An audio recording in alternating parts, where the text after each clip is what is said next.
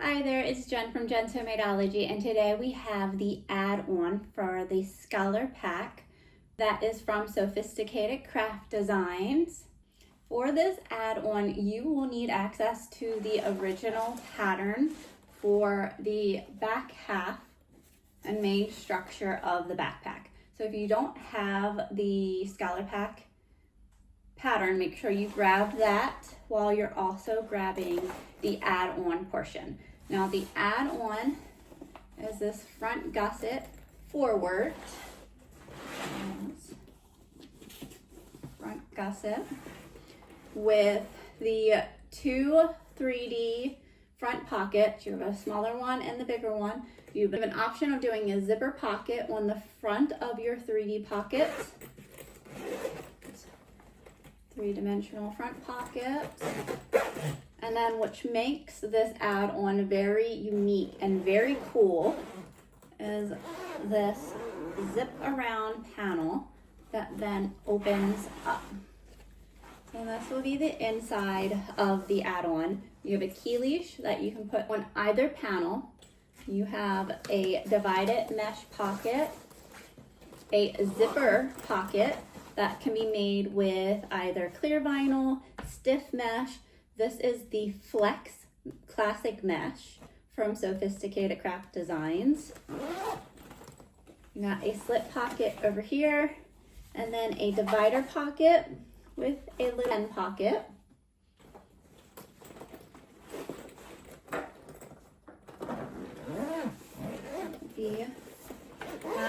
Now you can change the direction of your opening. So instead of it opening this way, you can have it opening that way. I did not, because neither which one of these bags are for my left-hander. But this is the inside of this one. This is with stiff mesh at the bottom for a pocket, but again, that can be made out of clear.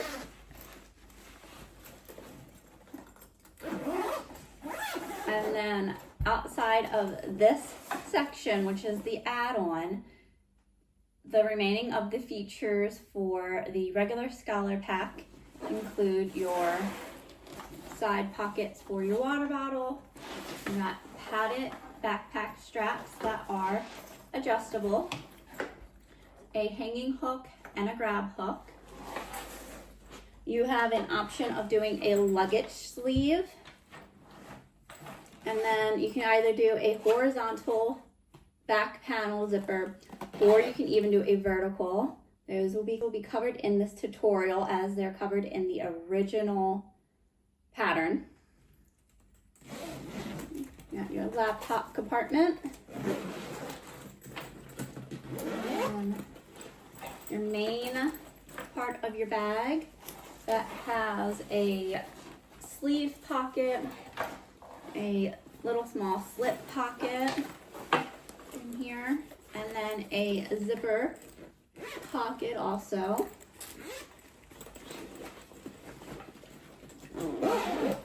And then on the add-on, there's also an option of adding a little swivel hook, so you can add on little keychains and charms and stuff. My kids love these. They're really big into trading and keeping keychains, so they use this all the time. But this is the bag that I will be making in the tutorial today. You will see it from start to finish.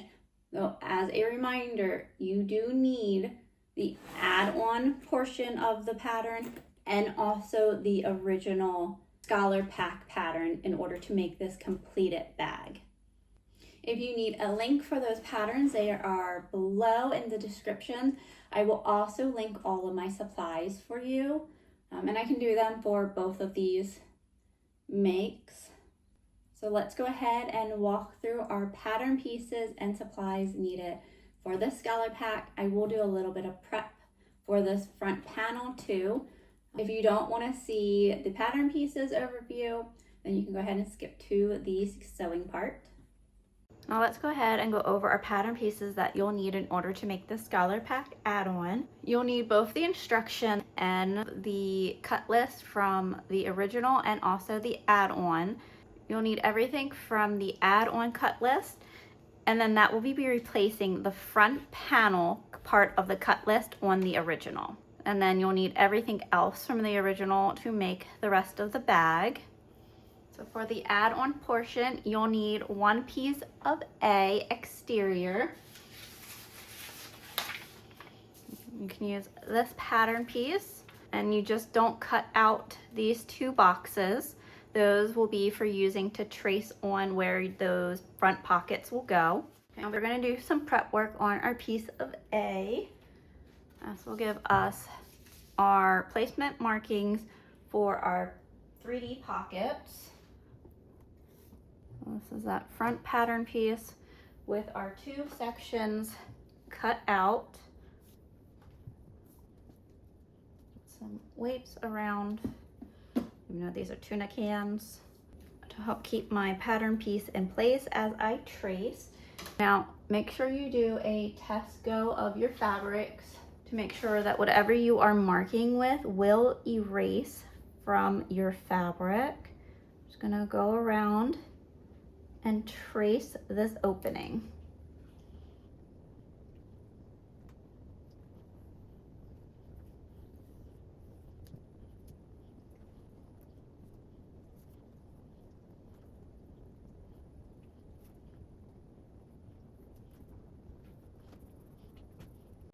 I'm going to do that same for the top.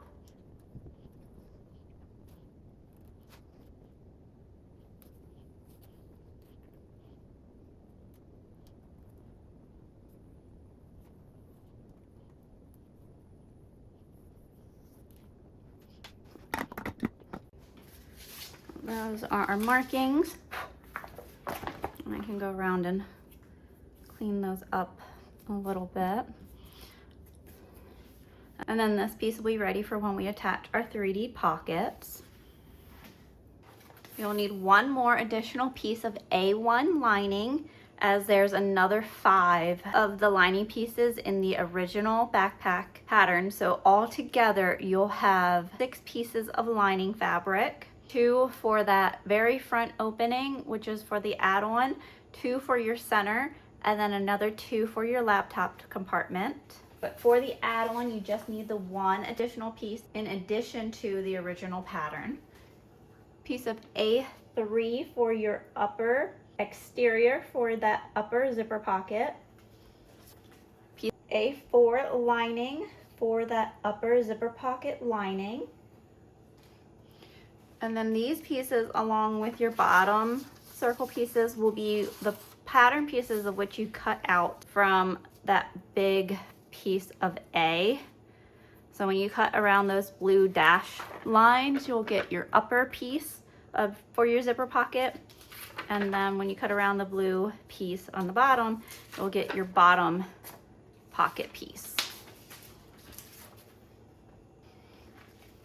Piece of A6 exterior. This is for that upper zipper pocket gusset. And then a piece of A8 exterior, which is also for that upper zipper pocket. It's the bottom section of that zipper gusset. And then these pieces of A6 and A8 are going to double as lining fabrics. So these will end up being folded. So they'll be on your exterior and your lining. Piece of AA for your exterior. Piece of AA1 for your lining. And these are for that bottom zipper pocket. Piece of AA3 for the upper part of your gusset of the lower pocket. And then a piece of AA5 for the lower part of that lower zipper pocket gusset. And again, these fabrics will be folded in half, so they'll be your exterior and lining of that 3D pocket. And then a piece of AB1 for using a lightweight lining material, as this is for a key leash, which is optional. Piece of B exterior for that side panel opening. Piece of B1 lining. Piece of B3 exterior, and a piece of B3 lining. Now these pattern pieces are a cut on the fold. I do recommend cutting your B3 and your B4 first so you can make sure you have a long enough fabric before cutting the rest of your bag. And a piece of B5 for that swivel hook tab on the outside. This is optional. 2 pieces of lining fabrics of BB for that front panel slip pocket. Piece of BB1 fabric mesh. This will be for that divided mesh pocket. And then a piece of mesh for BB2. Either clear vinyl or a stiff mesh. You can also use mesh for this piece. This is for that lower pocket, which is BB3 piece. And then 2 pieces of ZT, one for the inner side of the add-on pack where the mesh is and that zipper pocket. And then the other one is for the upper 3D pocket on the front of the panel. A zipper with a pull of ZA3. That's for that very front pocket. If you do a pocket on the outer front side of one of your upper 3D pocket, this is the one that you'll need the zipper tabs for. ZA6 with a pull. ZAA3 with a pull. And ZBB3 with a pull. And then your ZB3 with 2 pulls for the big opening that opens up that front panel. You can also do 1 pull for this if you really want it. You just want to make sure that that pull will close up at the top. A heavyweight stabilizer for A2. This will give structure to your front panel when your bag is opened. And this is the Ultra Firm Stabilizer from Sewfisticated Craft Designs. You can use Pelletech 70. And now all the other stabilizers are going to be a lightweight. I'm using a lightweight sewn in. This is the 1.5 millimeter sew in foam from Sewfisticated Craft Designs. This is 1 piece of A5, piece of A7, a piece of A9, 1 piece of AA2, piece of AA4, piece of AA6, and then those were all for the 3D pockets. And then you'll need a piece of B2 for the side panel.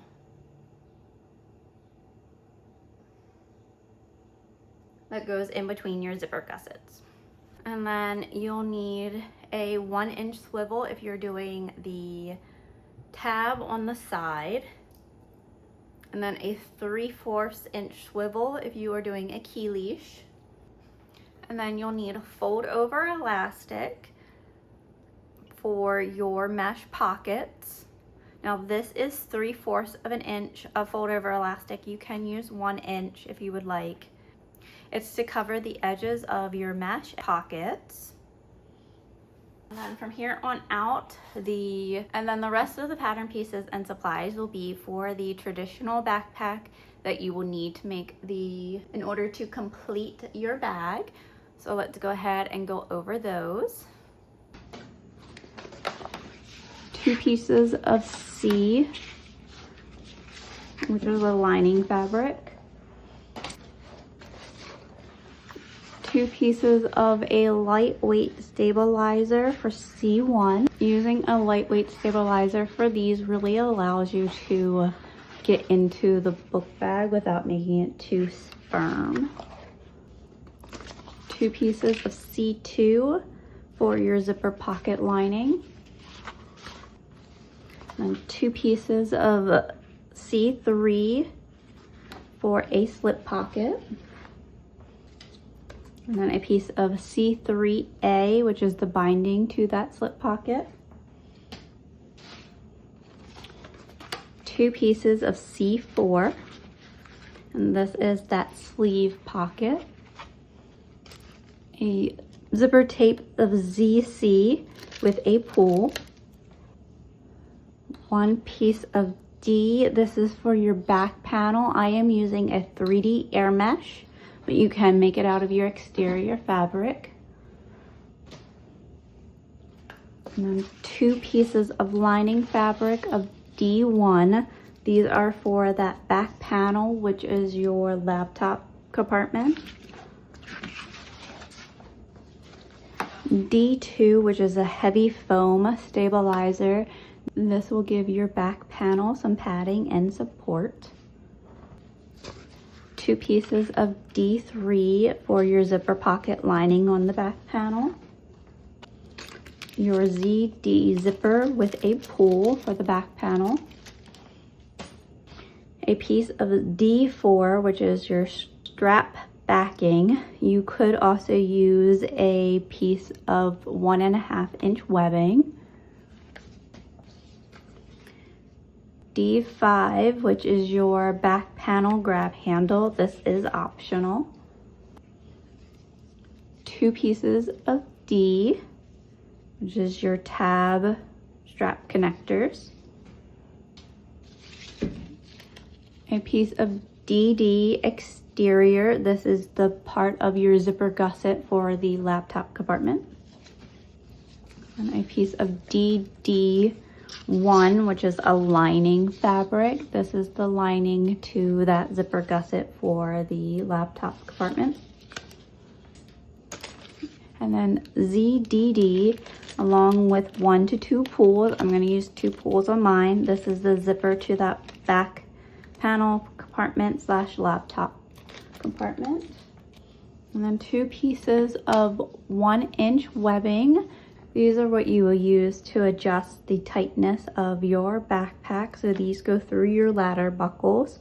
You can make this longer than what's suggested in the pattern for a taller or bigger built person. You'll need 2 of those. And then if you are doing a luggage sleeve, you'll need 1.5 inch webbing. 2 pieces of E, and then your side panel exteriors. 2 pieces of E1 exterior. These are your cup holders. And then 2 pieces of E2, which is the lining to those side pocket cup holders. 2 pieces of E3, which are your elastic band casing tabs, along with 2 pieces of elastic band. Piece of F, which is your base exterior. Piece of F1, which is a firm heavyweight stabilizer. Piece of F2, which is your lining of your gusset, of your side gussets. This is the interior.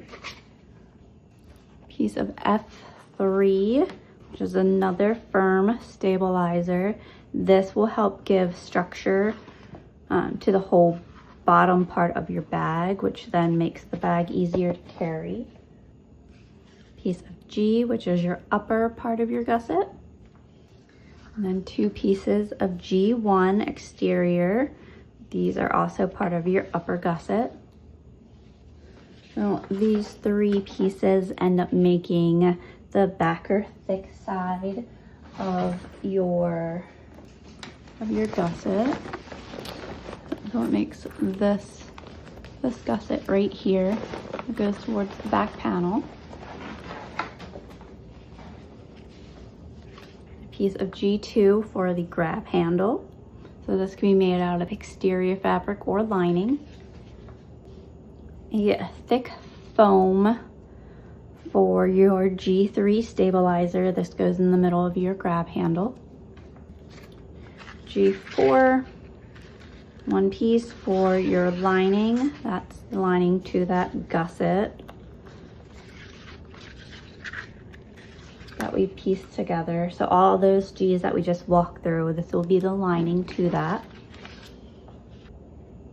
And a lightweight stabilizer for G5. Using a lightweight for this will allow getting into your bag easier.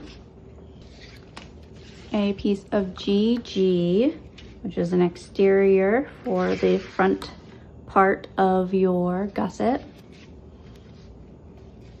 And GG1 lining, so the lining to that front part of your gusset. And then GG2 stabilizer for it, another lightweight one. And then here's your ZG zipper for that gusset, along with 2 pulls. And then depending on what kind of straps you're doing, you'll either have H or HH. HH is the extended straps, and then H are the regular straps. So I have 2 exterior fabrics and then 2 of the 3D air mesh, and they are mirrored fabric. So I have 2 exterior mirrored and then 2 of the 3D air mesh mirrored. You can just do this exterior fabric for the front and the back sides. And that's the same thing if you were to have HH for the extended. And then you'll need 2 pieces of H1, which is a foam stabilizer. This will help with comfort of wearing your straps. Using 3D air mesh is also will help with the comfort of it and breathability of it, but your really softness comes in through your stabilizer. And again, you want mirrored images of those. And then if you're using the extended strap, you will have your HH ones for your stabilizers. And then you also have different strap options, along with being either extended or regular.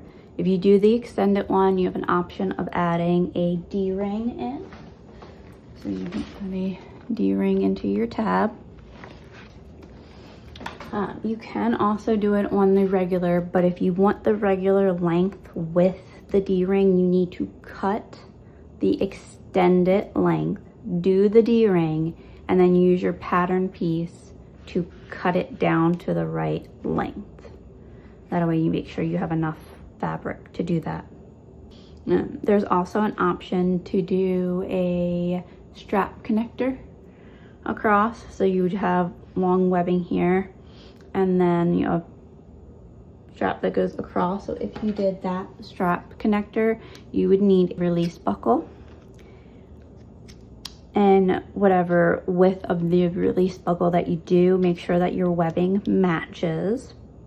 And then there will be length of webbing that you use to attach here and across. I'm not going to do this just because I spent the time fussy cutting my straps and I don't want to cover up a good portion of the print.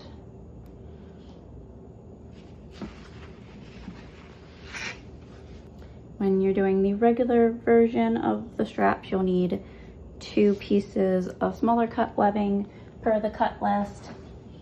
Those will be this connector right here. And then 2 ladder buckles. Optional of 5 purse feet. There's also an option to use rivets on the sides of the slip pockets, along with the backpack strapping, backing, and on our grab handle. And because this pattern is finished using the binding method, you will need binding to finish your bag. And now that we've walked through all of our supplies and materials needed, we can get sewing. We're gonna start off our scholarly pack with the interior panel and the slip pocket. So you'll need both of your pieces of C3.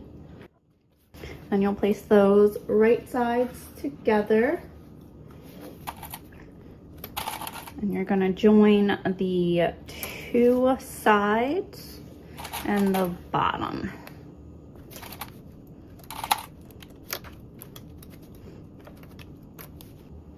And then you can sew with a 1/4 seam allowance.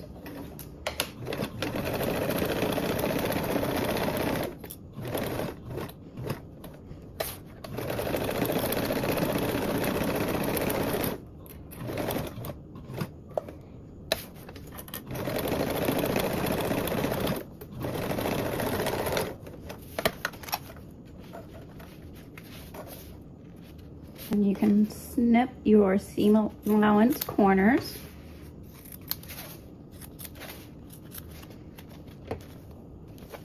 And turn your fabric right side out and flatten your seams.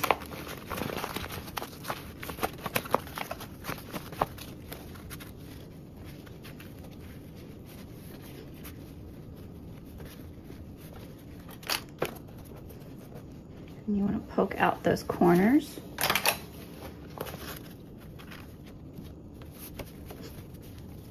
And then take your binding tape piece of C3A and encase your top edge.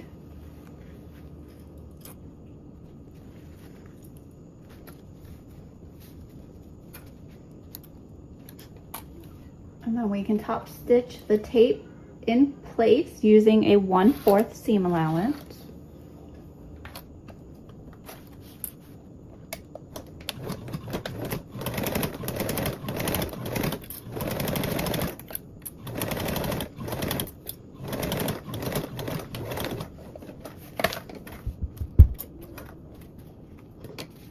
There's our slip pocket. We can go ahead and set this aside for now. Now we're going to be working on the interior zipper that's on the middle panel, like the center panel. So you'll need your pieces of C2. And you can transfer the zipper box markings from the pattern piece to the wrong side of the pocket, or you can manually draw on your zipper box. And then there's our markings for our zipper box on the wrong side of one of our pieces of C2. Now you want to take one of your pieces of C and have that right side up, making sure that the top of it, so the smaller curved part, is towards the top. That way you don't accidentally put your zipper box on the wrong edge. And place one of my C's off to the side. And place our zipper box wrong side up so that the fabrics are right sides together.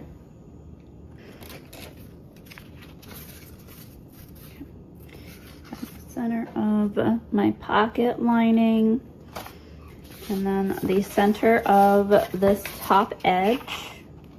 Actually, I can just find the center of the whole panel, and then measure 2 inches down and make that marking there, so that way I know where the center of my panel is, so I can match up the center of my zipper pocket. And then my zipper pocket will be centered on my panel. And then I want that 2 inches down from the top across the panel. Use masking tape to hold your lining in place. Now we can stitch along those 2 lines that we have, and you want to make sure that you back tack at the start and the ending of the lines.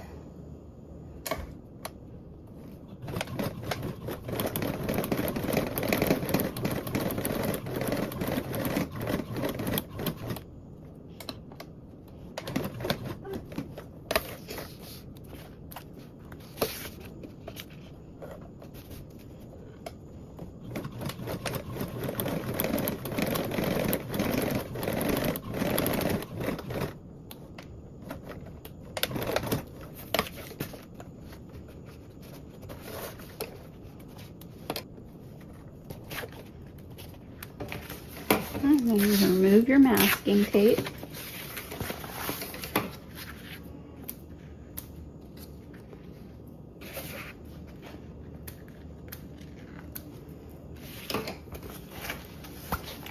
And now we can cut our V cornered box.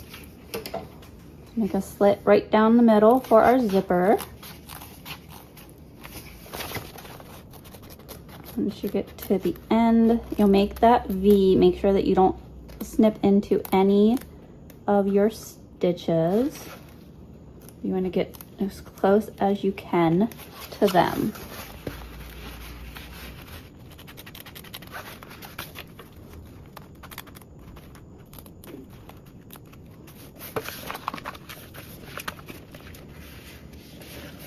And before I turn this out, I'm actually going to stitch these zipper box flaps to my zipper linings. I'm going ahead by doing that by pushing the fabric down at the seam, and then I'm going to sew along that flap. So I'm going to keep this down. You can use masking tape to keep it in place if you would like. And I'm going to turn over with that piece still down and just stitch along this little flap. And you can do it with a 1/8 seam allowance away from your previous stitching.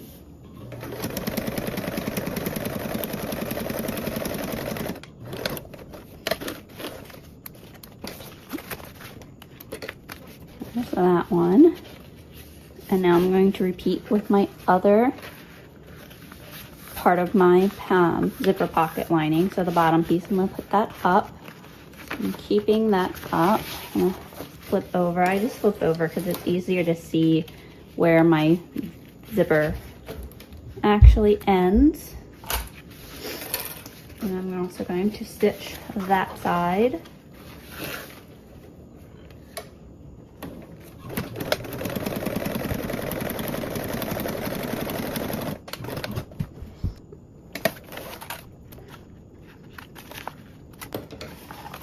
And then within doing that, when you flip back to the right side of your panel, and you go to push through your zipper lining through your box, it will then hold those flaps to your box open, and I think it just makes a nice cleaner box. And there's just less layers to have to worry about. Okay. And then depending on your fabrics, you can give your zipper box a press.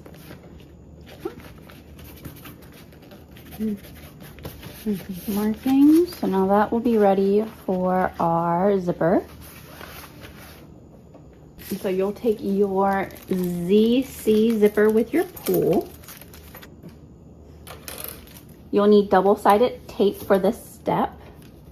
We'll singe the ends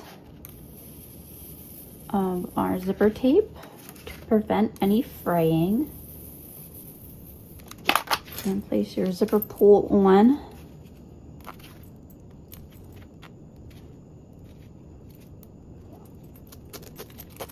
And then place double-sided tape on both long edges of your zipper tape.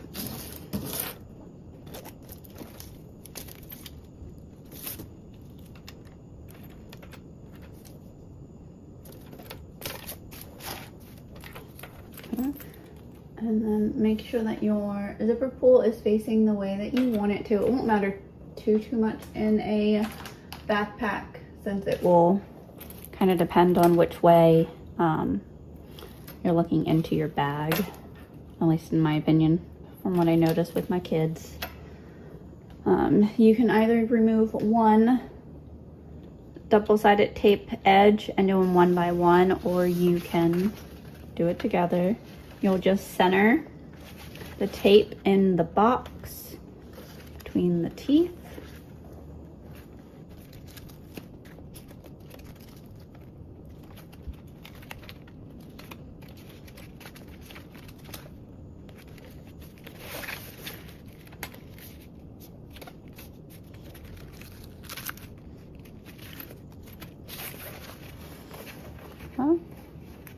And then we can sew around our box with a 1/8 seam allowance.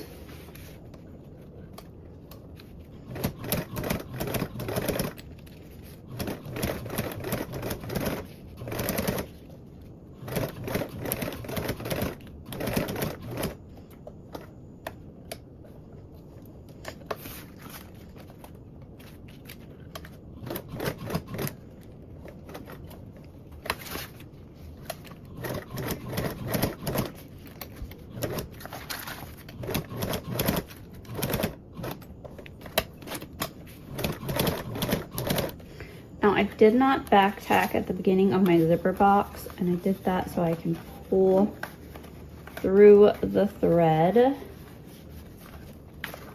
Now I'm gonna stop exactly where I started.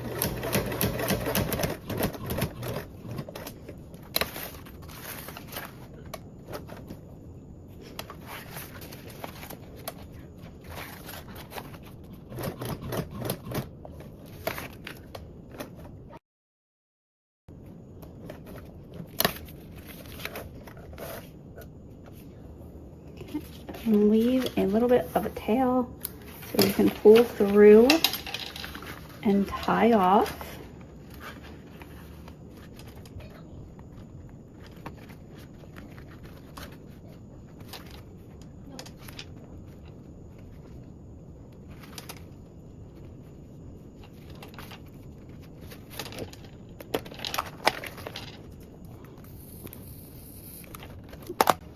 And then you can see that the stitches that we use to hold those flaps down are actually hidden behind the zipper tape.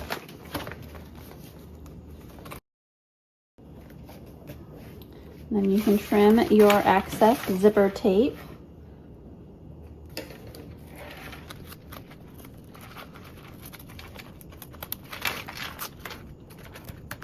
And because I did that, I'm just going to quickly singe those ends again.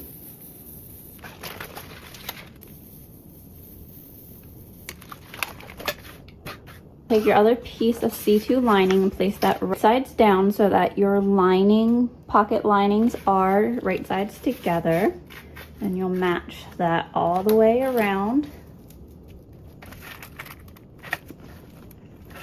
Matching up all around the pocket.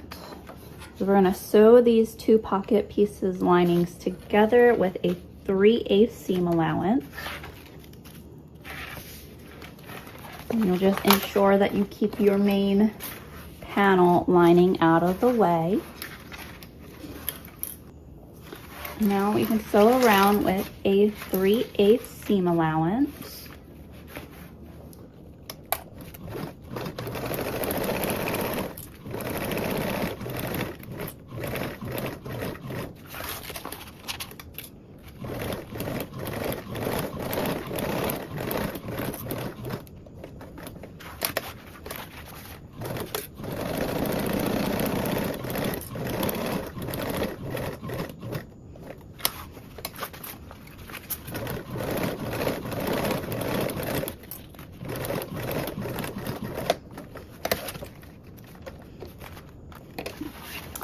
Now your zipper pocket is completed.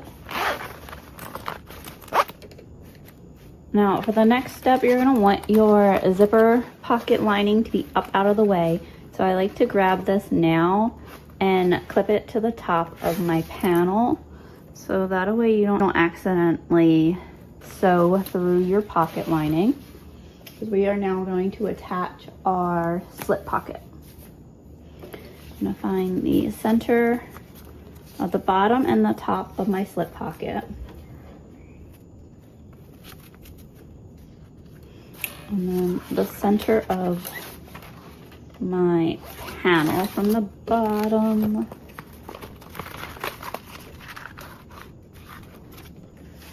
Now I'm going to mark 2 inches up from the bottom, or you can take the measurements from the pattern piece.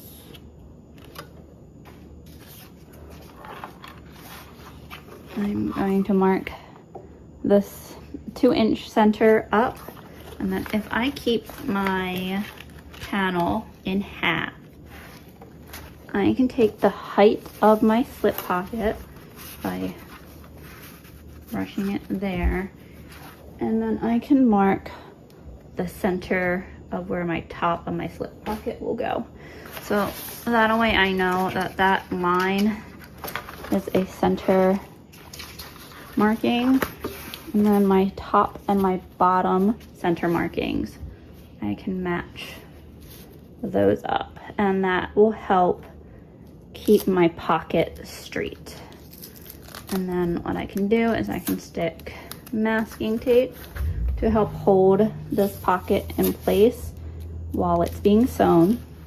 You can ensure that your pocket is the same height across your bottom before you sew down.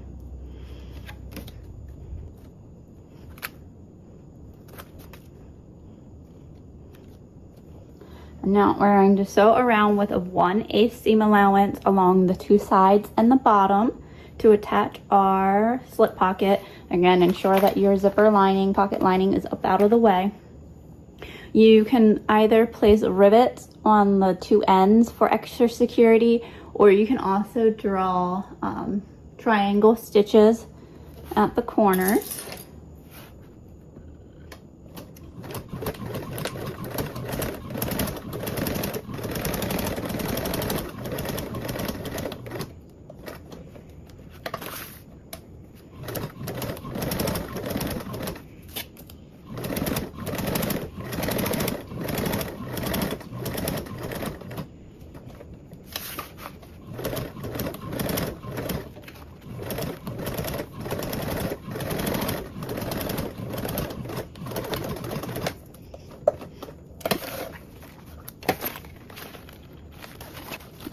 And you can remove clips that you've had or whatever you had holding up your zipper pocket lining, and remove any masking tape and or markings that you've made. And put that down, and then this panel is ready for the assembly, and we're going to set this one aside for now. Now moving on to our sleeve pocket, you'll need your both pieces of C4, and you'll place those right sides together, and we're going to sew together our top and bottom edge.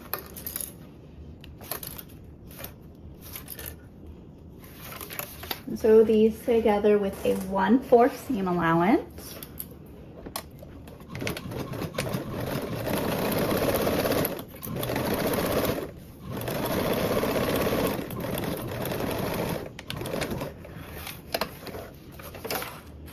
Repeat on the bottom edge.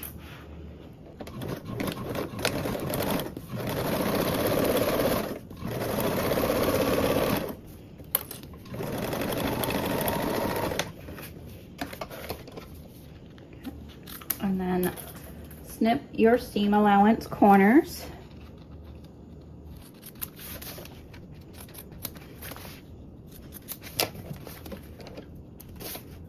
Now we can turn this right side out.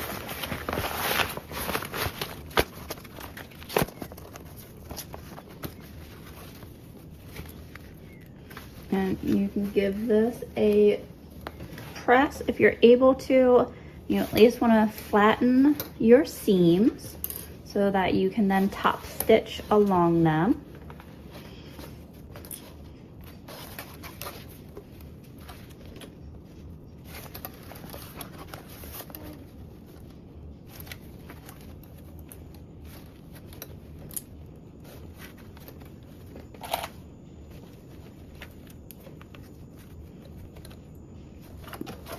Now we can top stitch our top and bottom seams with a 1/8 seam allowance.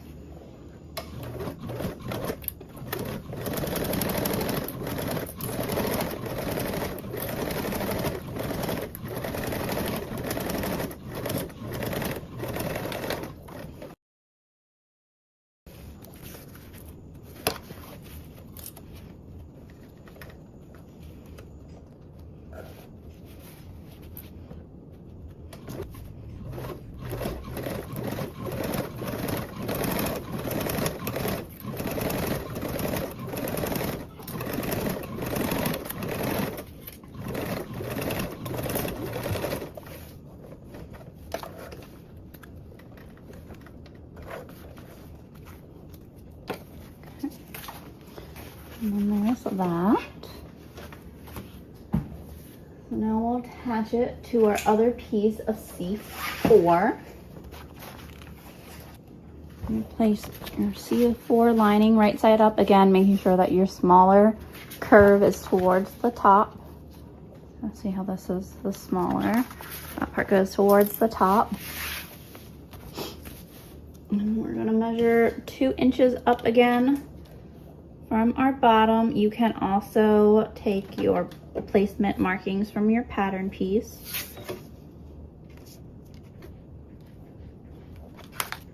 And we'll place this along that marking.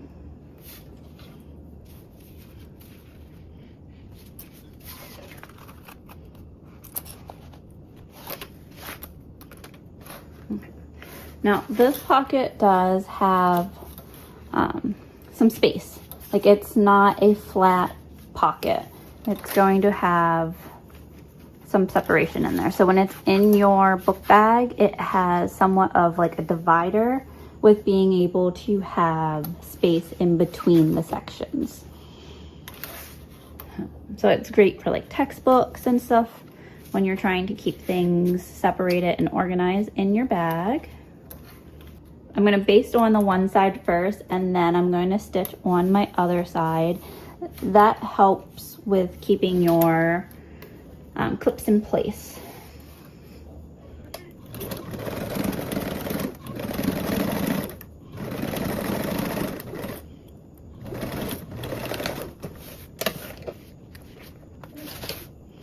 Now you repeat on the other side. This way you don't have to worry about those clips coming undone, and you can move that panel and shift it over.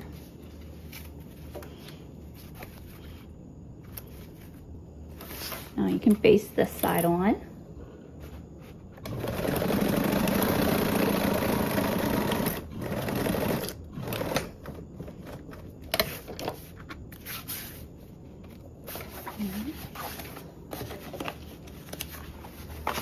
That. Now you will take this piece, a piece of C1 stabilizer, which is a light foam, along with a piece of D1. Now this D1 is your laptop compartment, so that back compartment panel piece. I'm gonna place this, I'm gonna stick it right side down, followed by my piece of stabilizer, and then I'm gonna sandwich that with my piece of C right side up. So that way, once this is all basted together, you'll have this right side facing out and this right side facing out. Just gonna quickly clip around to keep these from shifting as I baste them together.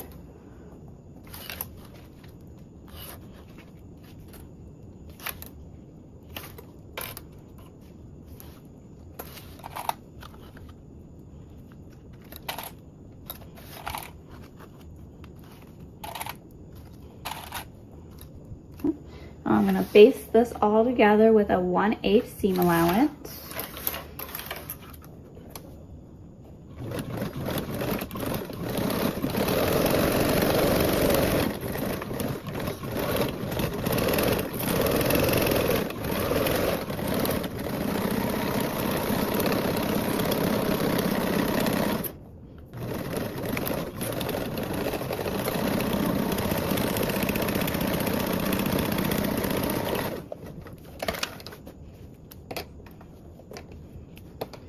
And there's that completed. Now, if you wanted to do a more simplified version of the backpack without the laptop compartment, and you still wanted to do this sleeve pocket, then you would attach your back panel with it. That would have your backpack straps, and that would end up being this piece.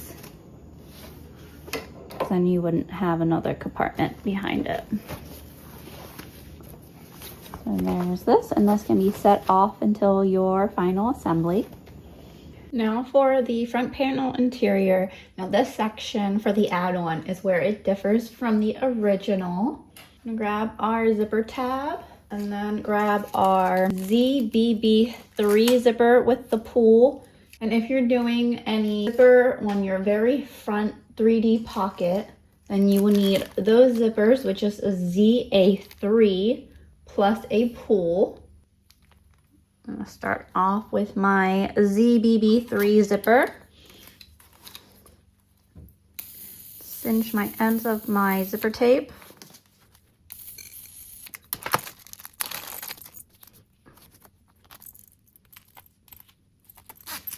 Slide on your zipper pull. And then grab your zipper tab, and we're going to cut this into 4 equal pieces.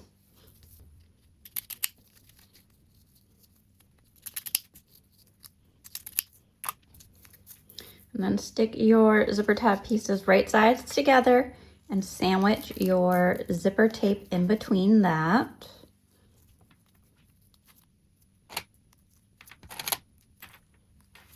And you repeat on the other side.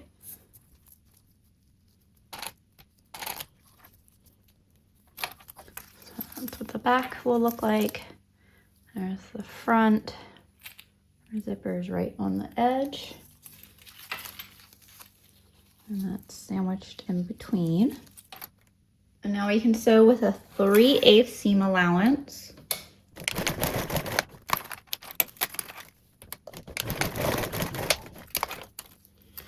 And then you'll turn those tabs so they're right side out. If you would like, you can clip just the corners of your fabric to help reduce the bulk.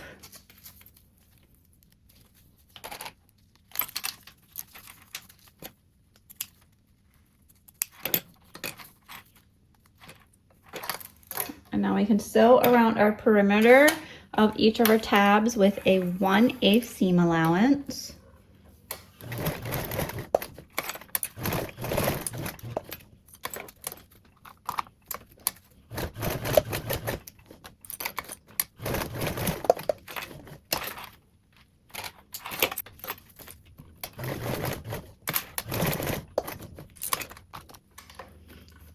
Using a little bit of layers of vinyl just to help get me over that little hump of the zipper.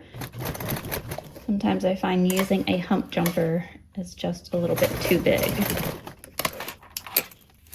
There's your one zipper tab, and you can place this aside as you work on your other remaining zipper with tabs. And you'll repeat that same process with your remaining zipper and your other piece of ZT.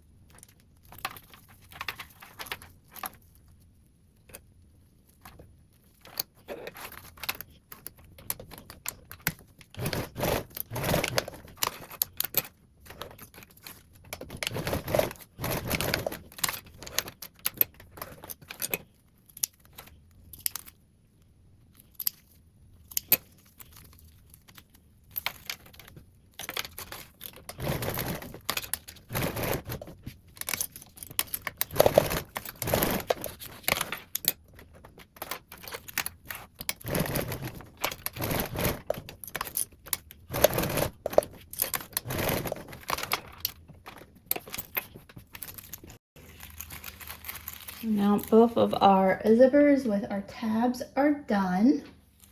Set those aside as we work on our mesh/vinyl pocket of BB3. Now you don't have to have the classic flex vinyl. You can definitely use a regular clear vinyl, mesh. Stiff mesh works really well for it. You can use the jelly vinyls, or the jelly mesh is also really great. You're going to take that piece of B3, and then on the top edge of it, apply a double-sided tape. This will help you keep your binding in place while you're layering everything. Get a little closer to that top edge. And I like to also place it on the back side, especially if you're working with slippery material. That will help keep your binding in place.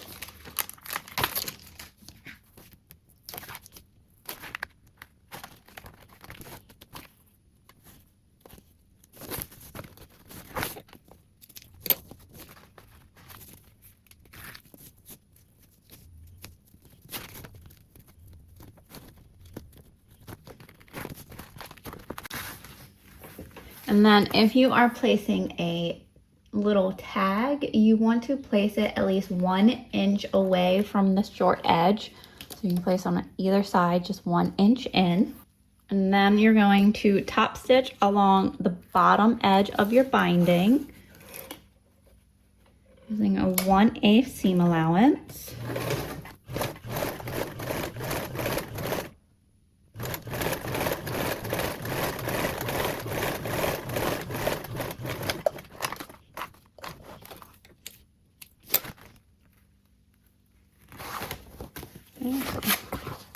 Now there's that pocket, and we can place this off to the side right now as we work on our mesh pocket of BB1. This is that longer, bigger piece of mesh, and this will be a fabric mesh. Now for these next few steps is where you'll need your fold over elastic. Before I cut my fold over elastic off to the length I need, I like to take it and give it a few little stretches just to get that primary stretch out of it, and then I will measure and cut. Now you'll be taking the length of the fold over elastic that's stated in step 9. That is 11 5/8 of an inch. You will fold that in half and mark that center marking.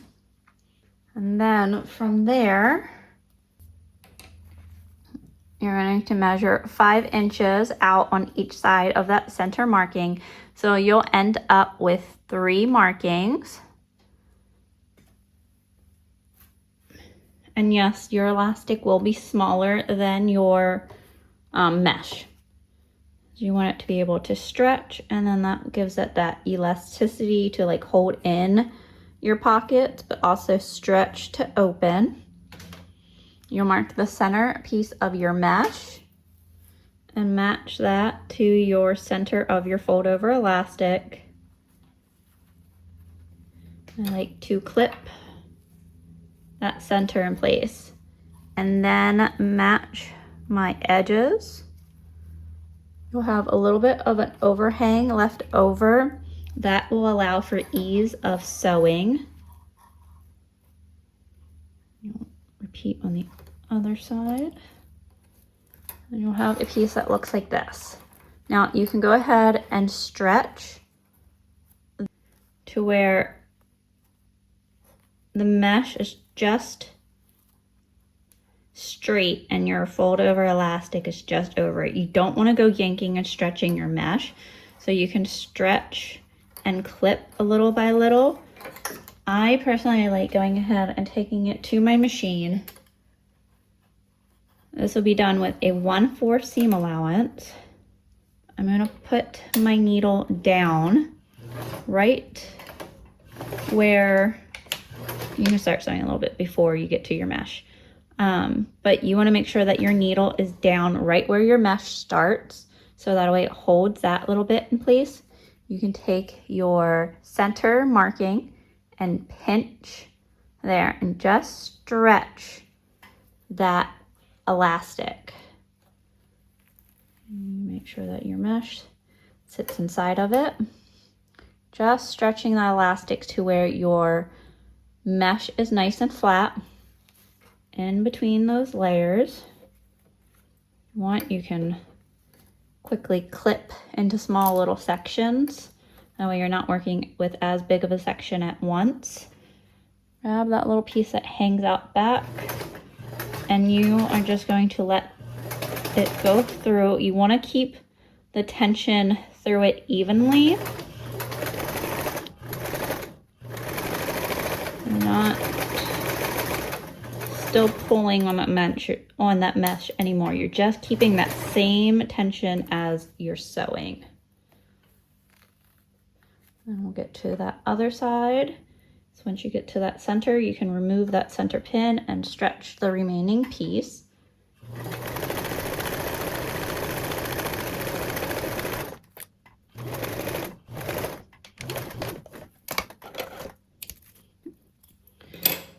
So then you'll get your mesh. Looks like this will be wavy on top, and that will help hold in you're good, but allow it to stretch to fit. And we can trim our remaining fold over elastic now if you like, or you can do it once it's on the panel. Sometimes keeping those extra sides can help you pull it and line it up on the sides when you're sewing. There's that. We're going to set this aside and work on our mesh piece of B2. Here's our B2. And this time you want to take your remaining piece and fold over elastic, again giving it that stretch. This piece will measure 11 1/8. And you'll fold it in half, find that center point just like we did before. And this time you'll measure out from that center 4 3/4. And you'll have your 3 markings. And you'll repeat that same process as we did with the mesh piece of BB1. Find that center, match center. I'm just putting the edge of the mesh right on that center fold line of your fold over elastic.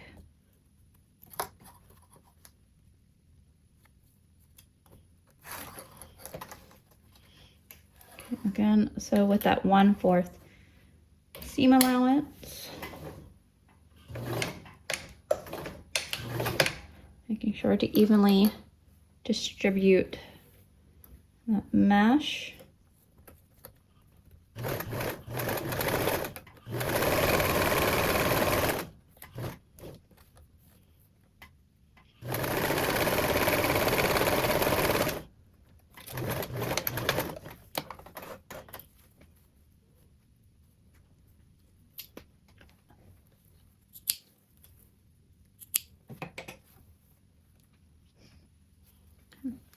And you want to take one piece of binding. I'm still using fold over elastic for it. This time I'm just not going to be stretching. So you'll take the piece of bias tape that's in step 10 that measures 12 inches. And you can apply double-sided tape to each of the sides of it.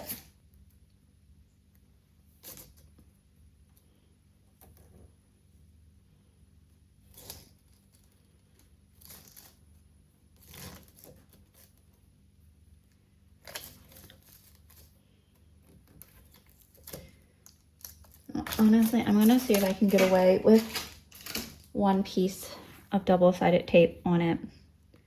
I usually can with fabric mesh because it can get through the holes. And then I'm going to mark the center and match that together.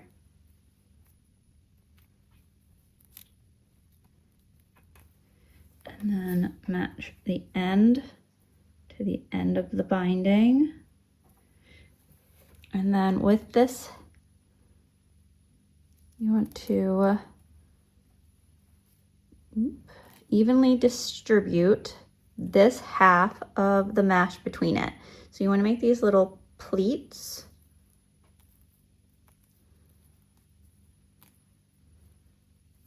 On one side.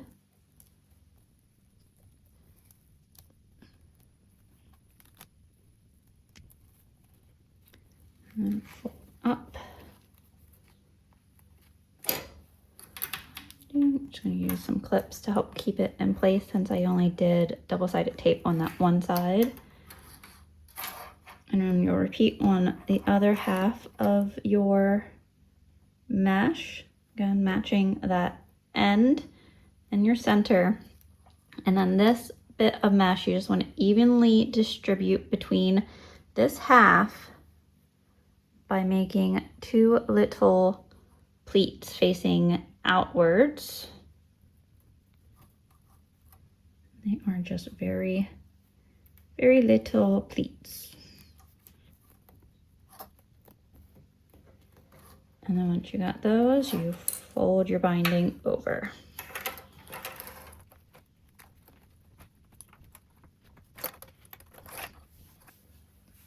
And then you will sew this with a 1/4 seam allowance. there won't be any stretching going on, so it'll be even sew across.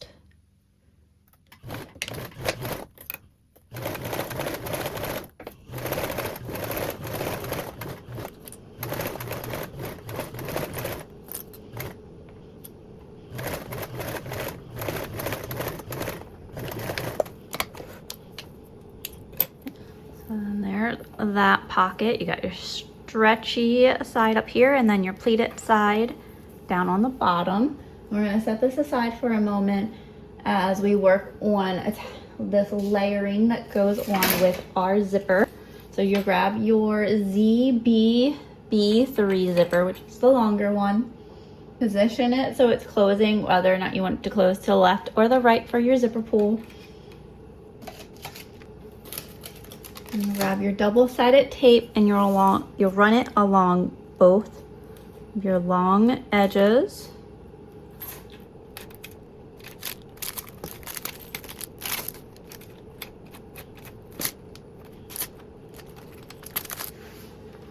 And then ensure that your zipper will be closing the correct way. Remove the bottom portion of that double-sided tape and then take that piece of clear vinyl or your mesh that is piece BB3 and align that along the bottom edge, ensuring that you're going to cover your zipper tape by 1/4 of an inch.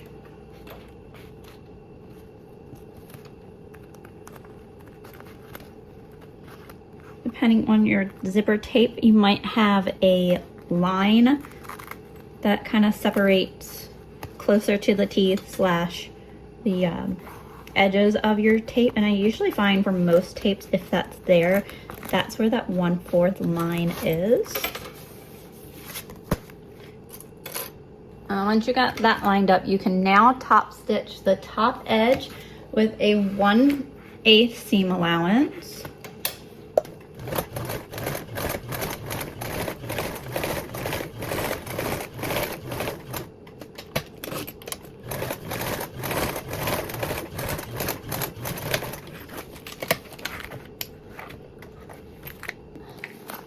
That'll be how that will look. And now you're gonna grab that piece of mesh that we were working on that has the double pleats along the bottom and that stretchy up top, which was piece of mesh BB2. And you'll remove that upper piece of double-sided tape. And you'll align and center this mesh. Same thing, making sure that it covers 1/4 of an inch of your zipper tape.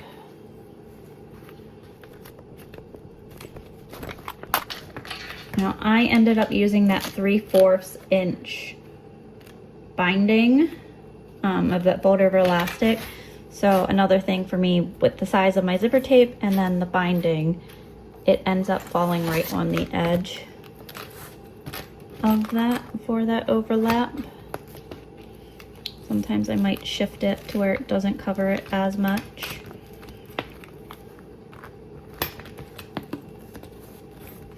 So depending on your binding, you still might have some binding sticking up past your zipper tape, and that is perfectly fine. I just didn't want anyone seeing that and then being like, why is my binding so much farther past my zipper tape than hers? And that would be why.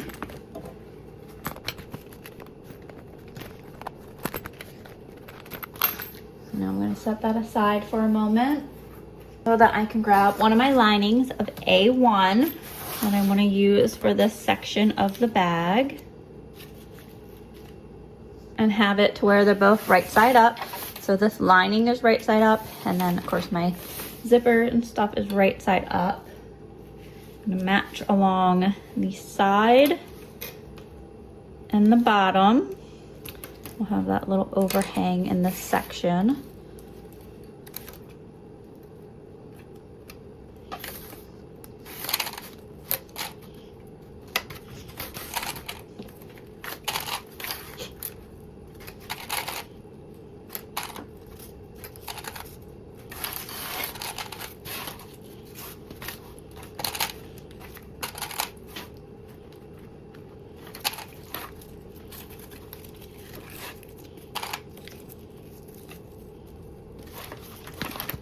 Now we're gonna baste our 2 long edges and along the bottom, and then we're gonna come in here and top stitch along that one edge of this upper zipper, of the upper side of the zipper where our mesh is, that we don't have that second row of stitches yet, so that way it section this off to a top pocket and then the bottom pocket.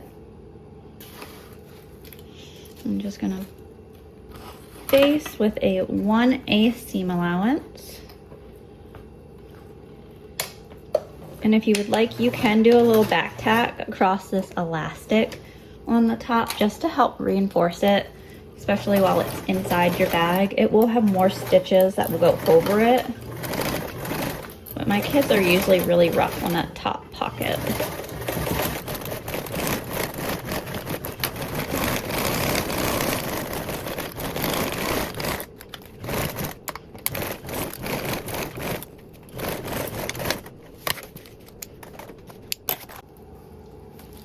And then since mesh can stretch and shift, I do like to fold this panel in half real quick, just to ensure that that mesh has stopped and started in the same spot. I'm gonna go around and trim off the excess pieces.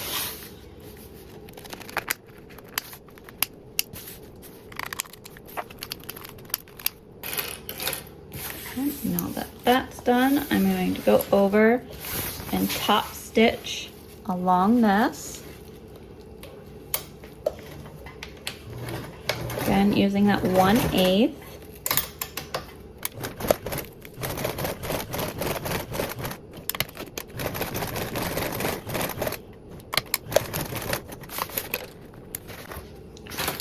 So that stitch ended up making the top pocket versus your bottom section pocket.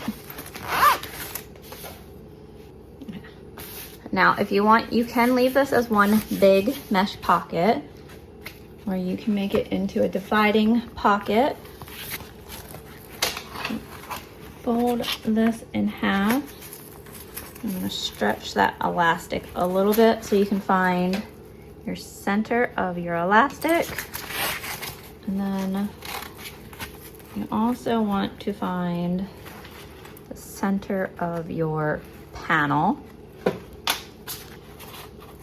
you're gonna find that center point at the bottom. And just make sure that you're marking with something that is erasable. And there's those. So then you can match up that.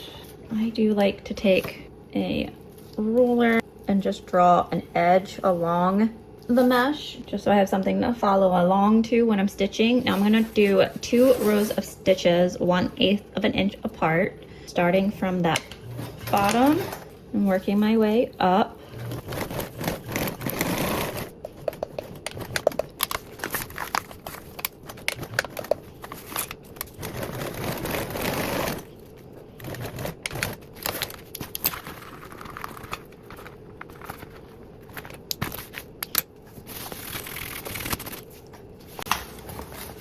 So there's that. You have your undivided pocket here, the other there, along with that pocket down at the bottom. Now you can set this aside for your front panel assembly. Now we're going to work on that mesh pocket with our BB lining. So you take one of your pieces of BB and you'll take that remaining piece of mesh.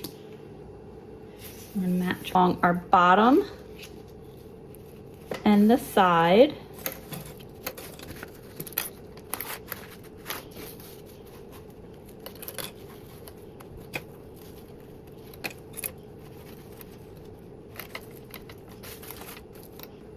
So now, I didn't clip all the way along the bottom because we're gonna get to that. You just wanna make sure that your mesh will reach your bottom. We're gonna baste our two sides and ensure that your bottom has those curved edges of BB.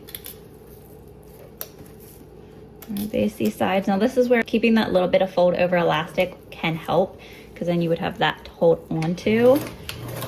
And again, I do back tack to reinforce those seams even though I'm basting. I'm gonna go all the way down and around the curve, just because I just want to get the sides on right now.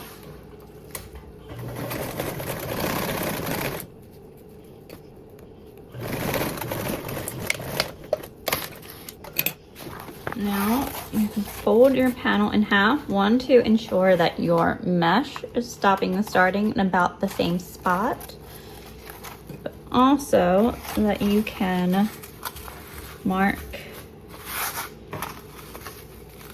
the center point of your panel and also of that fold over elastic.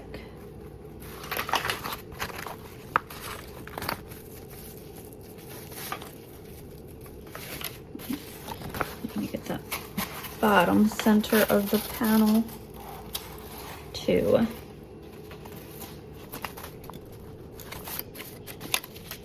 gonna measure out 1/2 inch from both sides of that center marking. So you'll have a 1 inch wide area. I'm gonna do that at both my top and bottom just to help align everything.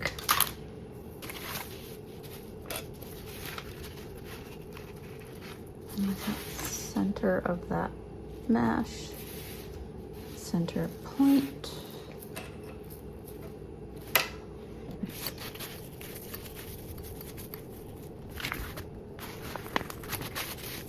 Again, I'm just going to draw those lines along my mesh so that I have an easier time sewing a straight line. And you want to make sure that this mesh is kind of as flat as you can get it.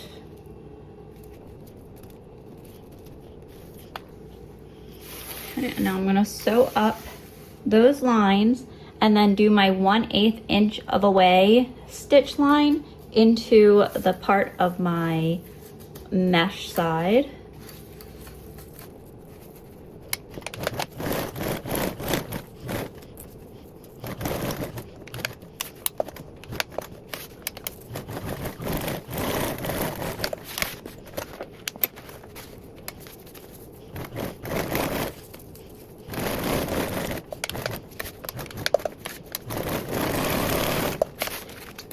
If you want it, you could have just done a single dividing pocket and made this into 2 pockets, or you could even done like 3 even pockets. It's up to you. Doing what we just did will allow you to have a little pen area. Now you will distribute this remaining mesh evenly between the 2 sides. Again, so doing those pleats and facing each pleat outwards. Push away from each other.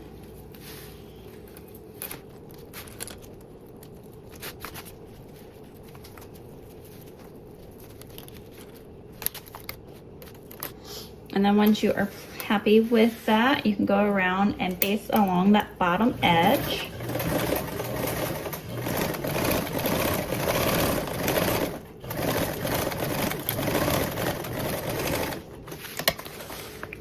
you can trim the mesh from around the corners or any mesh that have shifted while sewing. And then if you haven't trimmed those bindings from your top edge, you can go ahead and do so now. And you'll grab your remaining piece of BB and you'll place that right sides together along that top straight edge.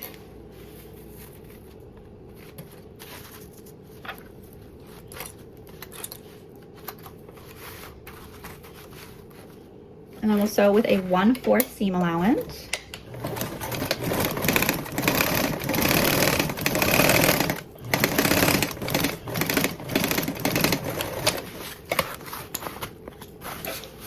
You can trim those corners. And then turn right side out.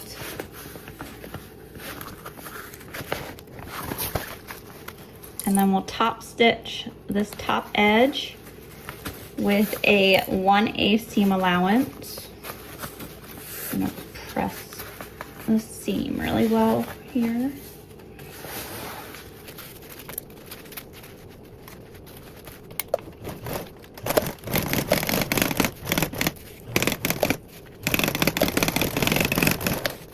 You'll grab your other piece of lining of A1 that you want to be for that inner first section of your bag. And you grab your piece that we just made. You'll line everything up, right sides up, and match along your bottom curves and along the sides.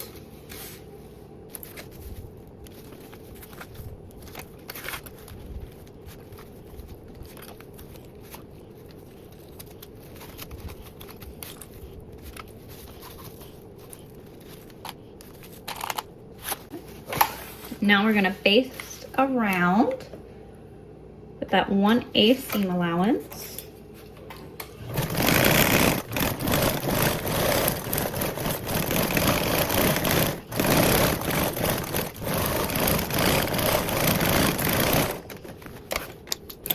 And then to double check that your pocket is lined up right, you can fold in half and just make sure that they are all stopping and starting in the same point.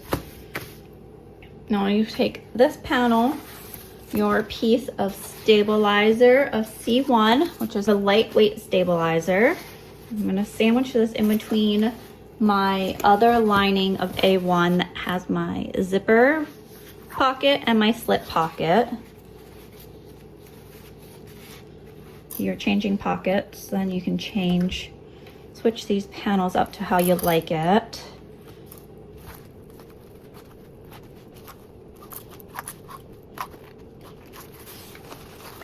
But I will say that you do not want to do too firm of a stabilizer in between these panels, because that will make the final assembly of the bag even harder. With the gusset and the binding of how this bag is finished, this panel itself does not need too much structure. Plus you want to be able to get into your book bag easily. You could even leave that section out if you really want it to, especially if you're using firmer materials or you've had interfacing on your fabrics. Like if you're using cotton for these and you interfaced them, you may not need that little bit of stabilizer between the panels.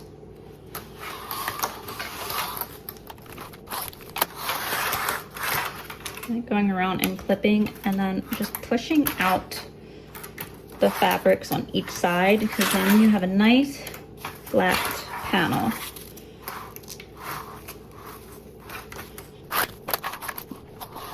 I can go around and baste these together with a 1/8 seam allowance.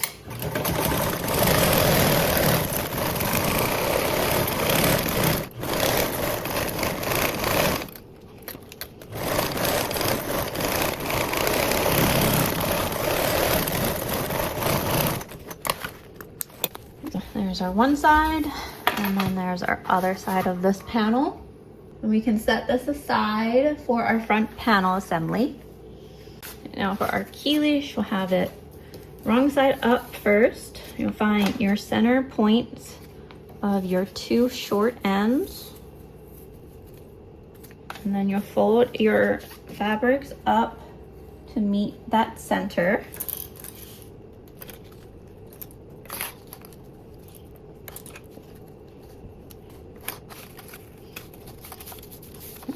And then you're going to take these and actually flip it over so you don't see that fold or the join line. And then you're gonna fold these, again, right sides together.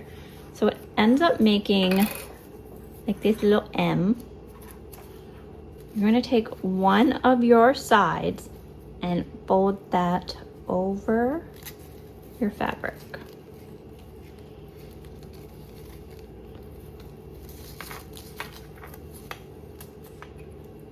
This way, we can then go in and sew this one end with a 3/8 seam allowance. You can stop and start back tacking at the start and finish. You can even trim these little edges if you want, just to help reduce the bulk. Though this process within itself reduces the bulk. So then you'll take that one side that you fold it and you'll unfold that. Get some hemostats or whatever to help poke out that corner. And then take those right sides, here are those open sides, and you'll go ahead and flip that out. That will then push all those seams into the center. And then if you haven't already, which I didn't, you can go ahead and press the rest of your strap.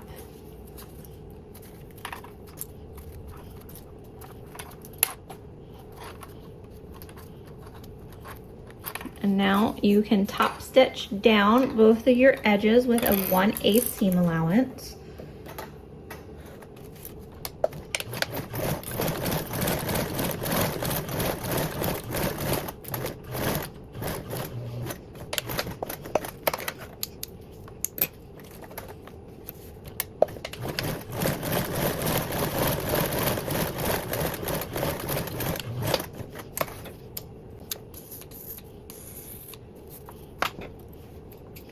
Now you can take your swivel hook and slide that one and then fold up that edge, and you can either use a rivet to set it, or you can stitch across, or you can do both.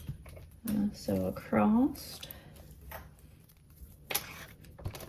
and this is why I didn't sew across that bottom edge the first time, because I'm going to do that now.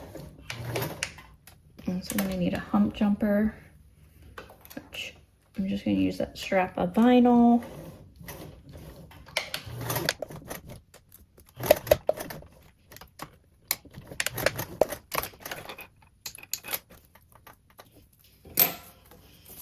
Okay, so there is my key leash, and I'm set this aside. Now we're going to work on our front panel of the upper 3D pocket using A3 through A9.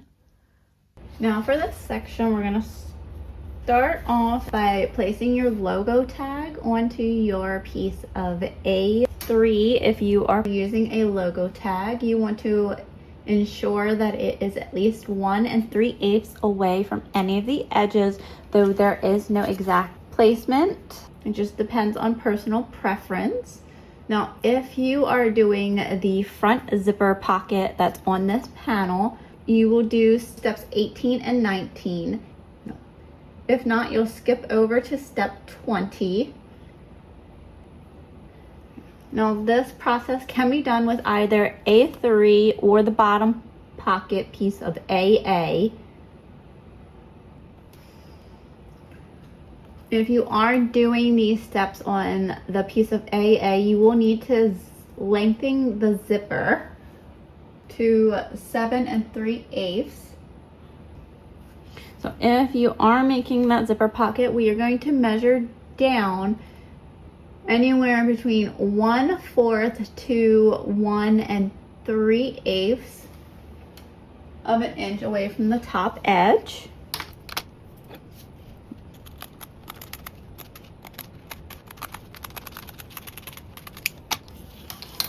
So those will be your 2 pieces, and you'll also do that with your lining piece of A4.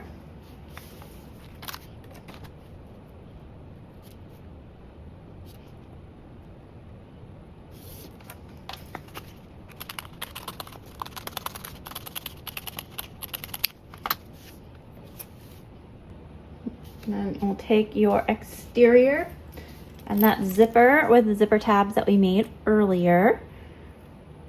And you're going to place those right sides together with your exterior. Make sure that your zipper pull is closing towards the way that you want it to close. So mine is closing off to the left.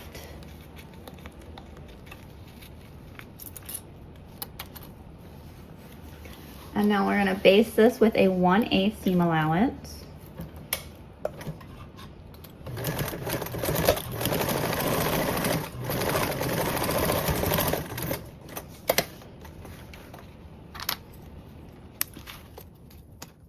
And then you'll take your lining piece and place that with it right side down, so that your right sides are together, sandwiching that zipper. And then you'll sew across this top edge with a 1/4 seam allowance.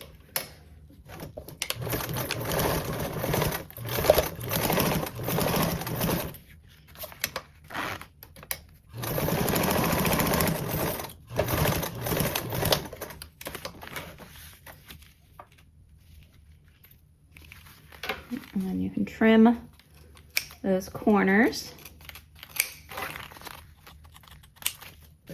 Turn your fabrics right side out.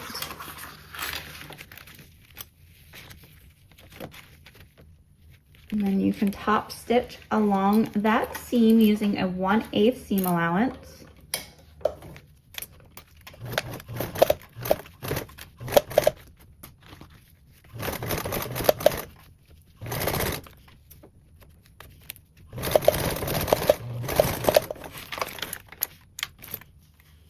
And then you'll repeat that same process with the top half, using the exterior right sides down with your zipper.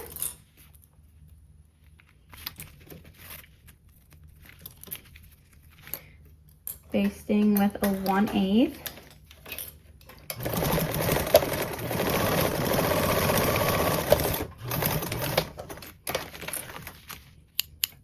On the other side, taking your lining and placing that right side down. And this time sewing with a 1/4 seam allowance.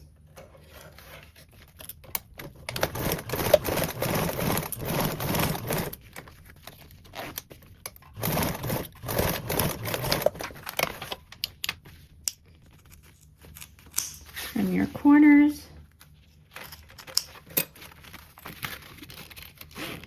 And then turn those fabrics right side out. And then again, top stitch along that seam using a 1/8.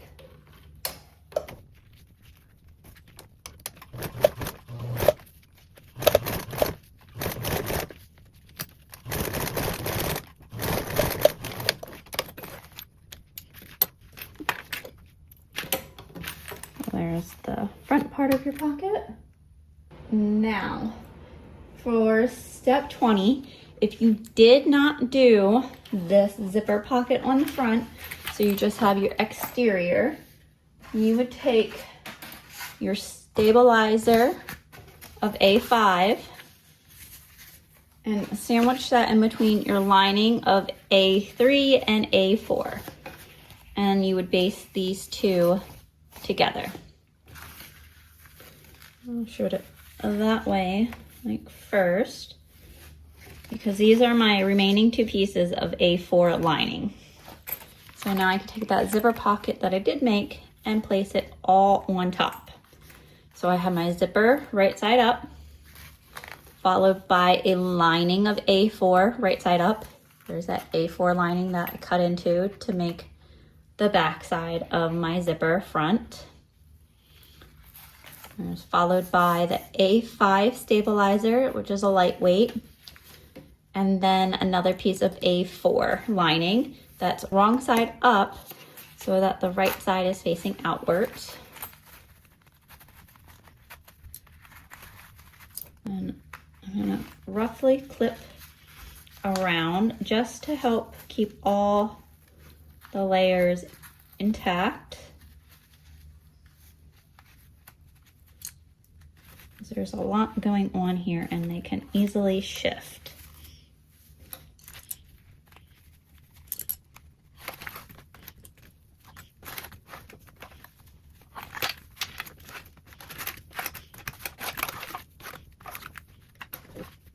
And now we can baste around with a 1/8 seam allowance.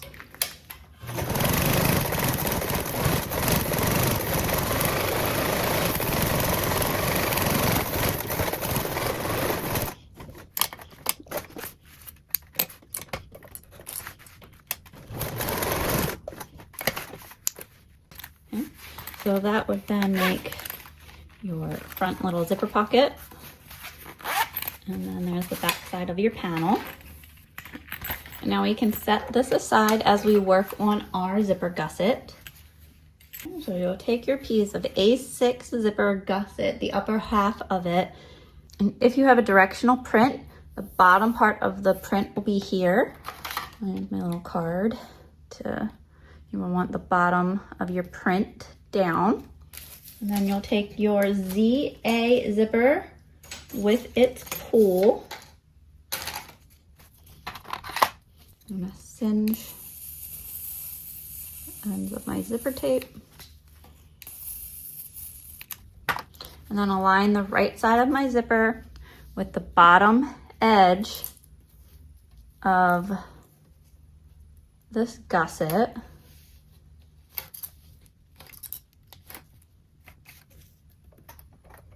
And then sew with a 1/4 seam allowance. Make sure that you're sewing this with the 1/4 and not basting.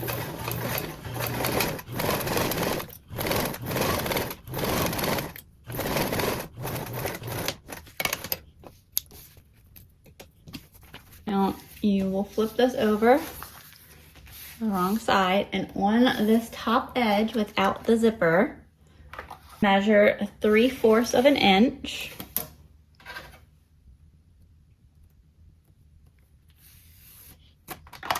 There's 3/4 of an inch away from that edge. I'm gonna take double-sided tape along that top edge.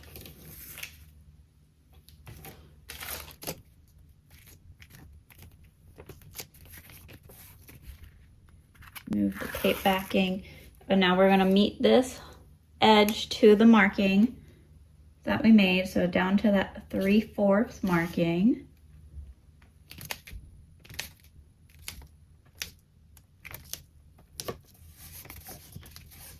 And we're going to place another piece of double-sided tape along this folded edge. And grab your piece of stabilizer of A7, and we're going to place it along our zipper edge. And fold our zipper out. I like to give a nice little press along that seam line.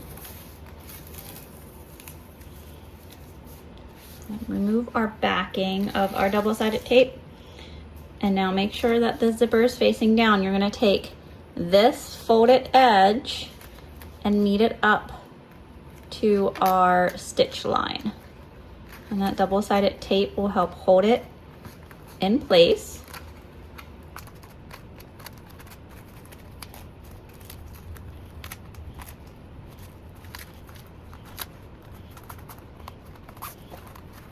Now we're gonna top stitch with a 1/8 seam allowance.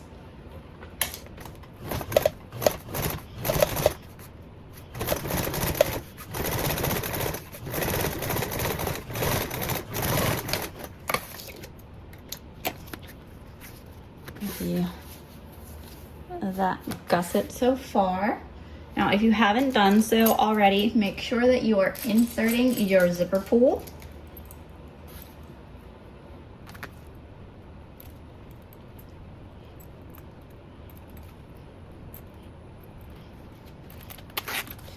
And then this will go attached towards the bag. So the front side of the zipper tape that's left raw will be the side that's facing closest to you.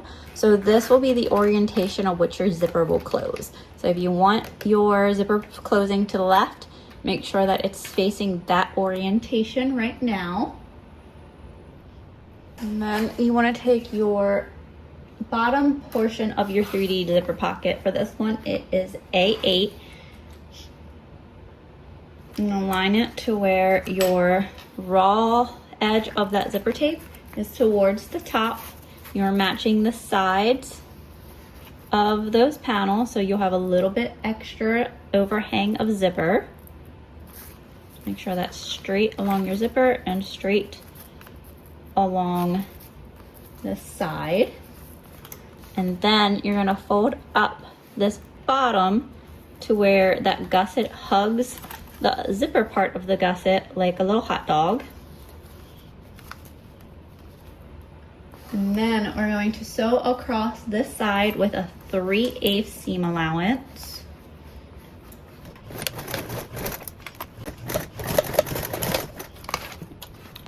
Okay, and then you can trim your seam allowance corners. Now you only want to trim the fabric only. Do not trim the zipper tape, as you don't want to compromise that tape.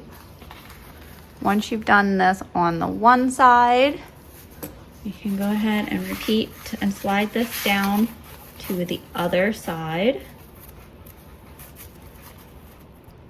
Again, sandwiching this zipper gusset portion in like a little hot dog. And again, sewing that with that 3/8 seam allowance.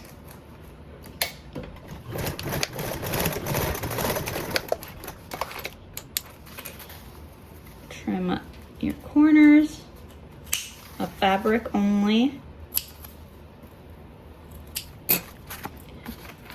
And turn that right side out, and you'll end up with your gusset. Grab your A9 stabilizer and tuck that in between.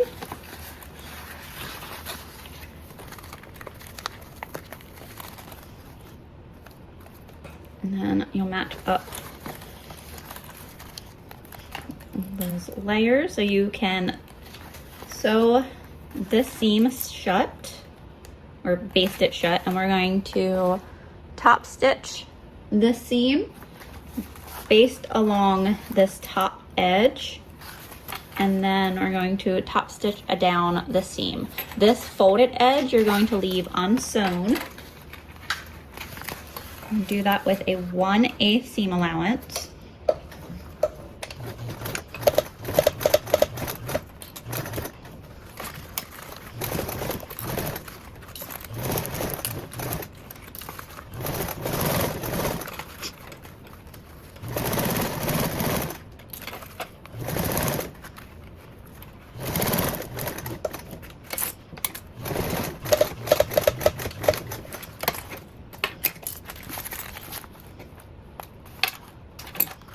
Now this is ready for the 3D pocket assembly. Before we attach this panel, you want to make sure that you are marking your center points on both sides of your fabric. Mark it on the tape. This side will attach your panel. So I matched up where my zipper tape starts and ends, and I found that center point and the center point on the gusset.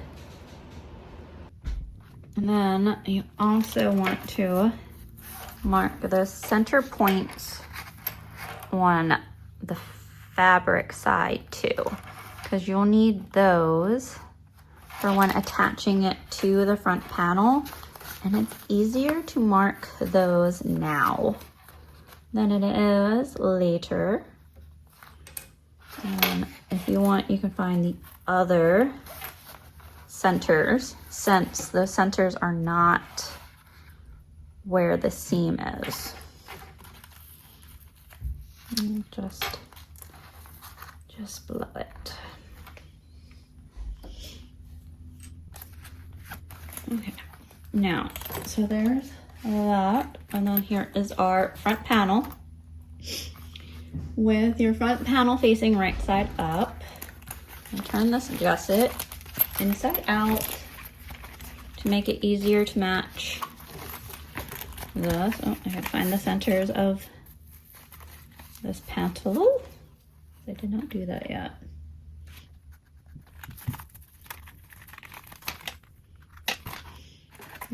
So match that top panels right side up. I'm gonna match this zipper, center point, right side together. And then once you do that, you can unzip this if you haven't already done so. That will help make clipping this around a whole lot easier.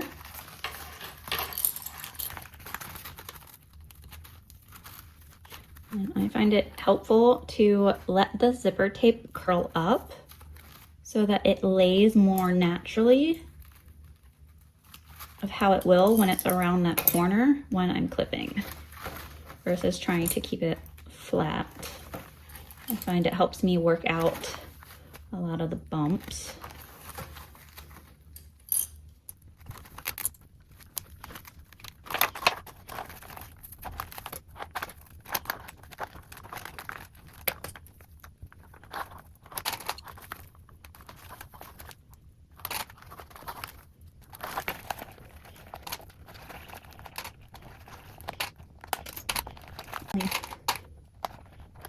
Now I'm going to baste around this with a 1/8 seam allowance.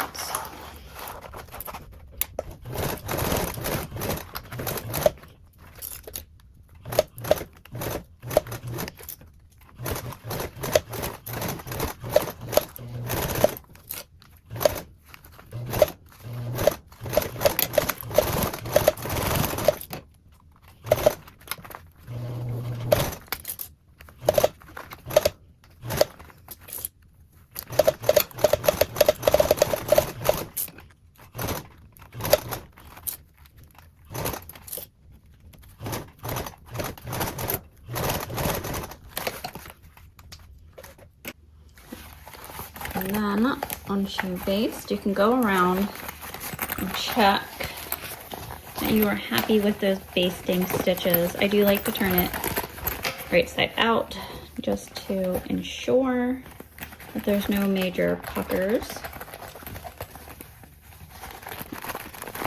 We can do our binding.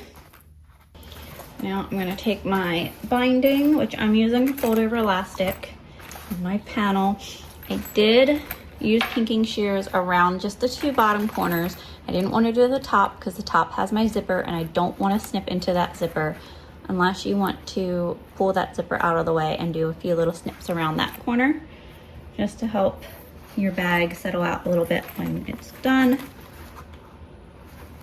I'm gonna start my binding, and I'm gonna do my binding as I'm stitching. You can clip it around if you like.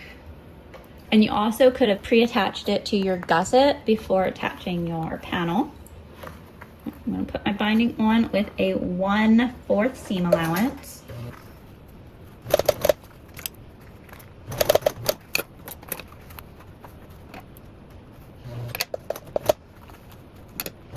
And you can lower your stitch length around your curves. That will help you take to your curves a little bit easier and get a smoother curve.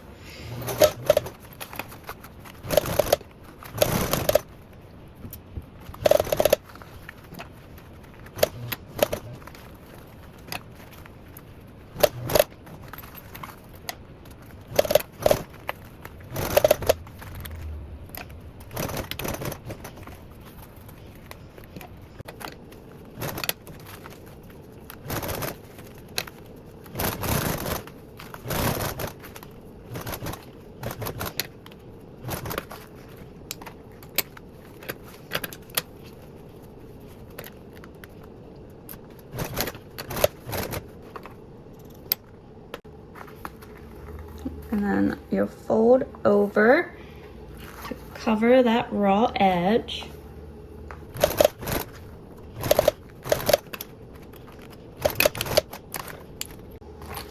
And now, once you got your binding all on, you want to go around, make sure that you cut your binding on both edges all the way around.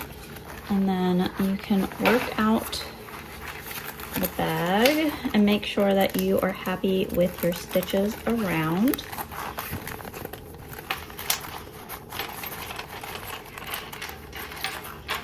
And then you can really work down that binding, especially around the zipper part. And then give that a zip up. Make sure that you are happy with those. And that will be your upper 3D pocket. And now we'll repeat for our lower pocket. You'll use your AA exterior piece and then your AA1 lining. Now in the instructions, it doesn't have a zipper pocket, but you can do a zipper pocket on this following the same steps as we did for the upper. You'll just need to lengthen that zipper. So we're gonna take these two pieces along with our stabilizer of AA2. And this would be the same process if you didn't want to do a zipper pocket on that upper one. And we're gonna sandwich our stabilizer in between our lining exteriors with our fabrics facing the right sides out so that wrong sides are together.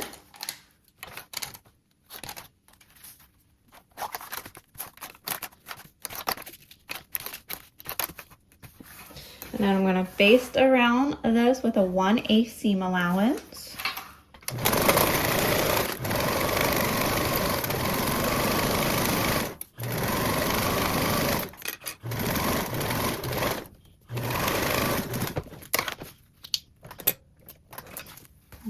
And there's our front, and now we'll do our zipper gusset. So we're following essentially the same steps of 20 through 23 if you're doing the pocket without a zipper pocket, and 18 through 23 if you are going to do the zipper pocket. We'll need our piece of AA3, and then you'll have it if you have a directional print. The bottom of the print is at the bottom, so your print will be facing like this. You'll take your zipper of ZAA3, singe these ends real quick, and then place that right sides down along that bottom edge. So then your zipper will be facing right sides together with your fabric.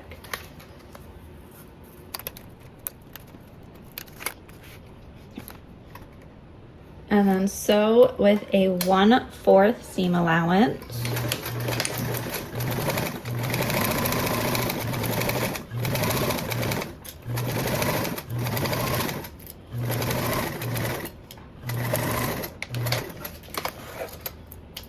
And then we'll flip to our wrong side, opposite from our zipper, and we're gonna mark up 3/4 of an inch.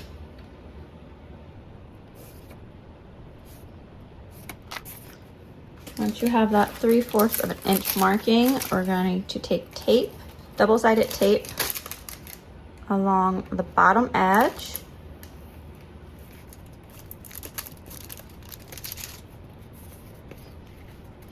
Move that tape, and then fold to meet your marking.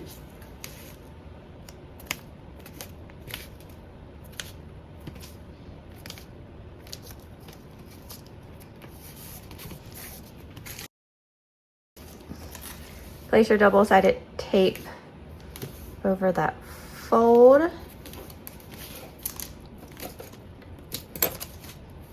And grab your piece of stabilizer and we're going to place it along our zipper edge. And fold our zipper out. I like to give a nice little press along that seam line. Remove our backing of our double-sided tape. And now make sure that the zipper is facing down. You're gonna take this folded edge and meet it up to our stitch line. And that double-sided tape will help hold it in place.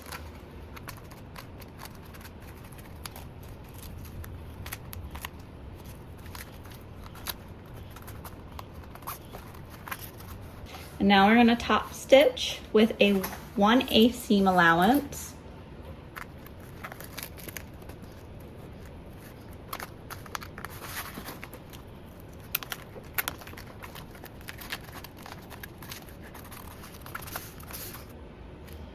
Now we can top stitch along this edge with a 1/8 seam allowance. This will sew down that seam that we just folded up.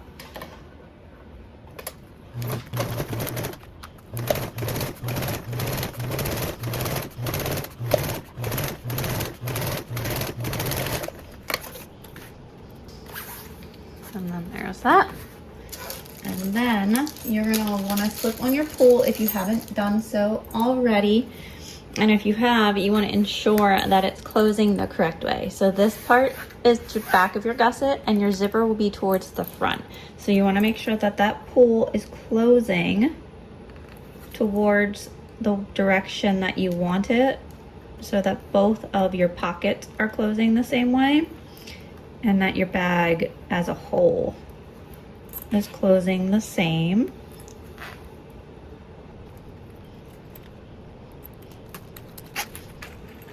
So here's my top one where the gusset is towards the back, just like this one would be. So my pull is closing off to my left. Now you grab your piece of AA5 and again match that up towards the top part of the fabric. If you're using a directional print, right here would be the bottom part of your print, like this.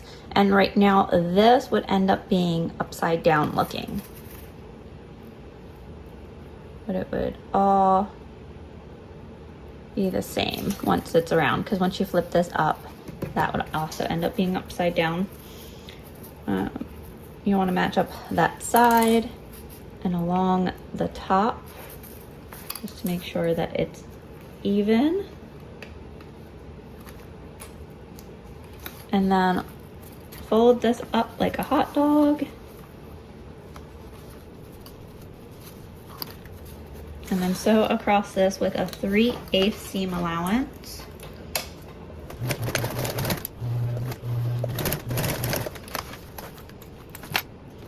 And you can trim your corners. Just make sure that you're not snipping into stitches and that you're not cutting into the zipper tape. Now I am going to go ahead and trim the excess zipper tape, but I'm going to singe it again.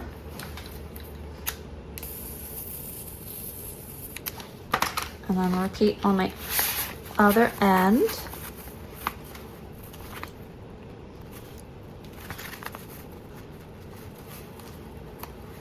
And we'll have this little crinkle currently. So just make sure that your fabrics are straight and smooth along this edge that you're going to sew. And then again, sewing with that 3/8 seam allowance.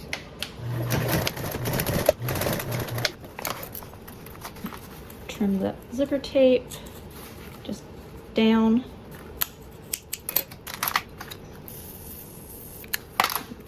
And then trim corners of fabric only.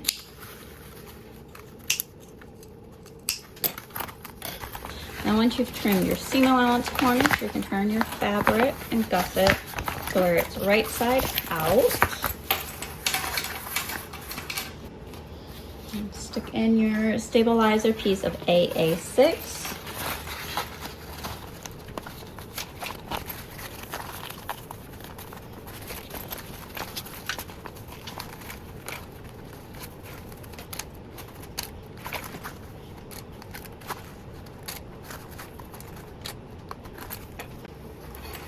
And now we're going to go ahead and sew along the join seam in order to top stitch, baste along the top, and then sew down along the other join seam. You'll leave that bottom folded edge alone. You do want to make sure that that seam at the bottom is all the way pulled out. And you'll do that with a 1/8 seam allowance. And then it will help to not get a skipped stitch by adding a hump jumper.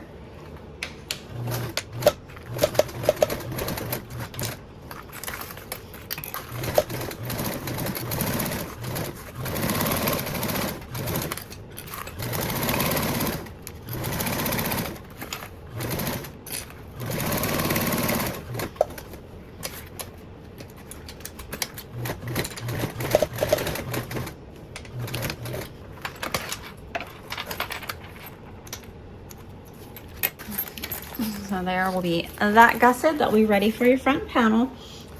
And one of the things I like to do before I move on is just double, triple check that that zipper is closing the same way as my front zipper.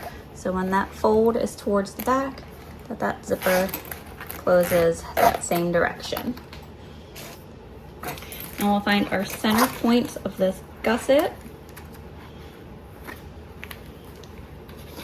Find that center point of the zipper, and then also of the gusset piece.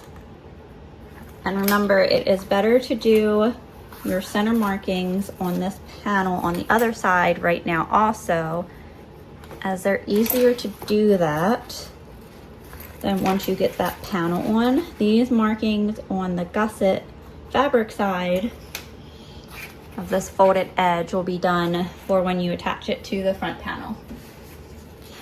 Grab your AA panel, and then you'll also find the top and bottom center.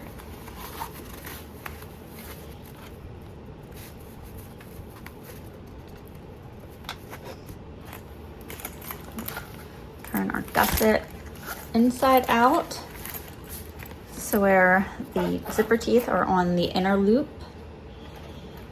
You can open up your zipper tape if you like to, or you can wait until after you got the first part attached. But you're going to attach that raw edge of the zipper tape center point to the top of that panel, and then the bottom raw edge center to the bottom of the panel.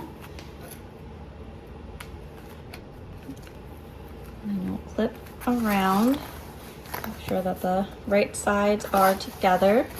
So that's the outer part of my gusset and the exterior panel.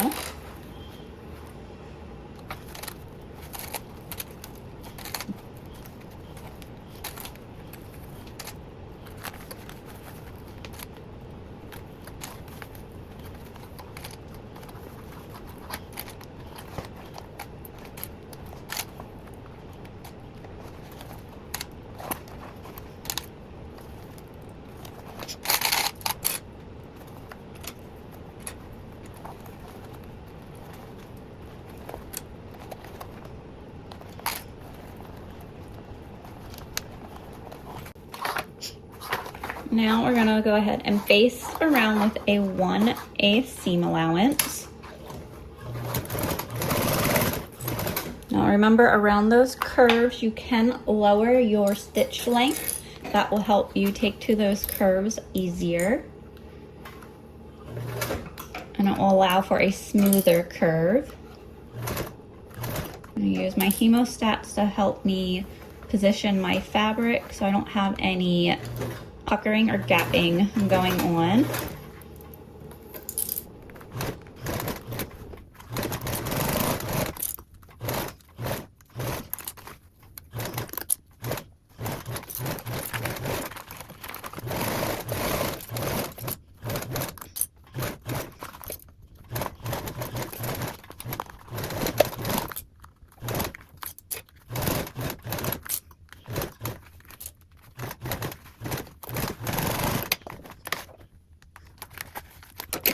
And you can go around and check that you are happy with your basting stitches. Make sure those corners are smooth. You caught all your layers.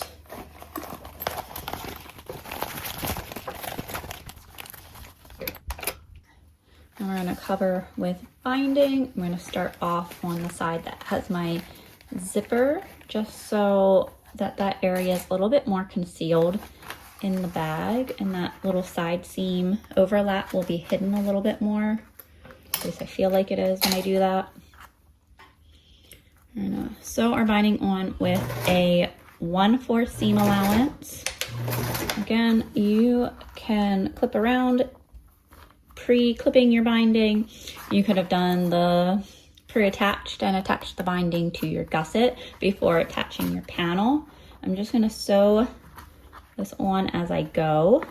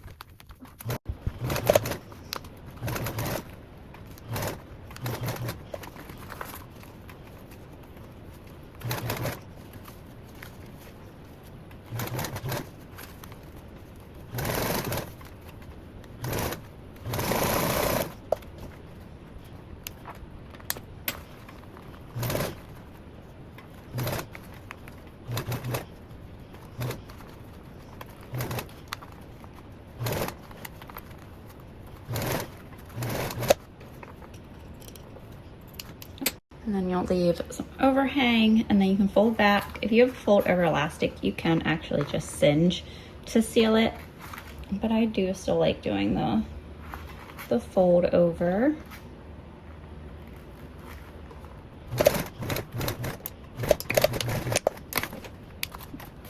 And you'll go around, ensure that you caught both sides and that you are happy with your stitches. And then you want to turn out to make sure that you have smooth curves. And work back that binding, especially around that zipper. And then that front panel of the lower portion of your 3D pocket is ready to be attached to the front panel. Now for these pockets, you can go ahead and give these a really good press along this seam if you're able to. That will really help you with attaching it smoothly and evenly to that front panel. Another thing you can do is go around on both of these, and on this edge, top stitch 1/4 of an inch around, and that will also help give you a nice smoother edge. You'll just end with 2 rows of stitching once you have that attached to the panel. Go ahead, I'm going to change camera view so you can see me attaching it to the front panel. Now I switched my view so you can see the panel A as a whole for the exterior. If you haven't done so already, make sure that you trace on both your upper and lower 3D pocket placements from your panel piece of A. And a way you can, so that you're able to attach your 3D pockets. It is harder once you get them, once you get one attached and not the other, to be able to accurately mark the one. So make sure you mark both of them. And then another helpful hint is to fold your panel in half so that you can mark the center points of both the top and your bottom pocket, so that you can line them up so that they are even. That's why we marked our center points the gusset parts of our 3D pocket. If you didn't do that earlier, go ahead and find the top and bottom center of these pockets. It will be a little bit harder now if you didn't do so before, but it is definitely doable. We are first going to attach our bottom pocket. For this step, it is helpful to either use pins to pin in place. You can also use painter's tape, and it could be helpful to even use some double-sided tape, especially if you're using vinyl. I've noticed that sometimes vinyl doesn't like to stick with masking tape, and you don't really want to put a pin through your vinyl, so that could be a way around that. You just want to get that bottom center and that center just to pin in place.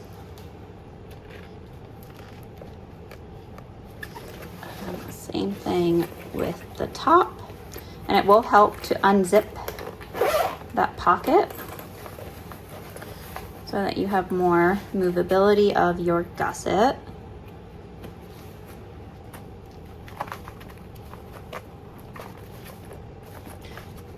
You can go around and do painter's tape if you want. I just find it really helpful to get those pieces in with the pin. We're gonna go around sewing with a 1/8 seam allowance. And you're just gonna keep your fabrics just on that marking. Because remember that our panel size came from the cutout of those pieces. So you don't wanna stretch it past those markings, or else you won't have enough of the circumference of your gusset to make it around. I'll do this one from this view, and then I will do the other one with the closer, smaller view.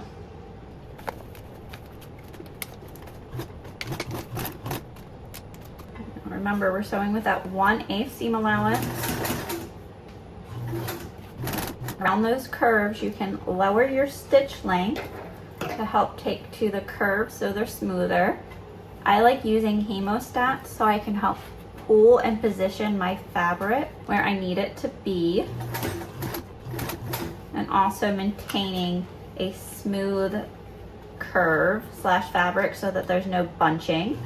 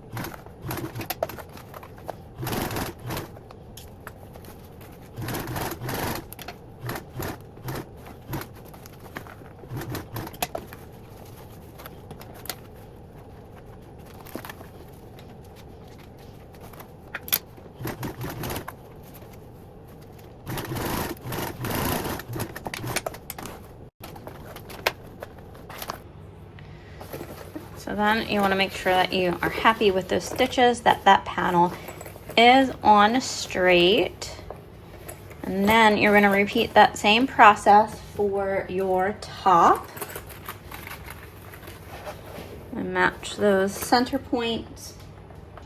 You can pin in place. Now this one can get a little bit more trickier just because this panel is now in the way. I would still keep that unzipped to help.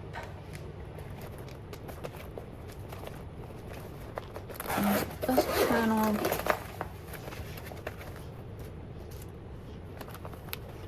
I'm going to go around and sew with that 1/8 seam allowance again. This time I'm going to go ahead and change my camera view back down to the other view so you can see it from the way that you would be stitching it.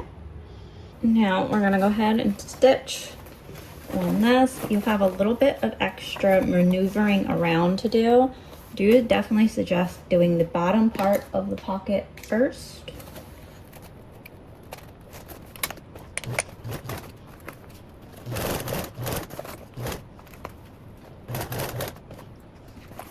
Hemostats definitely help within this area because you can hold the fabric out to that line and make sure with the other hand that the fabric is flat.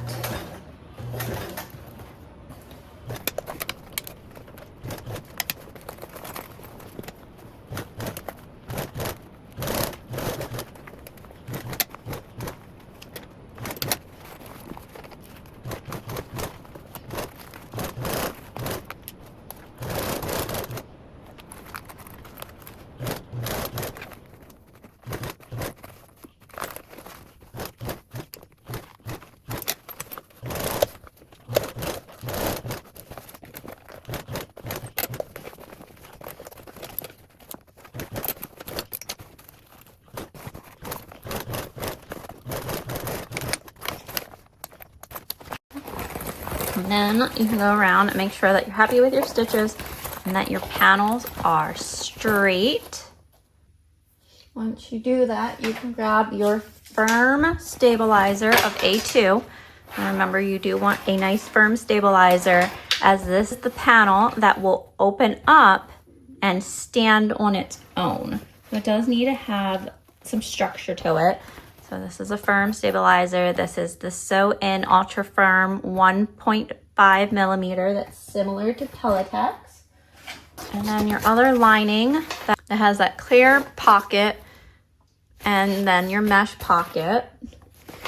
Make sure that that's right side facing out. Your wrong sides are together, sandwiching in that stabilizer.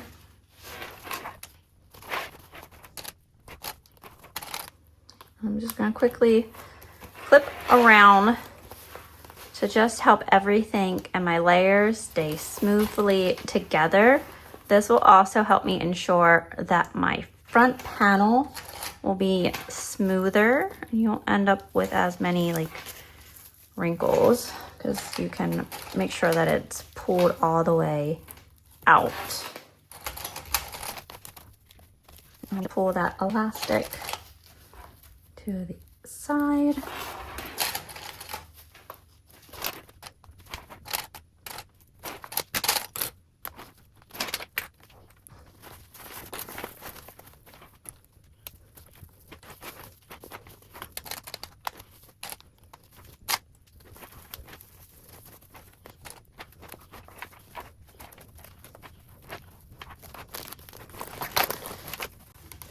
Once I get clipped around, I'm going to switch over to my front and then work out all that so that it's nice and smooth, or at least as smooth that I can get it. If you're working with a bonded fabric, that can take to curves a little bit differently, and that's fine.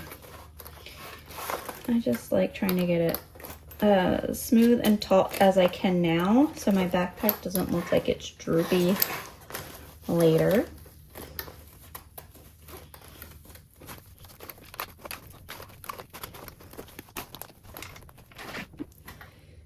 Now I'm going to baste around with a 1/8 seam allowance.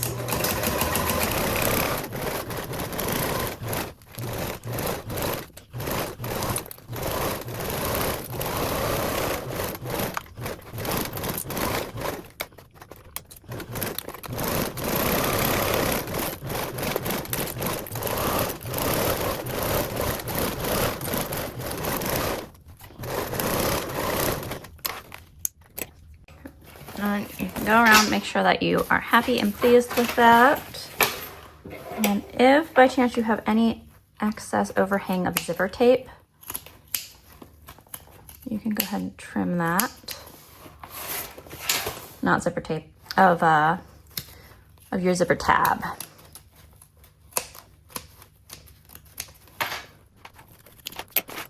And then if you made your key leash, which I did, you can either attach it to this front panel with the 3D pockets, but on the lining side, or you can attach it to your other lining with those mesh pockets and slip pocket. I'm gonna do it on this one. Key leash on this, you can adjust the height of where you want it to be. I'm quite clashing, so I'm gonna put it there. And there is no exact placement to it. I'm gonna give it a little bit of an angle in so that it's not just straight down. I'm gonna angle it so that way it pushes towards the inside of my bag. And I'm gonna base this on with a 1/8 seam allowance.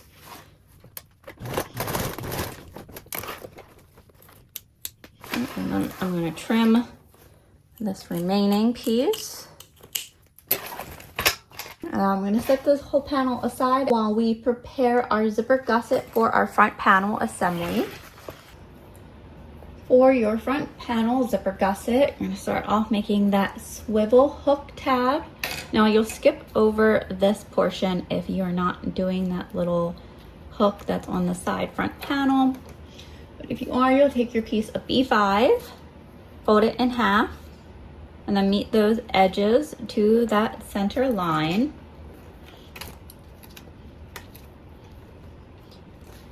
And then you can sew around the perimeter with a 1/8 seam allowance.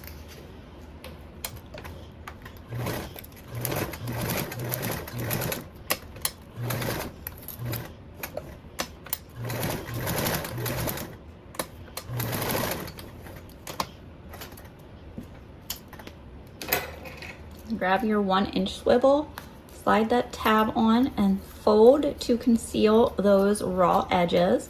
And then you can baste in place.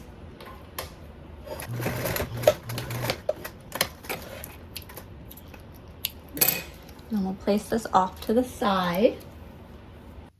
Now for that zipper gusset that makes the magic of this add-on happen. For that front panel to fully open up, you'll need your exterior piece, which is B3. It's that super long gusset piece. Your zipper, which is that really long zipper of ZB3. I'm gonna cinch those ends of my zipper tape. And then for this zipper, you can use 1 to 2 pulls. I only use the one because I find that I zip up from the bottom to the top and that I don't end up using that other zipper. It just sits up at the top, but you can definitely use 2. If you are using 2, make sure that you're inserting them 1 on each end.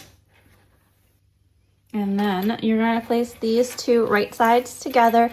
If by chance you're using a printed fabric for this, you're going to want to attach your zipper to the bottom edge of that printed fabric, so that way when everything is turned out the right way, that your panel will be facing the right direction for the print. I'm gonna match these just right sides together. If you're using a solid print like I am, then it doesn't matter which side you're attaching that fabric to. This is a very small gusset, so for the most part you won't see very much of that.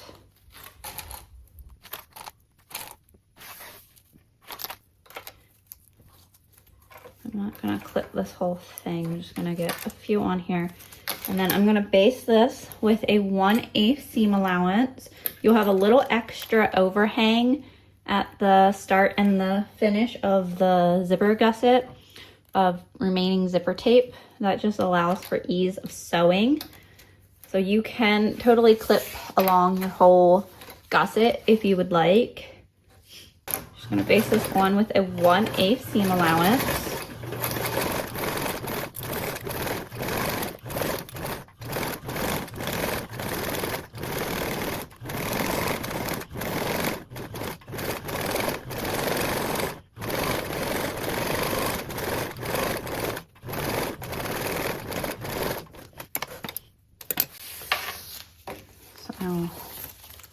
There's that, and we can now attach our lining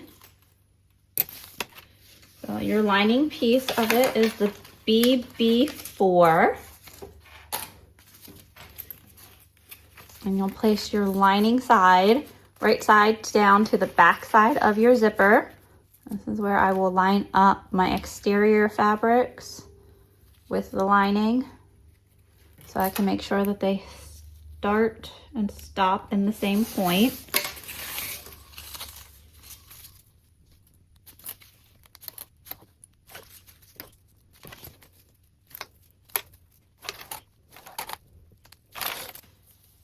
And then you can sew this with a 1/4 seam allowance.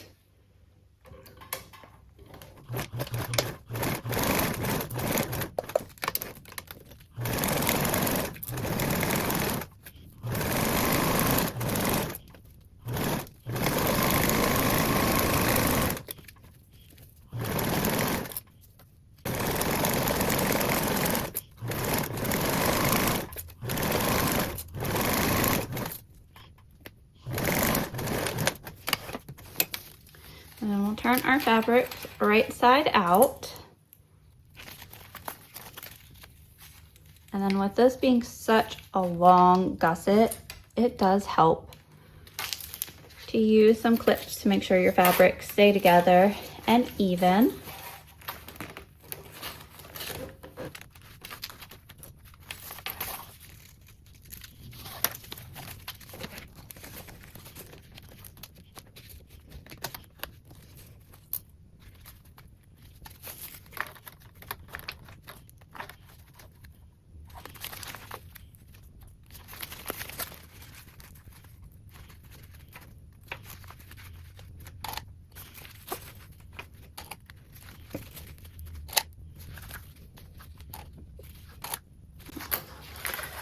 Now we can top stitch this joined seam and baste around the perimeter using a 1/8 seam allowance.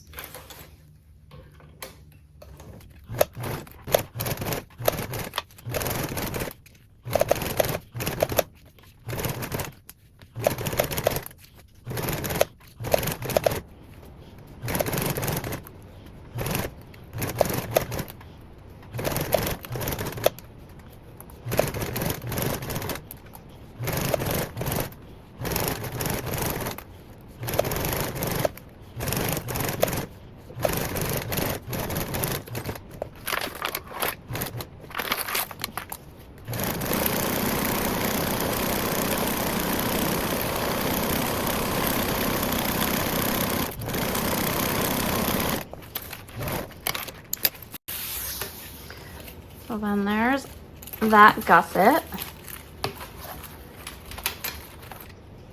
Two. Okay, so here is our gusset. If you haven't done so already, go ahead and insert your pulls. Decided to do 2 for this one as in the instructions because it does make it a whole lot easier than trying to figure out which side is what going on, like your direction for your pulling up close of your zipper pull, where this part of your gusset is in respect to it, along with what side you're opening up on. There's just a lot of things to take into counter with doing that, and I don't want to confuse y'all when doing that. So I'm gonna do the 2. As stated in the instructions. I did do 1 on my first tester bag, so it is able to be done. And then we're going to take that piece of B1 side panel and place that right sides together with our lining.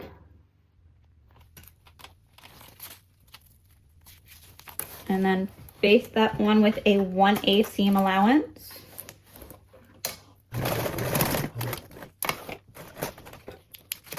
You have that one attached, and then you want to ensure that you're not twisting that gusset, and you're going to repeat that on the other side, making sure that your linings are right sides together.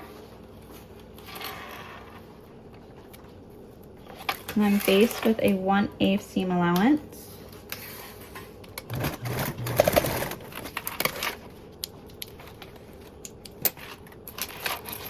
And you a complete circle. And then again, before you add that exterior, make sure that those zipper pulls are on.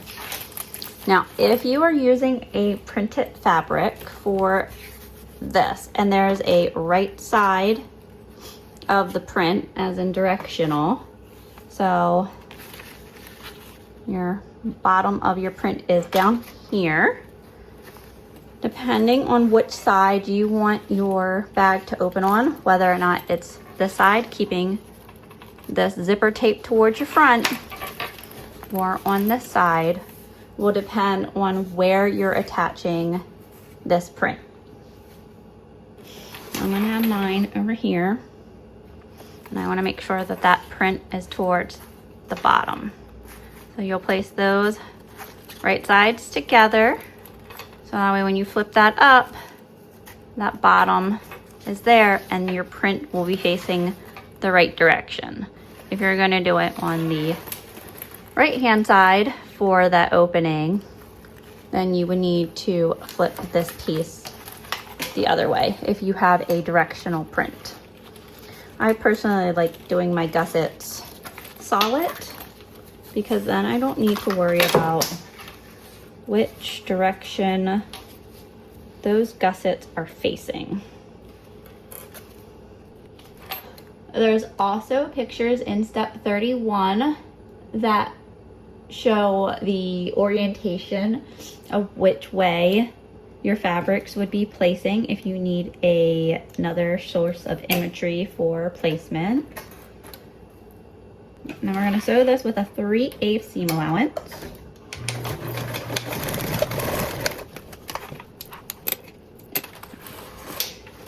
And then repeat on your other side, making sure that you're not twisting them.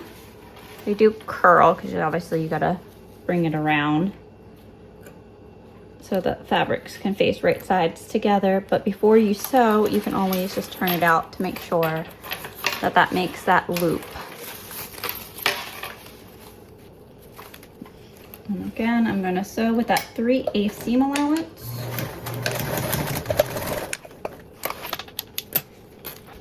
And because we basted our lining fabrics first, you can go and trim your corners of all the fabric, but then just your exterior so you don't compromise that zipper tape of this top corner. And that will help reduce the bulk. I am going to trim my excess zipper tape though. And then because I trimmed into it, I'm gonna singe.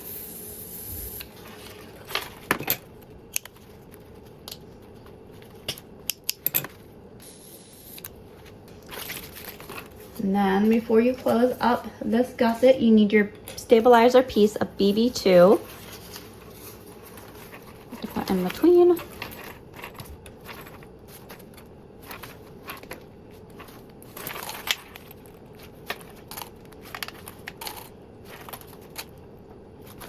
So around our side panel gusset piece with a 1/8 seam allowance.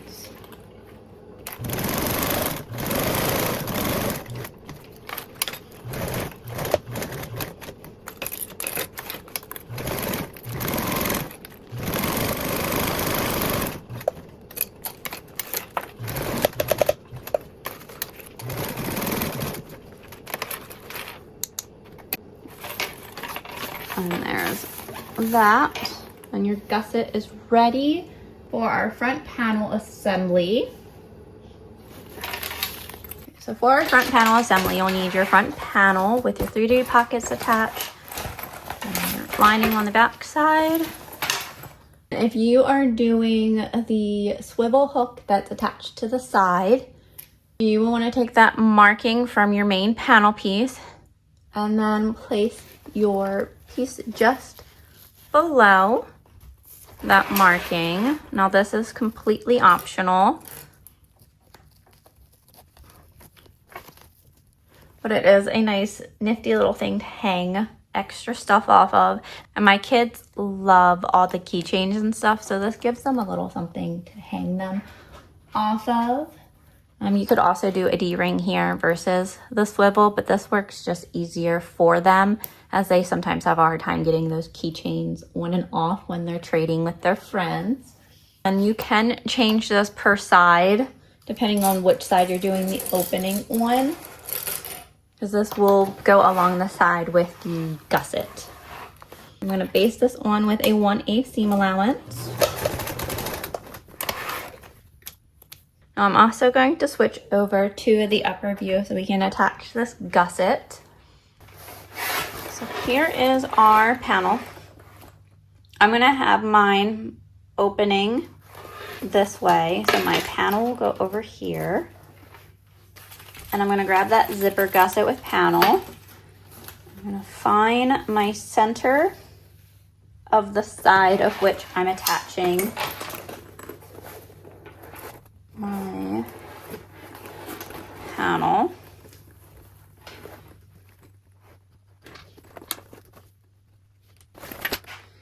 And then I'm going to find the centers of this gusset.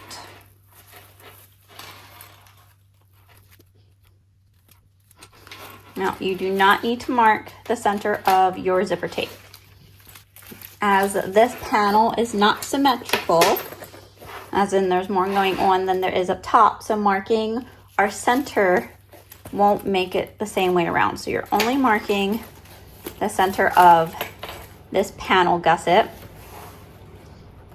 and then you're going to match it right sides together along that center point on the side that you are making your opening. And then as you go around, you are connecting this front panel to the zipper side. So if this was a directional print, your print would be facing this way.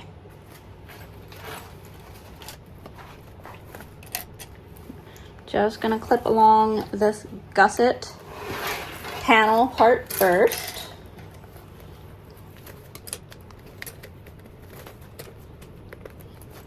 And then I'm gonna unzip this zipper. If you were doing a single zipper on this gusset, this is the time to ensure that when it's open, that it's at the bottom part of your bag. And I did have 2 on here, so I didn't have to worry about that during this. I'll put that gusset piece in between my 3D pockets to keep it up out of the way. If you have a softer zipper tape, it might be easier for you for distributing the zipper tape throughout this panel to keep it zipped up. If by chance you end up having more zipper tape than what's needed, you most likely have a soft zipper, and try zipping up that panel and then clipping around.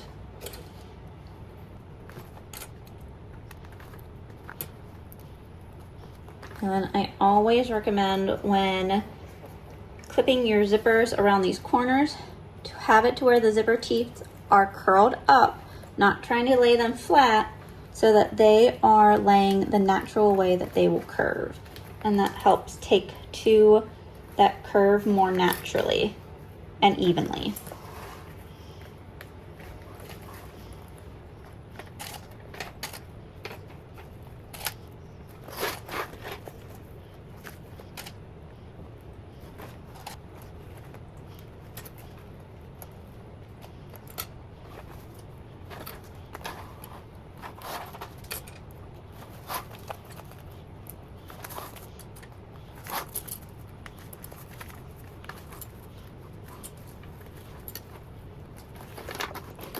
Now you can go ahead and baste around.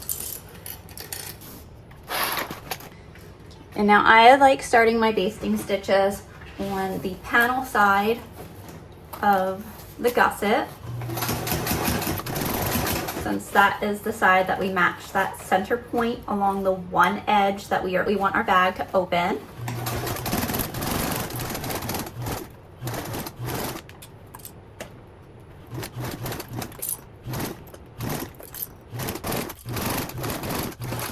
Then if this is your panel with your key leash, make sure that it's down within your bag.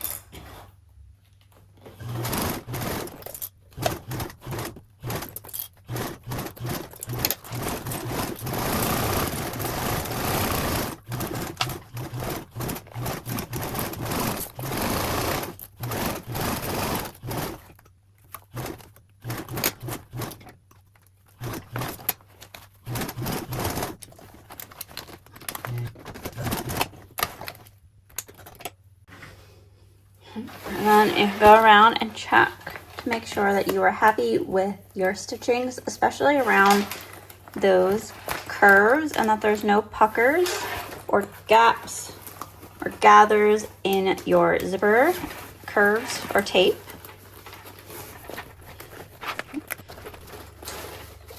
Now we're gonna go ahead and bind over top of this, and I'm gonna change my camera angle so you can see the front side when I'm binding. I'm gonna go ahead and cover this edge with binding.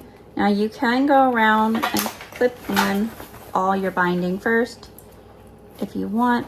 I'm gonna go ahead and attach my binding as I am sewing. This time when you sew around, you're gonna sew around with that 1/4 seam allowance.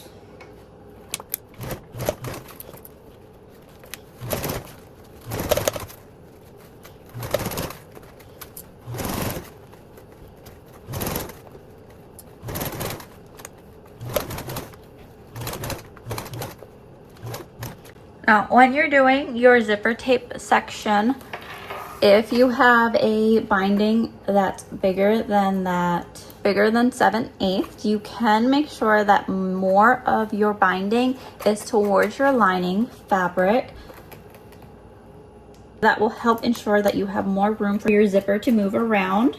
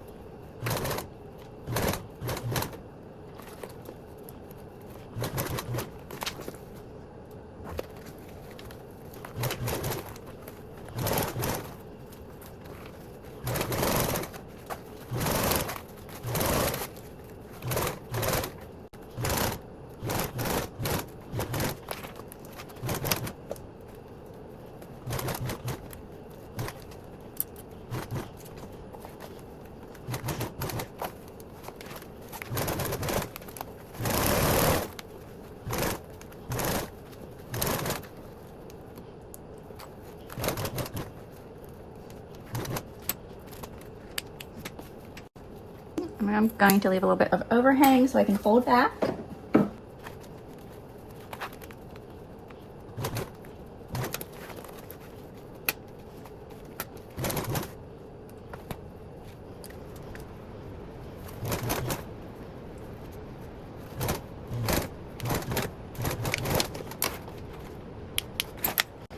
And then, as always, check to make sure that you caught your binding on all the sides and that you are happy with your stitches.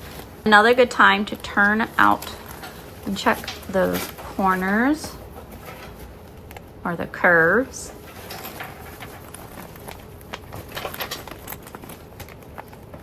And then with this bottom, with it being a clear vinyl, it will, or even a stiff mesh, you are going to want to make sure that you work in these corners really well to help ease that zipper.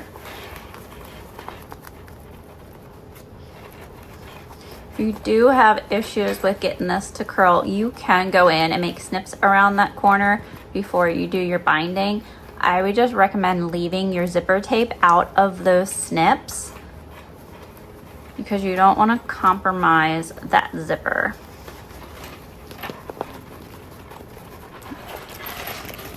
And we can give this panel a zip up.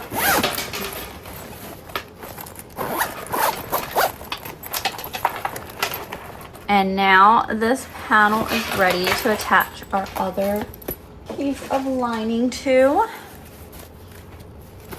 Go ahead and switch our views again to make it easier to see. So here is our front panel with that gusset that we just attached. And then this is our other piece of lining for the inside of this part of the gusset. And then this side goes into that main center part of your book bag. There's my center mark from my other that I made when I marked the center of this gusset. And we're gonna do that same thing with this to where we find our side centers. Really only need the one, but just so I don't need to worry about which side I'm marking, I'm gonna mark both.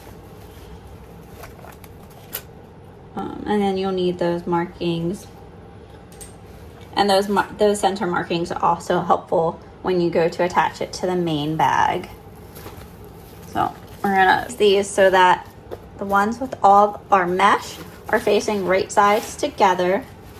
I'm gonna match that center side point, clip along that panel part of your gusset.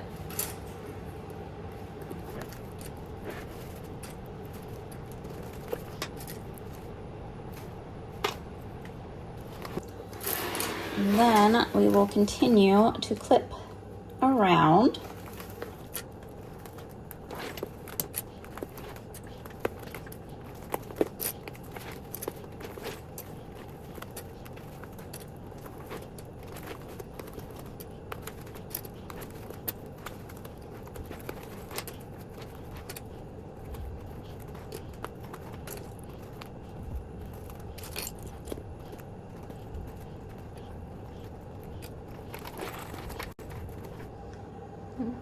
And then it is completely up to you whether or not you have that panel unzipped or zipped up. I've done it both ways. There's that. Having it unzip will make easier sewing because that way you can really flatten down and maneuver this to make sure it takes to that curve nicer. And we're going to go ahead and baste around with that 1/8 seam allowance.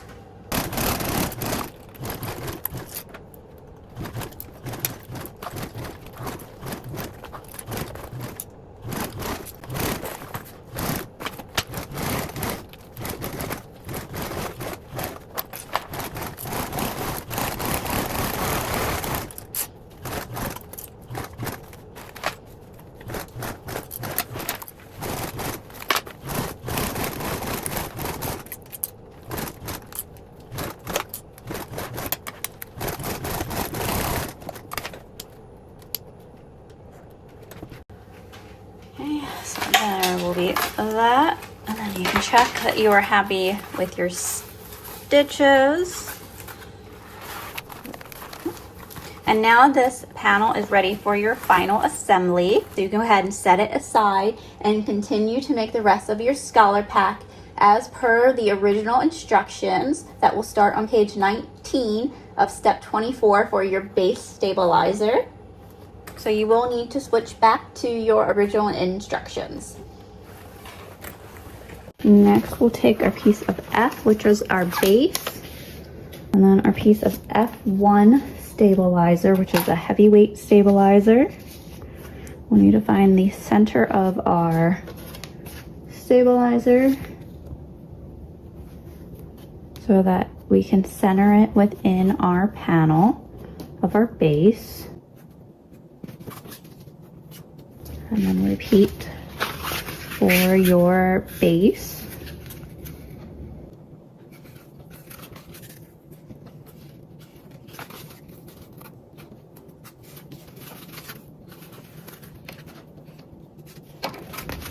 Have that wrong side facing up, and then take your stabilizer and center that, which if you match up all of your center points, it will be within the center perfectly around. Because if you shifted this way, then that center point will be off.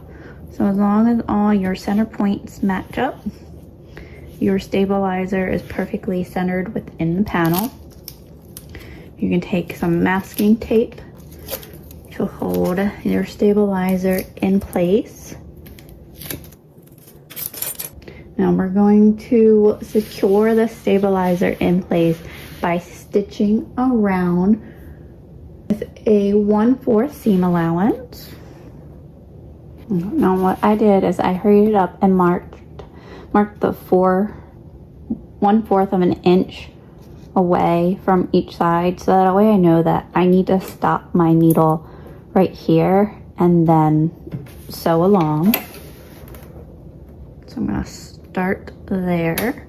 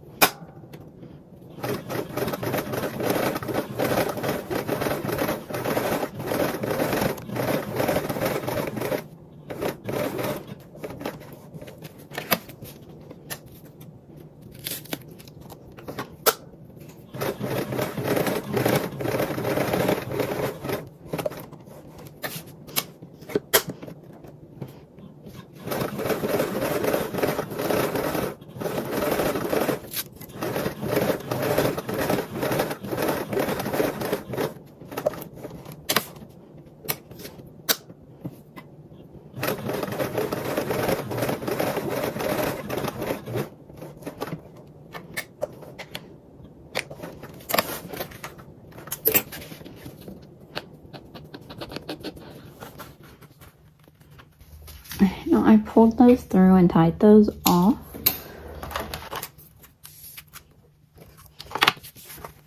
So you'll have that.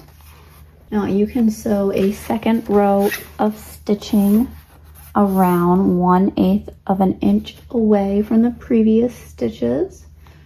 Okay, the next part is for your purse feet installation. So if you are skipping the purse feet, then you can skip step 25. Now if you are doing the purse feet, you can either take placement markings from piece F/F1 for guidance, or you can manually measure. Flip this over to the wrong side, because that's where I want to make my markings. I'm going to clip my pattern piece to it so it doesn't shift. I made little holes in my pattern piece so I can stick my pen in and make my dots.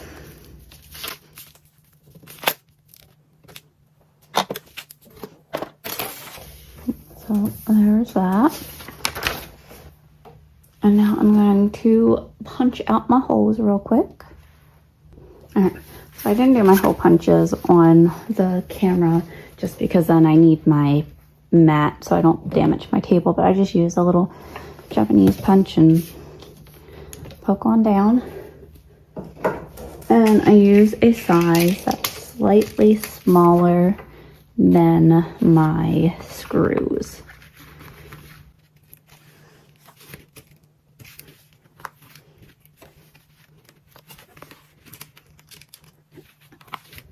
And then I like to place a little dot of super glue down in the screw barrel, but you do need to work quickly when you do that, but that will ensure that they don't unscrew later. Okay, cool. Just wanted to make sure I had the right screwdriver before I get going with these.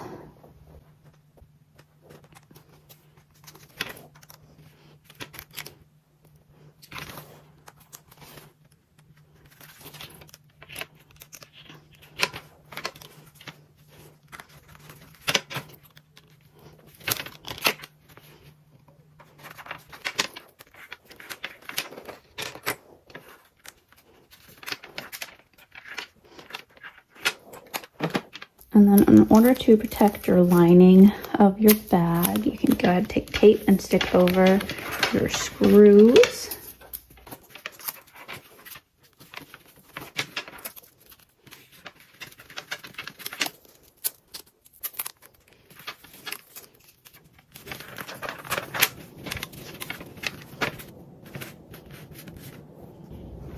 And you can place this off to the side. Moving on to our side panels, you'll need your pieces of E3, which are your elastic band tab exteriors. You're going to flip those to the wrong side. And there's 2 short edges on each piece. We're going to mark a 3/4 of an inch in. I'm going to have to draw those lines, but you're just going to do a line across this way that's 3/4 of an inch in. And you'll do that on all your sides. I'm going to pull out your double-sided tape and place tape along those short edges.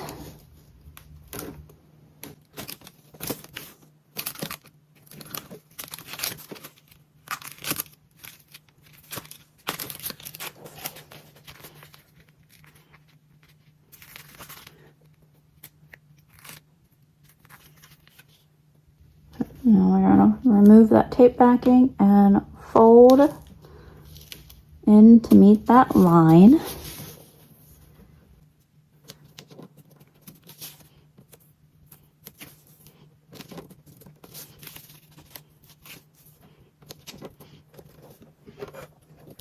And now we can stitch these short edges with a 1/8 seam allowance.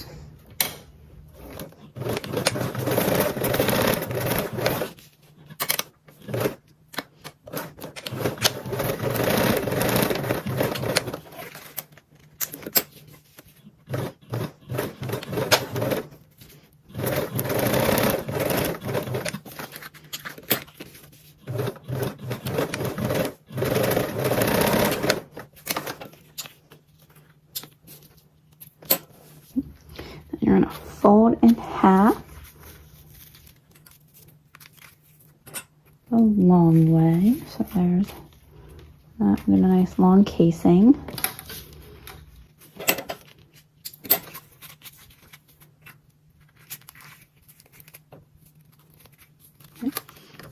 Now you baste these together with a 1/8.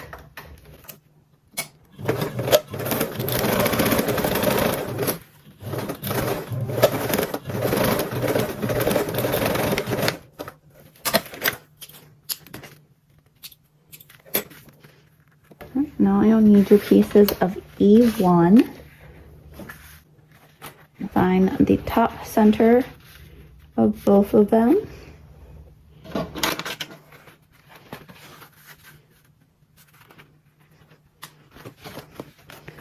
Well, you can take the raw edge of your elastic casing tab and find the center of those. And that will get matched up with the center of the panel.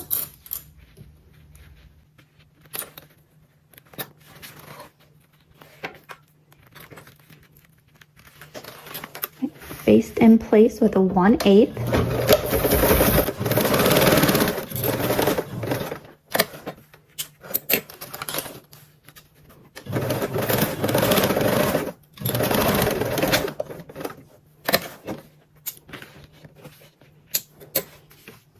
You'll place your linings of E2 right side down and match along the top edge, and you'll encase the elastic tab casing.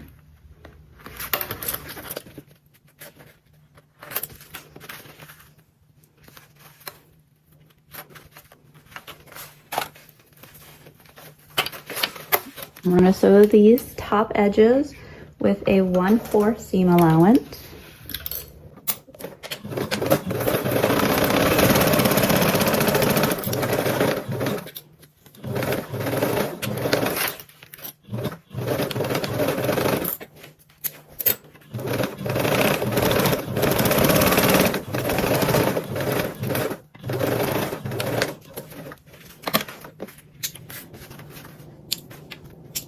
And you can snip your seam allowance corners. This will help reduce bulk.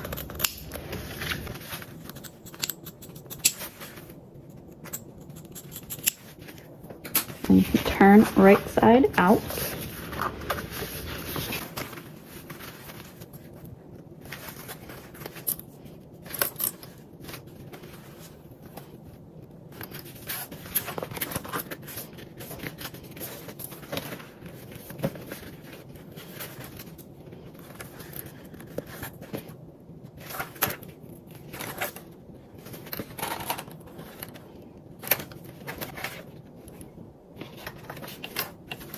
Okay, now you can top stitch along the top joined seams and baste around the perimeter, all with a 1/8 seam allowance.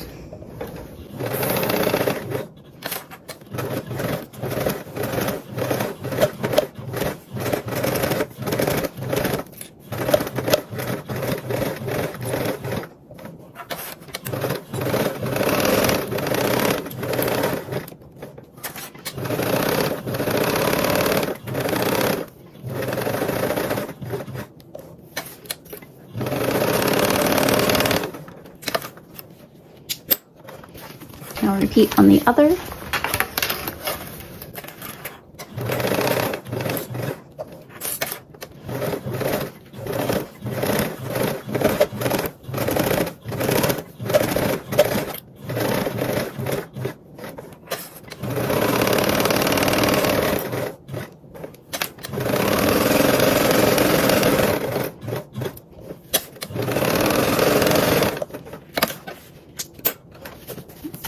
Those are done. Well, not really done, but those are basted and ready for the next step. So you're gonna fold these back to make your pocket, and you're folding it back to the edge of the elastic casing. So it's just straight this and make sure that your line's straight there, and then you can press it down and line up your fabric, and then that one, sure that that's a straight fold line. And we'll do the same on the other side. So again, folding at that casing, matching up that seam will be the top, and then you can press down and that. So then you'll have something that looks like this. Prep my other one to get that ready, and folding over.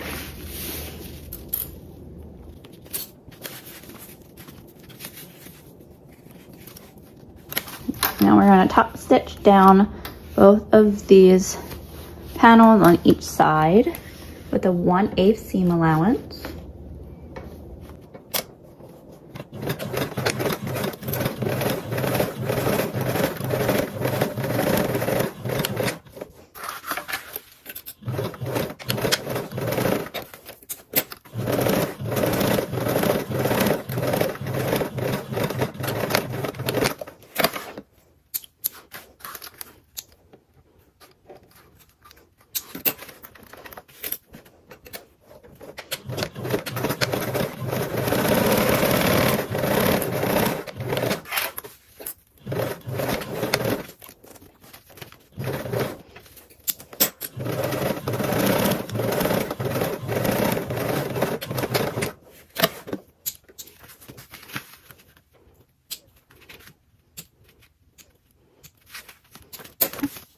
You'll have these, or you have them be little seams like that.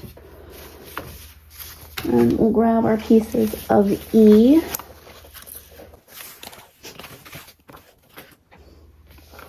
And we'll find the center point of the bottom panel part.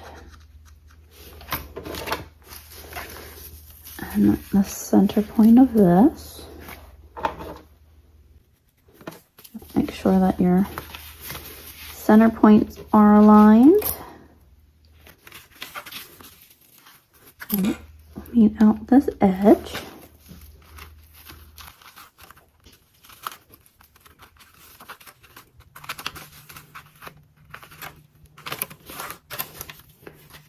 So you'll make little pleat. And we'll do the same thing on the other side. Matching up the side.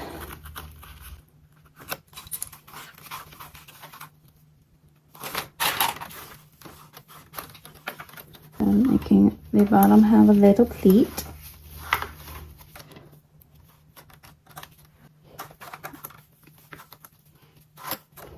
And I'm going to be ready for basting in a moment. I'm going to quickly attach my other one.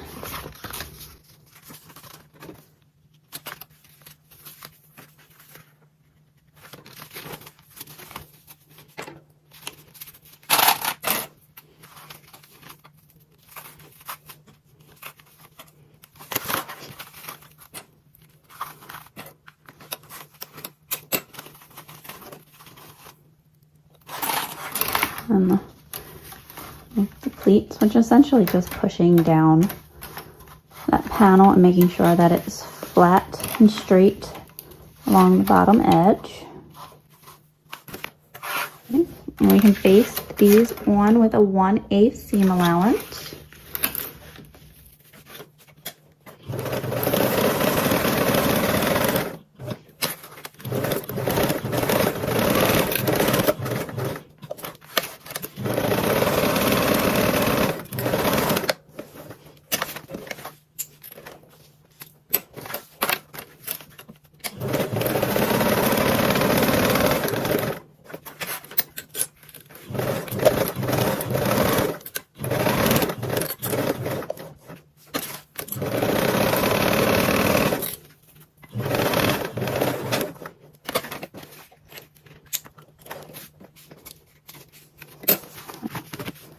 Now grab your elastic band and feed those through your casing.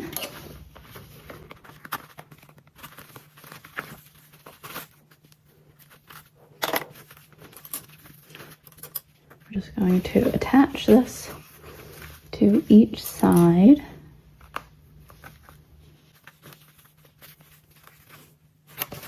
Repeat with your other. I'm gonna use my hemostats because these are longer than that other thing. Okay.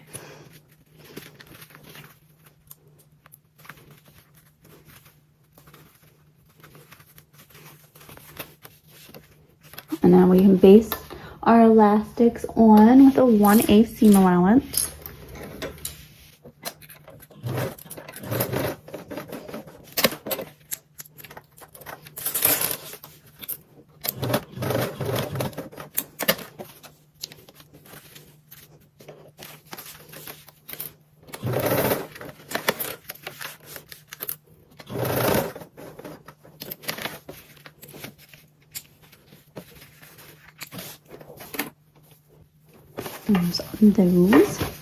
Those are really cute. Okay, now we can do our side panel assembly. So we'll need both of these along with our base. Align the bottom edges of our pockets that we just made with the short edges of the base, right sides together.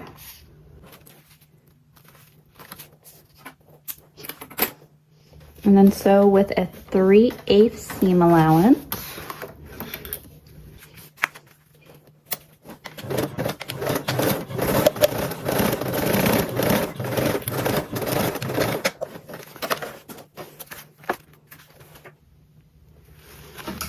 And repeat on the other side. Again, panel right side down, facing right sides together with your base. You want to grab your bottom part of your pocket. I'm sewing with a 3/8.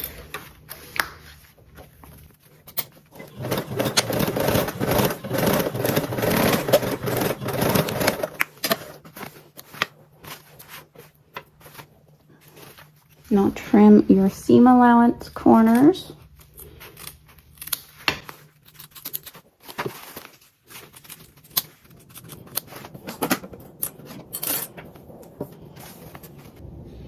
And we're going to press flat. You're going to press your seam towards your base. And then top stitch with a 1/8 seam allowance.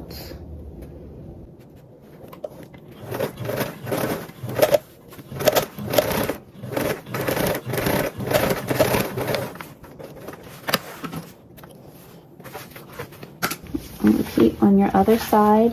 Again, pressing that seam towards your base. And top stitching with a 1/8.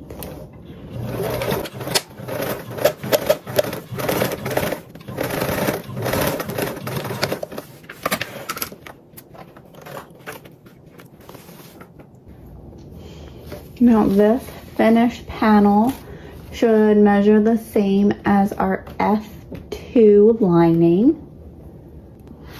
So if you want it, you can take your F2 lining and ensure that they are the same length. Now we can set this aside while proceeding on to the zipper gusset assembly. Now for our other part of our zipper gusset, now start off with our grab handle. So you'll need your piece of G2. On the wrong side of it, we're going to draw a line along one long edge that is 3/4 of an inch high.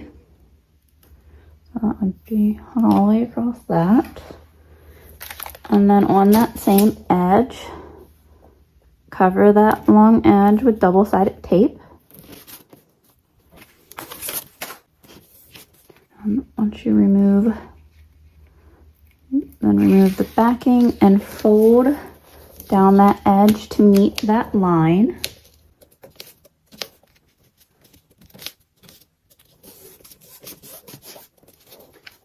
Now you'll take your piece of G3 stabilizer and align that centerly within the other edge of the grab handle. And then we're going to fold that edge down and then fold our folded edge up. Now that fold won't be perfectly centered. Hold this in place with some clips. You can hold it in place with double-sided tape if you like. I just find clips more effective with holding it. And then your handle should measure 1 1/4 in height. Now, depending on the type of stabilizer that you used, that can affect the width of your, or the height of your grab handle a little bit. But the main important part is that you want to make sure that your fabric that you're overlapping, when you top stitch this edge, has enough to catch it. And it's not just holding on by the very edge of it. Now we're going to top stitch down this top folded seam with a 1/8 seam allowance.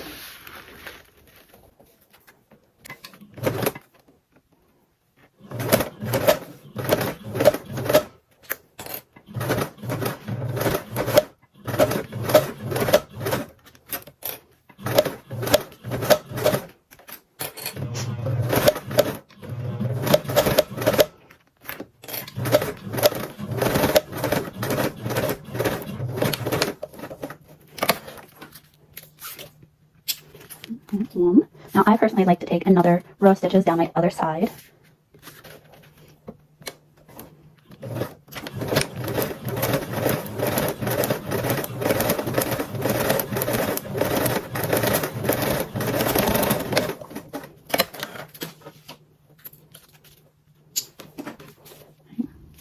There's your grab handle, and this little folded edge part will go under.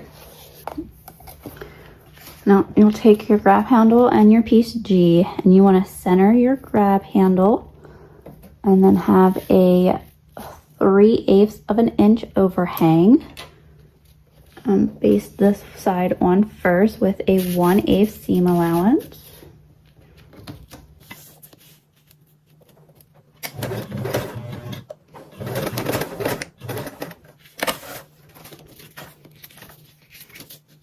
And then we'll repeat on the other side. This side will be a little bit more trickier because the handle has the stabilizer in it. So we'll match up the center again, and then with an overhang of 3/8 and then tops, and then based on with a 1/8 again.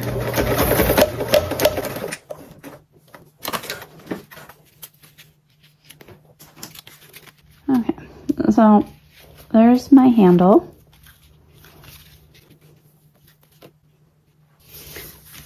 And then you'll need your 2 pieces of G1. And if you're using a directional print, you want to make sure that the bottom of the directional print is here. So this would be as if you could read it. I'm going to place that right sides together with our panel, with our top of our gusset.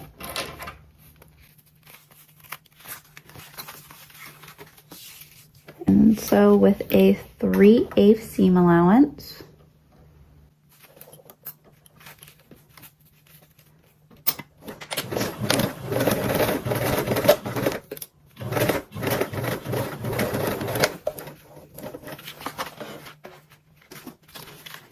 trim our seam allowance corners, but leave that overhang of the handle.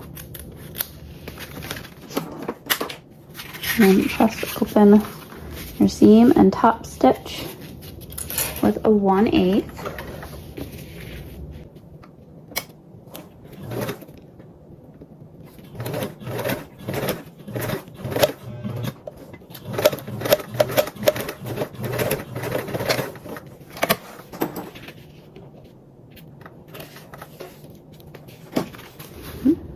And we'll repeat on our other side.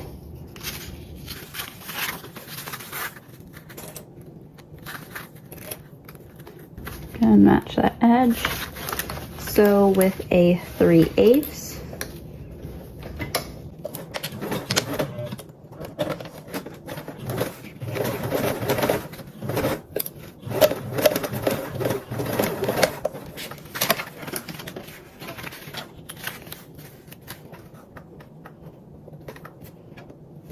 and then trim our corners again.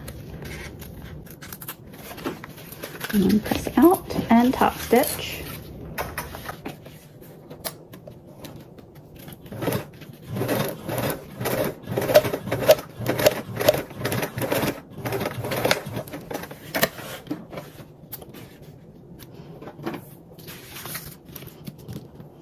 Now, if you want it to do rivets on your grab handle, you can place them right here. Be 3/8 of an inch below the top stitching, and you would center them. Before you move on, you can ensure that your top gusset, your back portion of your zipper gusset, is the correct length by grabbing your piece of G4, ensuring that they are the same length before you continue on making your gusset. Place this off to the side real quick and grab my piece of GG1 with that right side up, and your zipper ZG with your pulls, 2 pulls. If you're a person that has a tendency of leaving off their pulls, then you can insert them now. I'm going to wait until I have my gusset assembled in order to put those on. I'm gonna cinch my zipper tape though. With your zipper right side up and your piece of lining of GG1 right side up, we're going to base this on with a 1/8 seam allowance.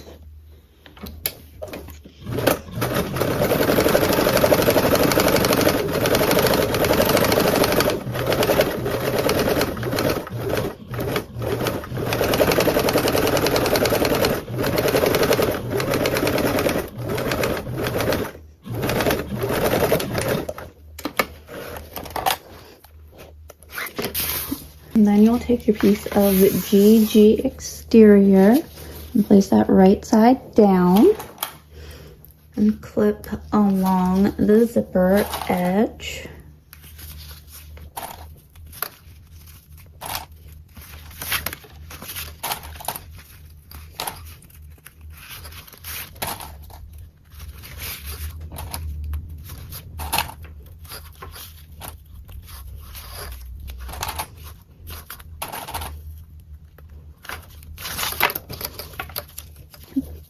Now we can sew this with a 1/4 seam allowance.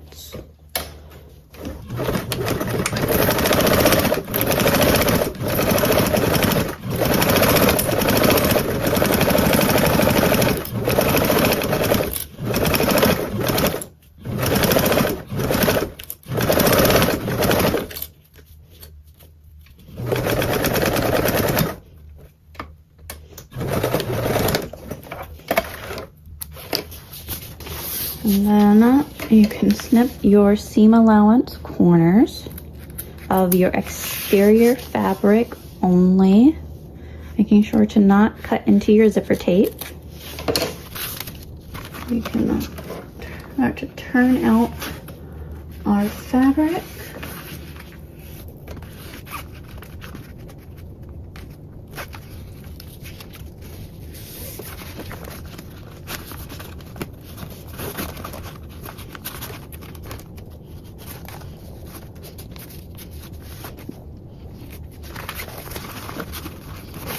Match up our fabrics and enclose your piece of GG2 stabilizer in between your layers or in between your fabrics.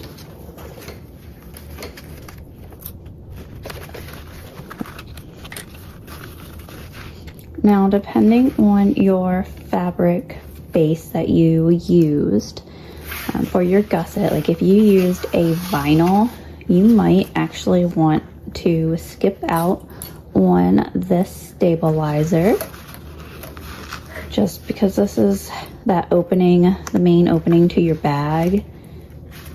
And with most book bags, like you really want to be able to open them so you can see, like get into them and move around. So depending on how much structure you want and your base, this piece of stabilizer can be skipped. So I'm using a ripstop and a bonded twill. I am going to use that light sewn in 1mm padded foam. Now I can baste around this and top stitch with a 1/8 seam allowance.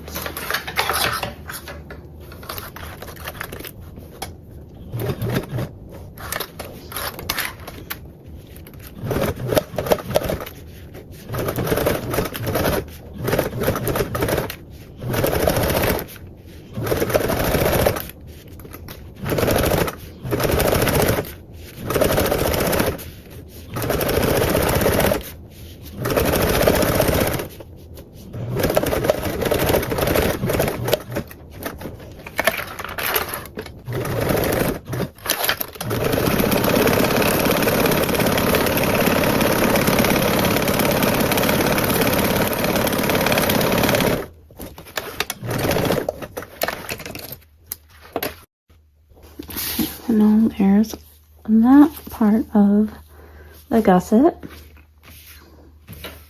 This will be the front part of it. Now we're going to attach our other side of our gusset, which will be the side that will have the handle. But before we get to the handle part, we're going to attach our gusset piece lining G4.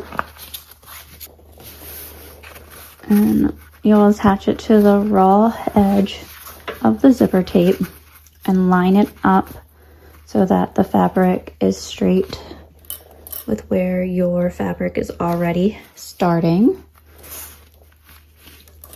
I'll clip a few clips to keep this one from shifting, because we do want to make sure that this gusset starts and stops at the same placement as our previous gusset that we attached on the other side.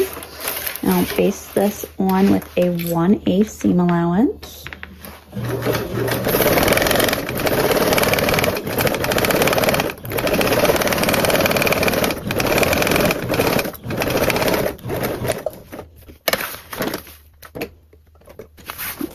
And that was with your lining right side up, just in case I didn't say that. So your lining right side up and your zipper tape was right side up. Now keeping in mind that this will be your front gusset. So if you have prints and they're facing the way that you would read them, when you attach your handle part, make sure that that part is facing up. So this would be the print way that you would want it to face, and then turn it facing down so that they're right sides together. And clipping in and lining up where your start and stop of your fabric for your linings are.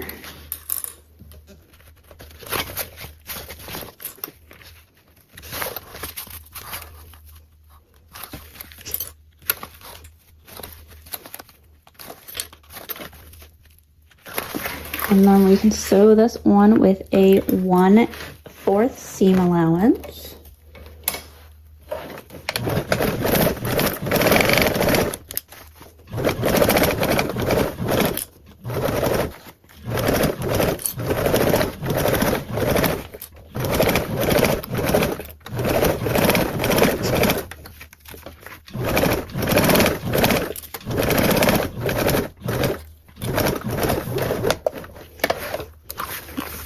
Again, we are only going to snip off the corners of our exterior fabric.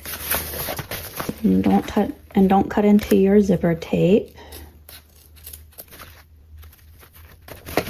So just like the other side of the gusset, we can turn our fabric right side out and press that seam before we insert our stabilizer if you're going to use one. It's kind of very fabric dependent. And this time we'll be inserting our stabilizer of G5.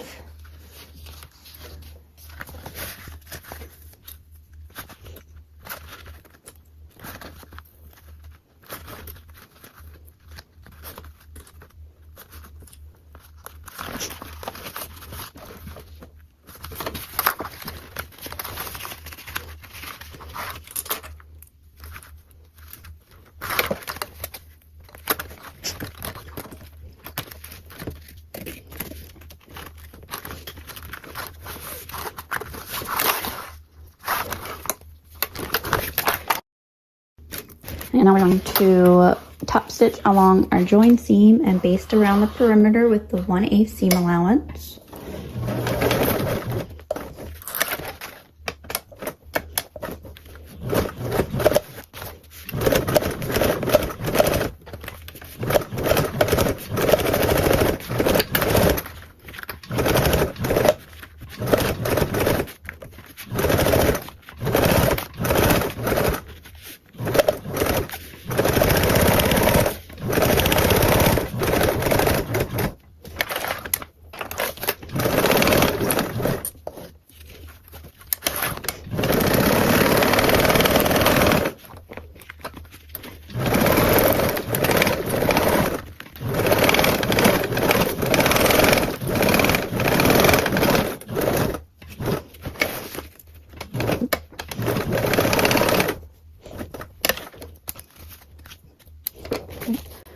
There's your gusset.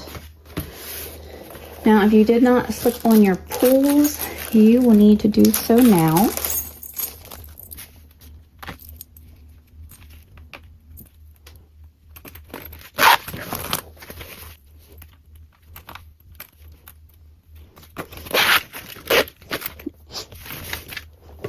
There's that. And now the zipper gusset is ready for the side gusset assembly. So we'll take this piece with our piece of F2 lining. We'll have both of those right sides up. And I'm gonna connect at one of our short ends.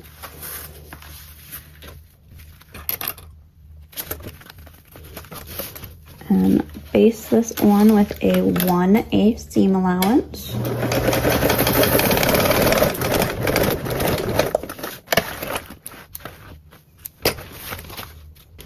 And we'll repeat for our other short edge. Just ensure that your pieces do not get twisted, as your F2 lining is going to be longer than your zipper gusset.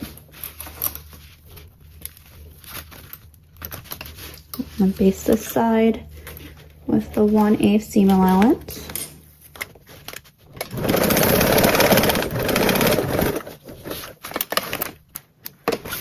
Next, take your side panel with base and align it right sides together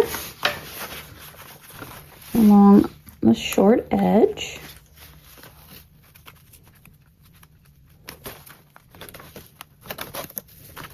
And then sew with a 3/8 seam allowance.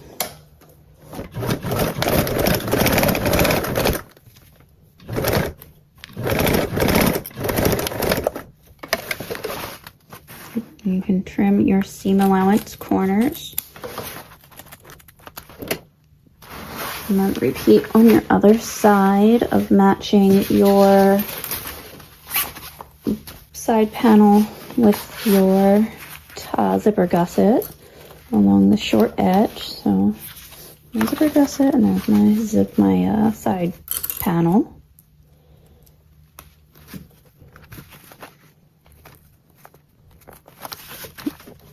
And then sew again with that 3/8 seam allowance.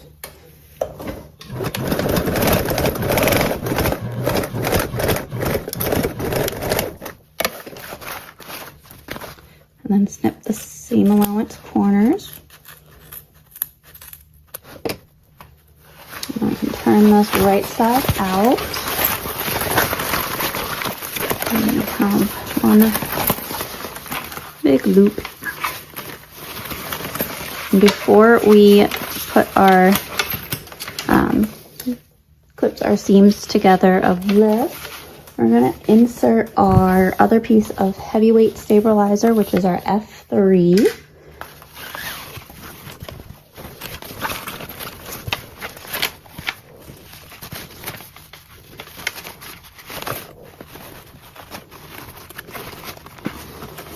I'll put my seams together and clip around and joining my exterior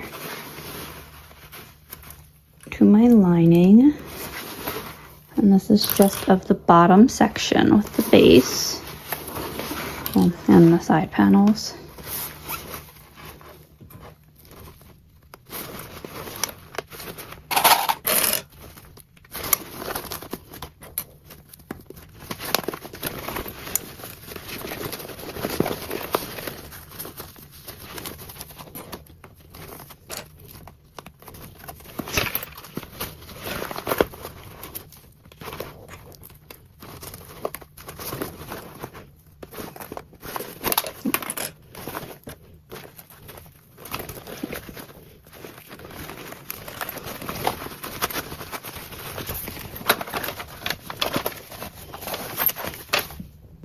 And I'll flip around on the other side too. Okay, a little bit different of an angle since my phone died, but we have the one side clipped in around and our stabilizer in. I'm just gonna match up the other side and flip around just so things stay even as I'm sewing.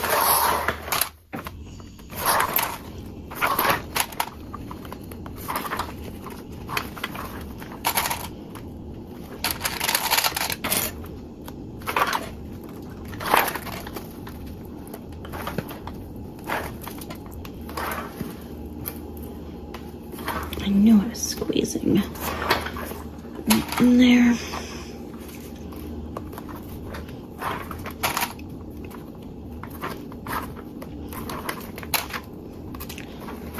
I have leftover fabric because instead of pulling out my gusset, I was pushing it in and matching the lining up at the wrong spot. Going around and actually pulling out my bag so everything lines up like it should. Just shows you that position matters.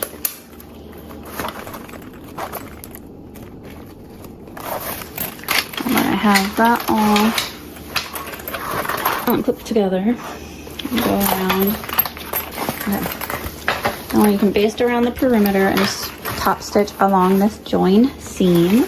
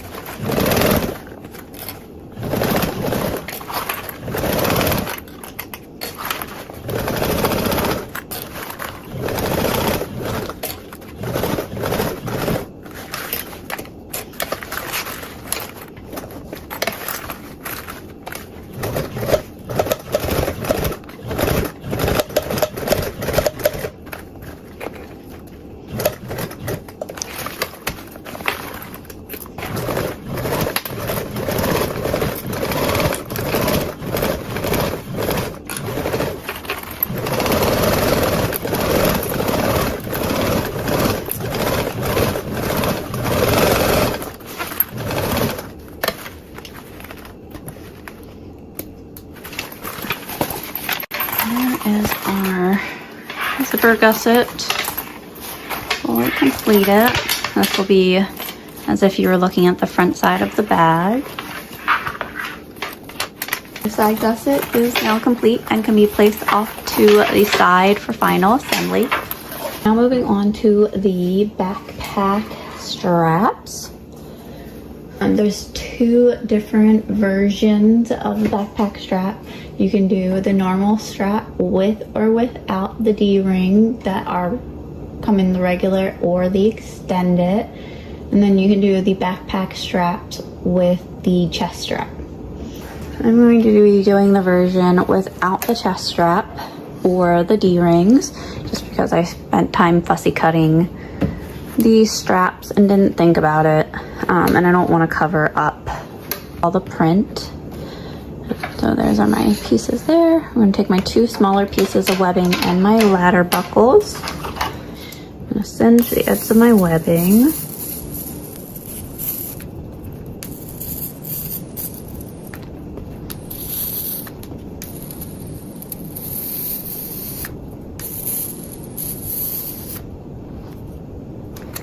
We're going to take our ladder buckle, and you want to take it with the right side facing up. So the teeth on the bottom are the back side.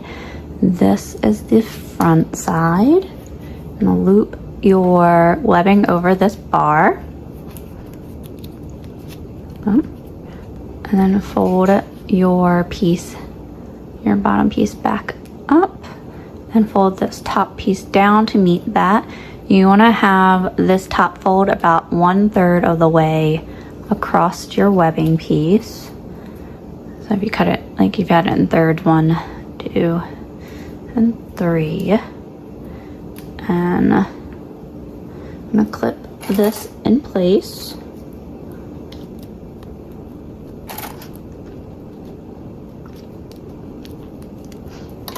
And apply double-sided tape to the back, just in the upper portion in the middle, and repeat for my other webbing piece.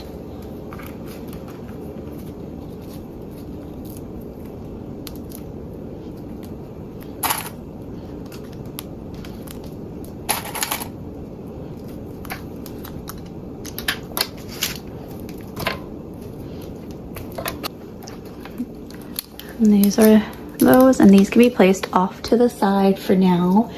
And skip to step 45 of our straps, your exterior and your lining. And this is where you want to stick mirrored pieces together, and you have those right sides.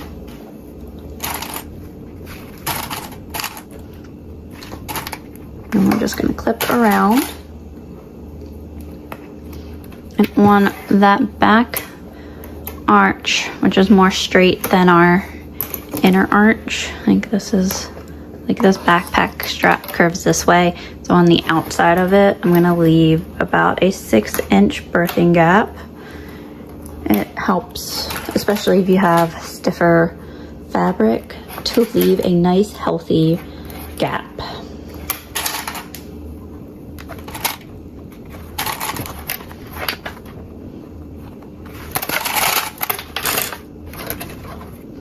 And not sew across the top edge.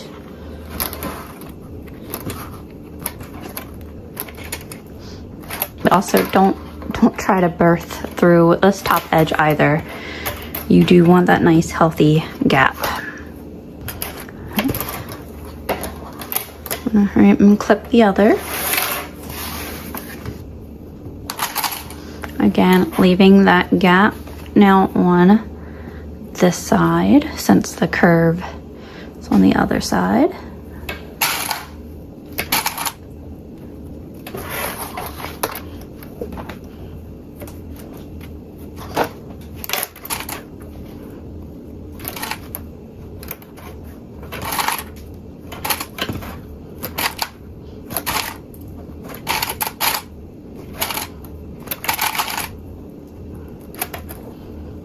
Now we'll start from our slanted edge and sew around with a 1/4 seam allowance.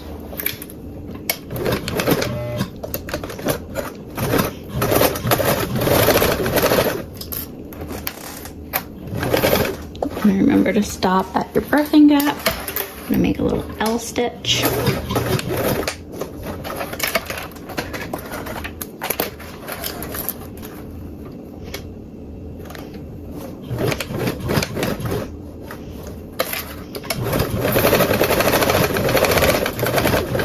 And around your curve, it can be helpful to do a smaller stitch length.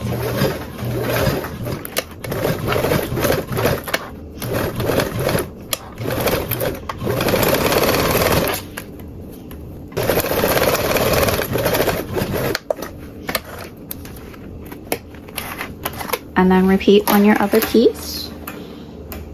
Again, starting from that slanted side.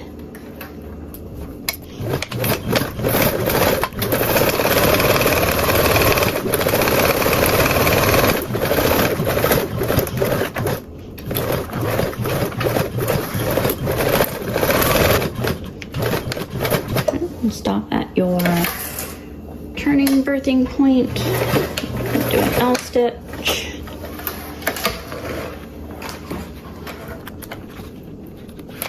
Do another L stitch at the start of your point.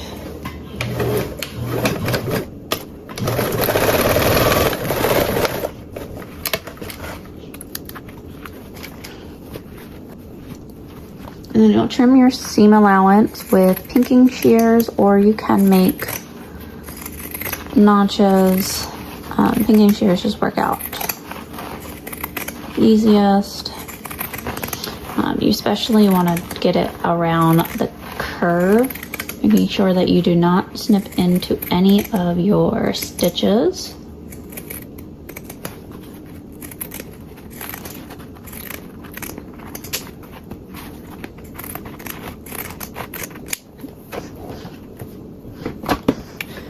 On your other piece, so you'll have 2 of those, and then we can turn these right side out.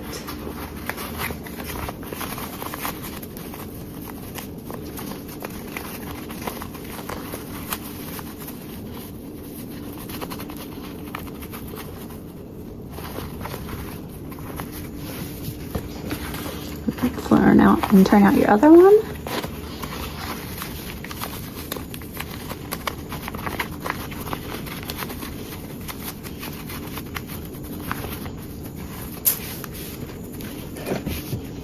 And now you grab your stabilizer pieces. I have H1. If you have the extended straps, then they would be H1. Insert your stabilizer and you'll get it nice and snug down into this bottom corner.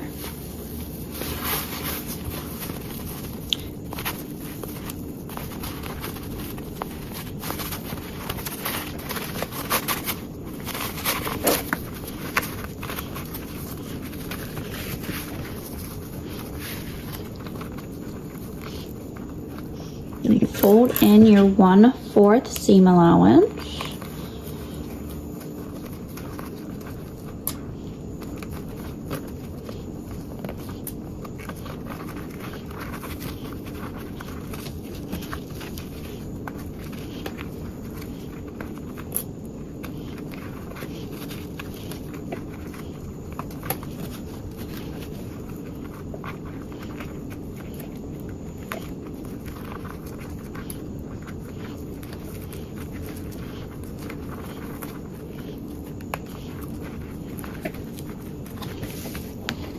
And then we'll top stitch around this perimeter with a 1/8 seam allowance.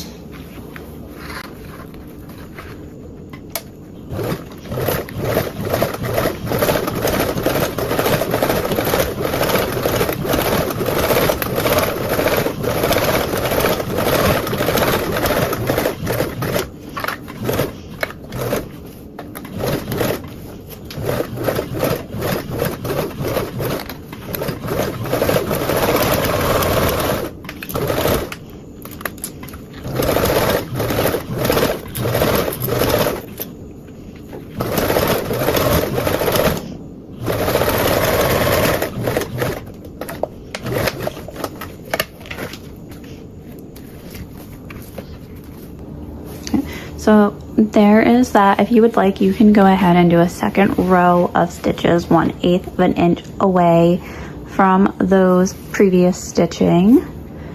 I'm gonna set this off to the side real quick and do my other strap.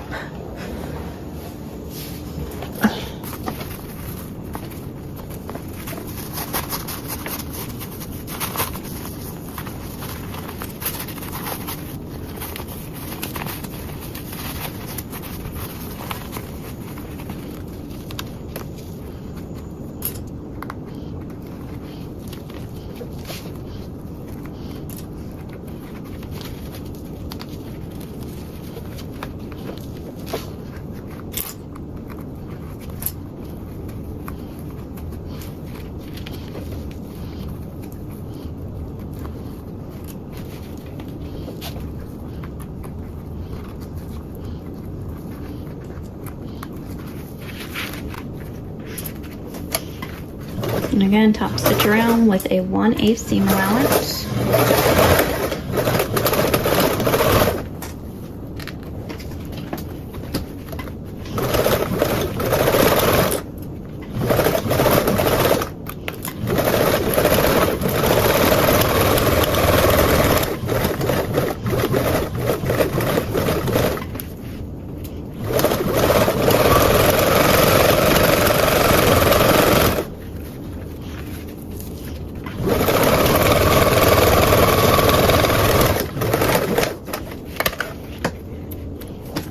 There's that strap. Take your straps and they will go with the curve outward. Not saying that that really matters for this step too much, but we're going to measure from the bottom up 2 inches. I'm also going to find the center of that too. And that will just help with centering the strap. Oh, eek. Okay. And then we'll pull back out our ladder buckles and remove the double-sided tape backing. So you'll remove the double-sided tape backing and we'll place the edge of that centered right at our marking. So that way that little piece hangs over.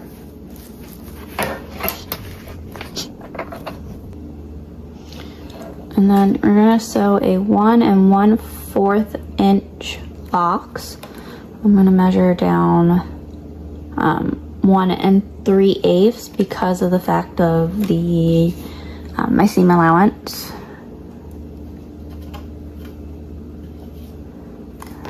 So then I'll have that the 1/8 of an inch seam at the top.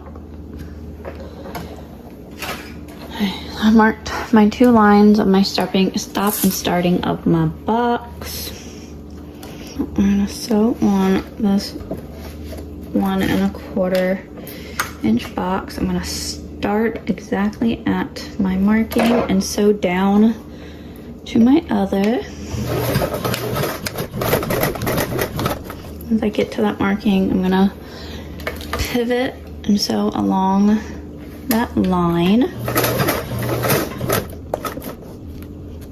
I'm gonna sew back up.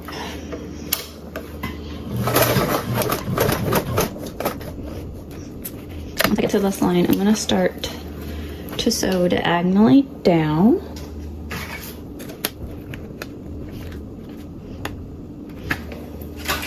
And then I do have a separate video on just box stitching if you want to check out how to do box stitching even more of a close-up.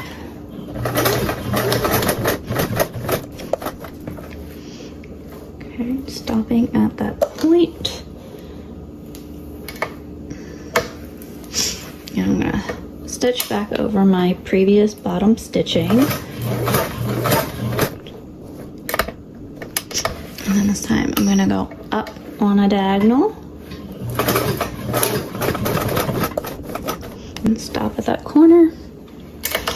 And then I'm going to sew across.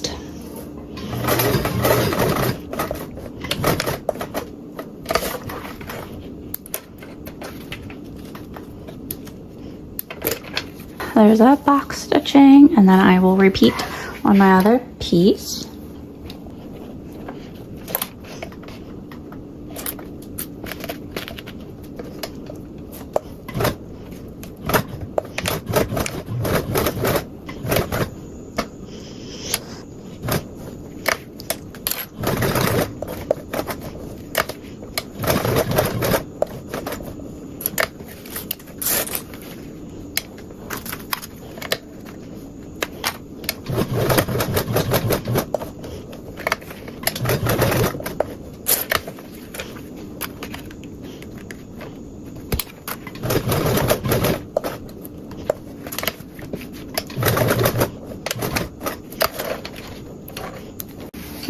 Now your straps are completed and they are now ready for your back panel assembly, so you can skip to step 55. Now moving on to our back panel. You need your 2 pieces of D6, your 2 pieces of seatbelt webbing that is 1 inch wide. And this length of this can be different per the wearer. Like if you have, if you are a bigger build, it does help to make these longer so you have more room to adjust. For my kids, I usually cut them a little bit smaller, so they're not as long, because then they'll just dangle. My kids also wear their backpacks pretty close to the backs, so. I'm gonna fold these in half with the long straight edge. So fold it in half along that edge. And then we're gonna mark 1/4 of an inch from that folded edge. And slide in our webbing. A 3/8 overhang. Okay, and you will want to position it above our marked line. So there's that one. This is our folded edge, marked up 1/4 of an inch. Then we stuck our webbing in with a 3/8 overhang. Then we're gonna sew across this edge with a 1/4 seam allowance.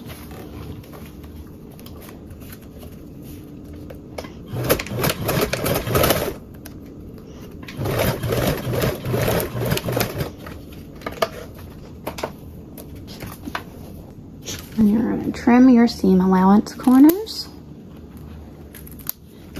And then turn your fabric right side out. And we're going to top stitch the entire perimeter with a 1/8 seam allowance.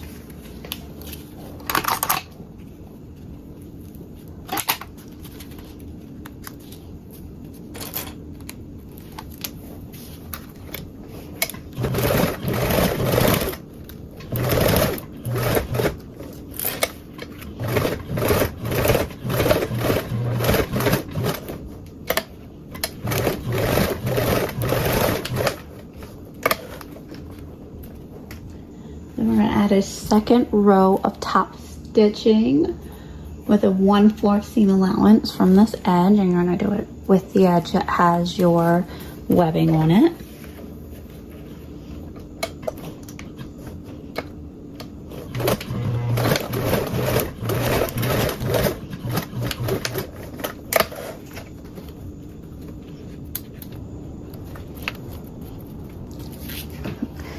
And you'll have a piece that looks like that. And you'll repeat for your other one.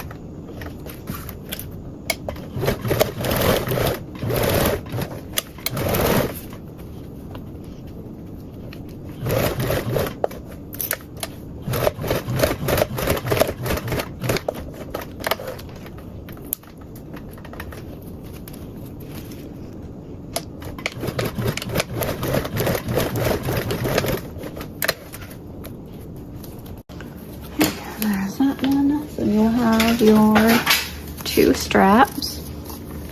Set these aside for now. Now for the bag hook, if you are doing one, you'll need your piece of D5. Knowing that long edge, we'll draw a center line down the wrong side and then fold in to meet that center.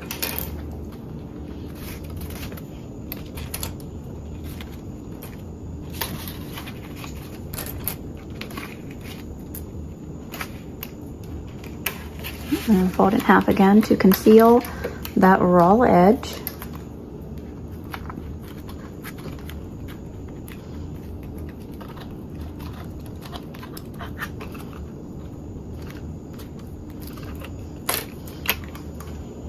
And we can sew around the perimeter with a 1/8 seam allowance.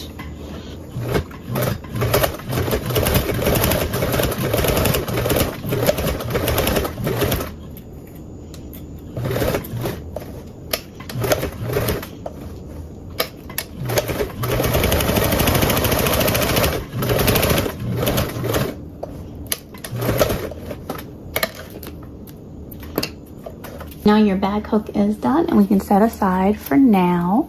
Now moving on to our zipper pocket for the back panel, you need to take one of your pieces of D3 zipper pocket lining and transfer your zipper block marking from the pattern, or you can manually draw it on. I did already pre-draw on my pieces and this is on the wrong side of the lining.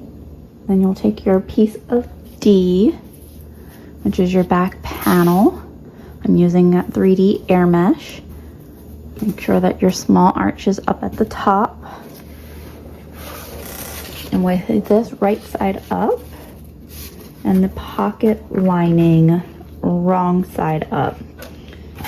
I'm gonna match our zipper panel 4 inches down from the top, or you can take the placement markings that are in from the pattern piece. I'm gonna use some tape to hold this panel in place. And we're gonna sew across those 2 lines again to make the start of our zipper box.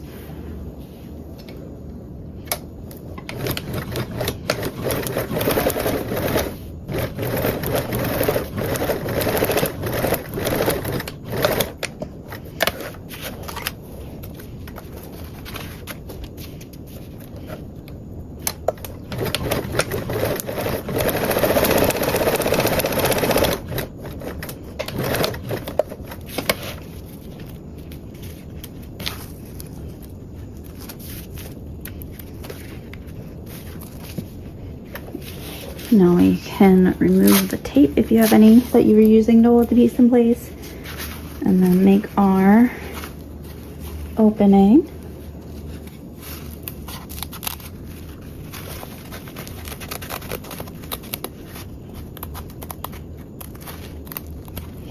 And this is the same process as we did for the front panel.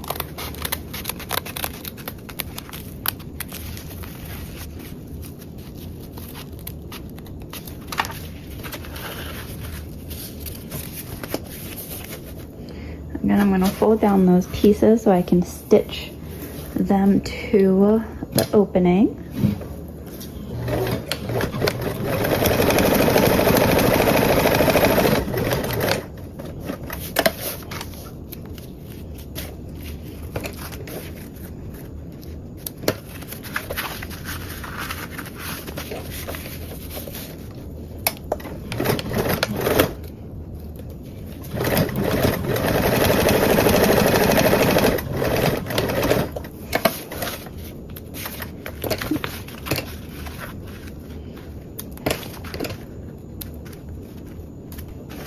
Now you can push the pocket lining through.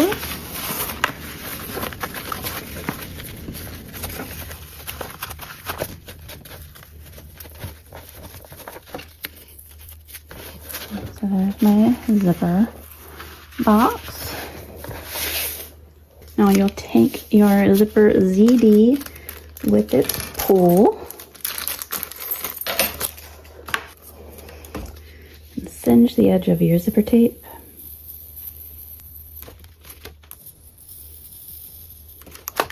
And slide on your pull.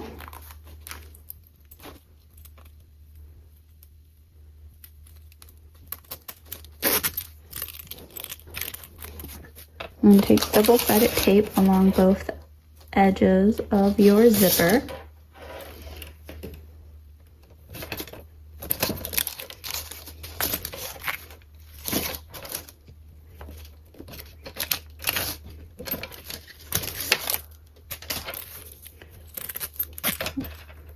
And then you can remove the backings to the double-sided tape.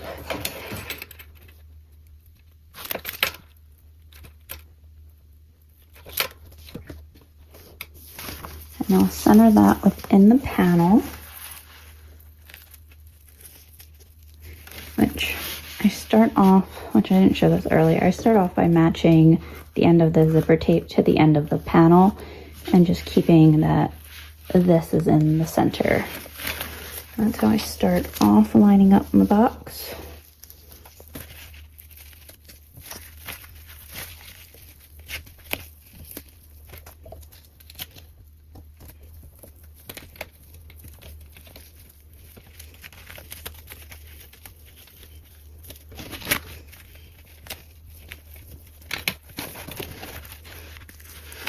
And now I can sew around our box with a 1/8 seam allowance.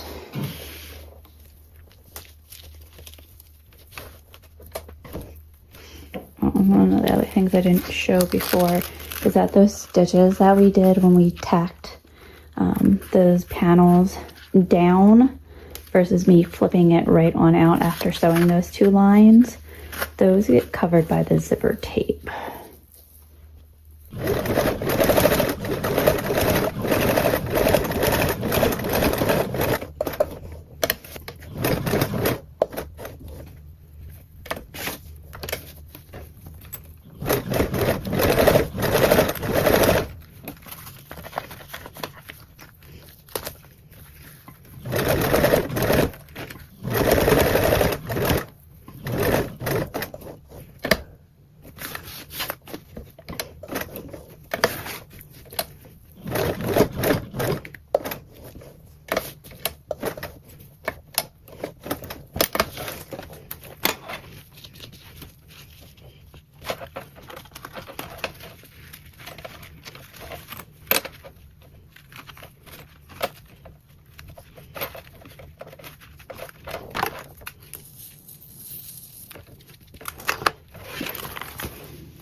there's that part. Now we can add our other part of our lining. So we'll return to the wrong side of the panel. And you can trim your excess zipper tape.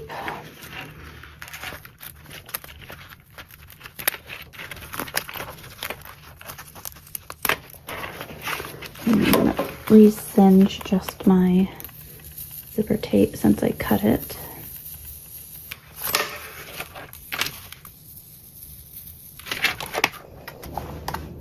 Then take your other piece of D3 and place that right sides down so your linings are now right sides together.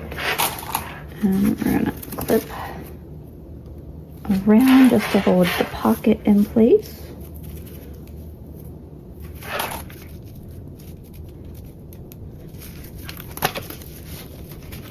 Now we're gonna sew around and close our pocket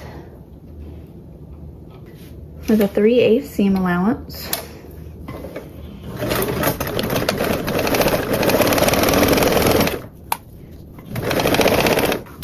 Just remember to keep your main panel out of the way.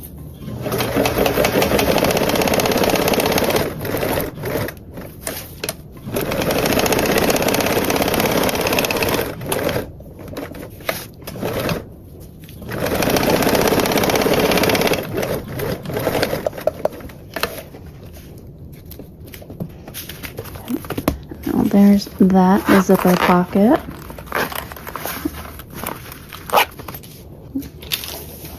And then you want to take your piece of D2 stabilizer and apply a piece of double-sided tape down the center.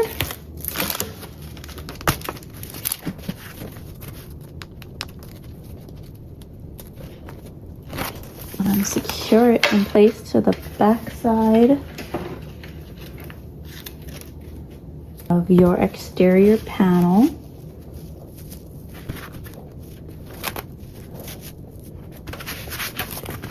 Make sure that your zipper lining is flat.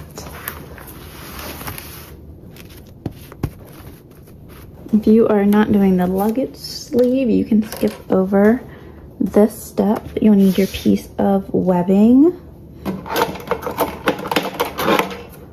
We're gonna singe our ends.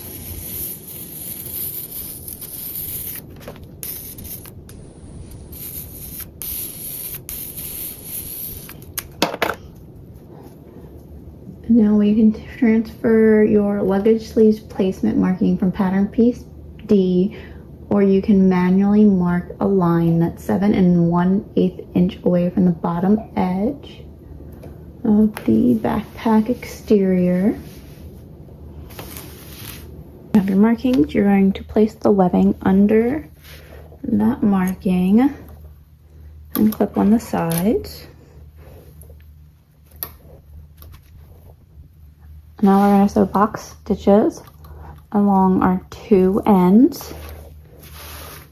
And those boxes will be 1 1/4 inch big.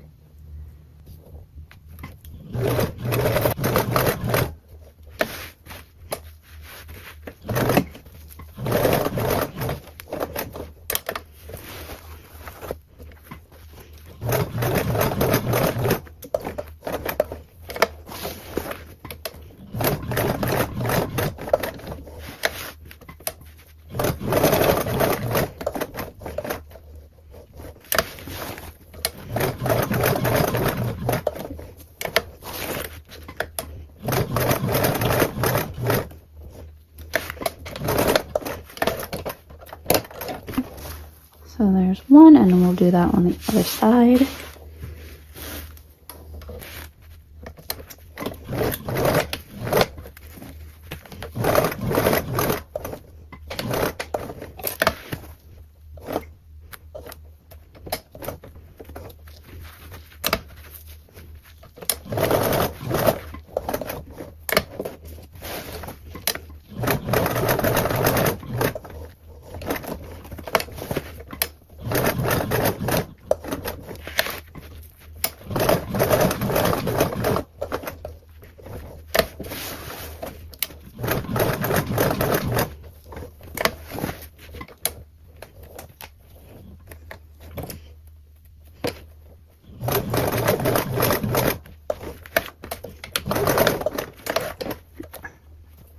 And there's that box.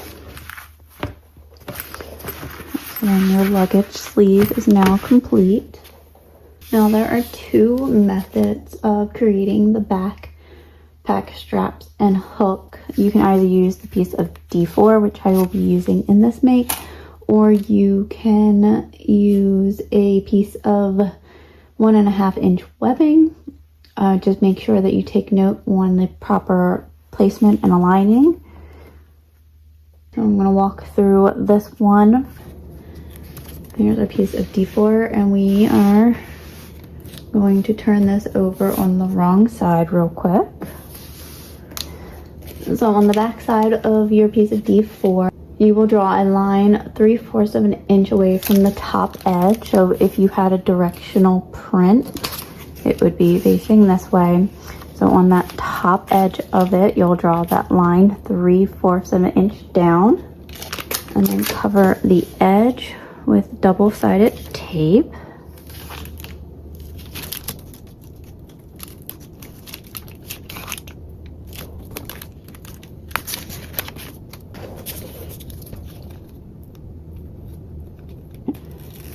And then remove that backing and fold up to meet that marking that we drew.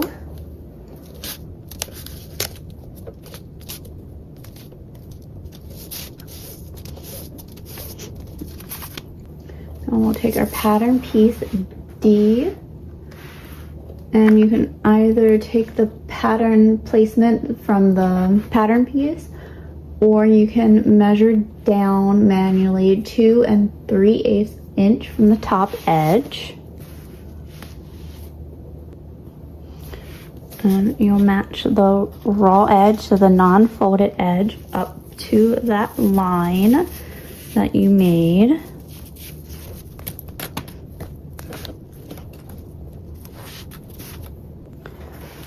You're gonna sew this along on the side that has the raw edge, so not the folded edge, and you'll sew with a 3/8 seam allowance. It does help to draw on that seam allowance.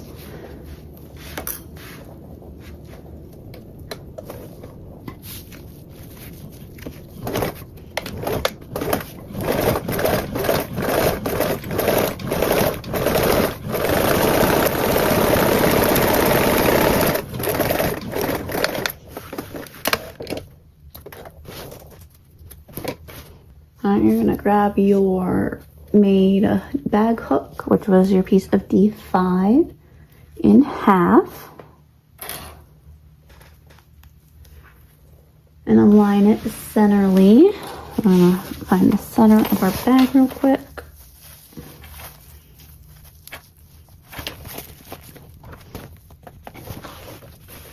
And then when we center this, we're gonna have the ends that are about 3/8 of an inch apart. You'll have the bottom of your hook just slightly above that stitch line. And you can base these on.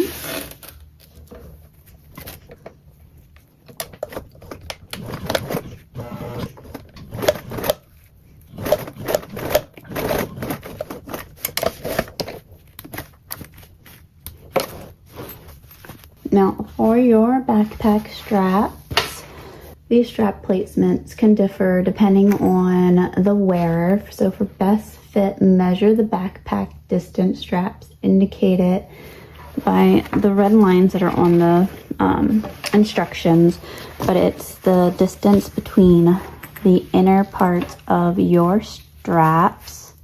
For reference, most school age goers are between 1 5/8 to 2 3/8, and adults would be anywhere from 2 inches to 3 1/8 of an inch. So if you have your wearer around you, you can always base these on and kind of ask and see how they look over the shoulder. Now for your straps, you want to make sure that those are facing outward, so the curves are going out and not in. You don't want those to go in. So I'll put them this way and then flip them up. As you see, those are facing out. And then align those slightly above that previous stitch line. And I made markings for where I needed those ends to stop so that it's easier to baste. And then I'm going to baste these on with a 1/8 seam allowance.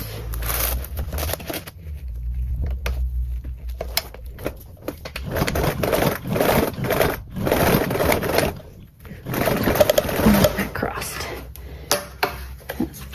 That will make it easier for me than trying to reposition it. Okay, I'm going to put that in on that.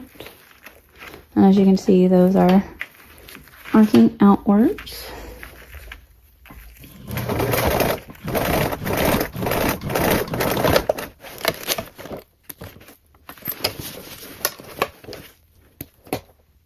Now you're going to fold up that strap backing. You can hold it in place with clips, or you can do double-sided tape along that seam. And then you're going to sew around the perimeter with a 1/8 seam allowance. And then if you would like, you can sew another row of stitches down the middle. Or you can use rivets. And then as I sew, I'm gonna back tack across the start and stop of my backpack straps and my back handle for a little extra reinforcement. First, I'm going to do that perimeter stitching of a 1/8, and I like to do the top side first.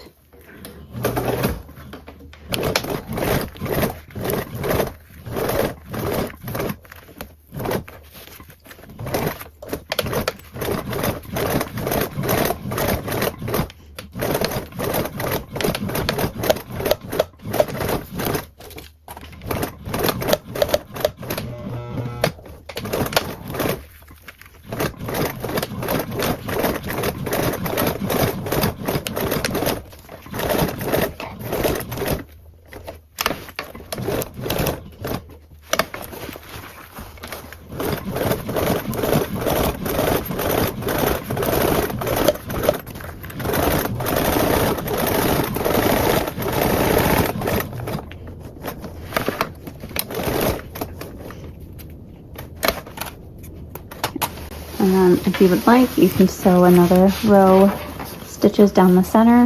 You can place your rivets. Now to attach our strap connector tabs. I'll take those. You can take your pattern piece D of the back panel and transfer the markings for the strap connector tabs, or you can manually measure 1 3/8 inch up from the bottom edge. And we'll place these strap connectors just above that marking. And you want to have your webbing facing up and into your bag.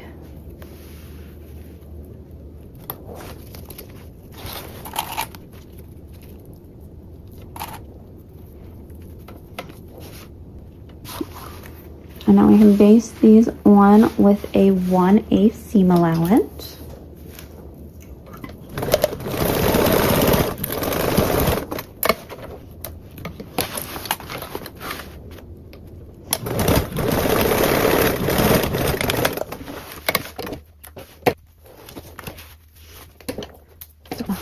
Those are both of those. You need to take your back panel lining of D1 and place that right side down so we can take our back panel and place that on top of it, encasing all of that. So you'll see the right side here and the right side there. I'm going to clip around with a fair amount of clips. This go around since I'm working with the 3D air mesh, and that has a tendency to like to shift.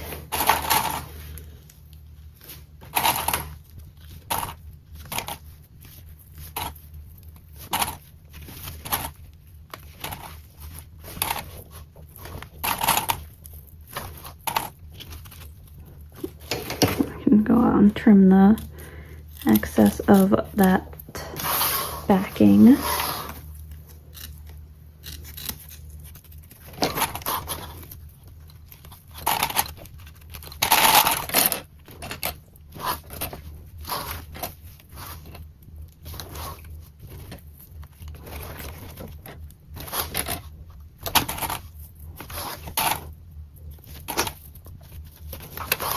Baste around with a 1/8 seam allowance.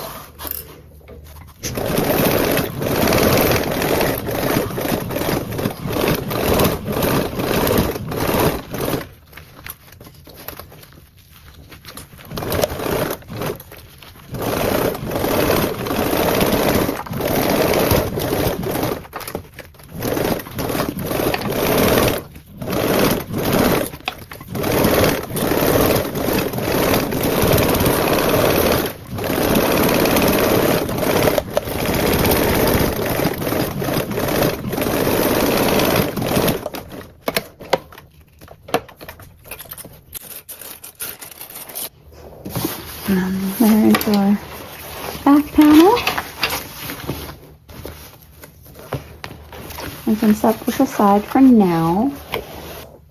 If you are not making the laptop compartment, you can skip to step 70. Right now is a good time to pause and treat yourself to a well-deserved break. For the laptop compartment, we're going to take our lining piece of DD1, that's that right side up, along with our zipper tape ZDD, along with our 1 to 2 pulls. I'm doing 2 pulls for it. So we're going to take our zipper tape first and singe our ends.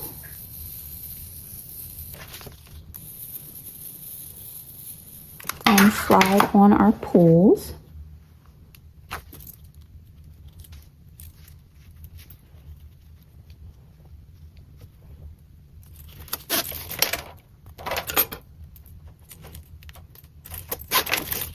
Now with your lining right side up and your zipper tape right side up, we're going to match our short edge and then baste with a 1/8 seam allowance.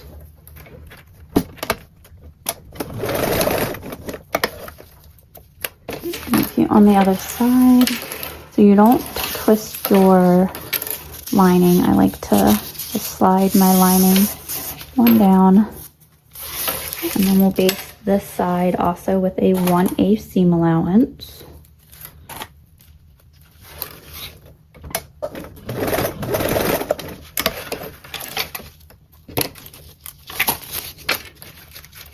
And you can ensure that 1, you have your pulls on, and 2, that you make a loop that does not have any twist.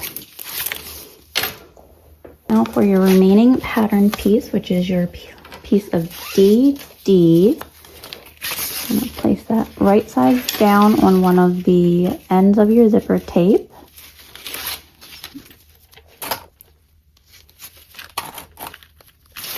And then sew with a 3/8 seam allowance.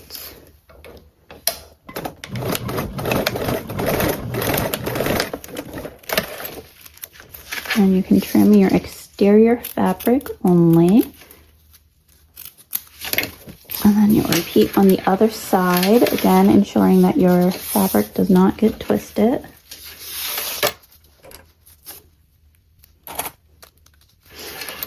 And then sew with a 3/8.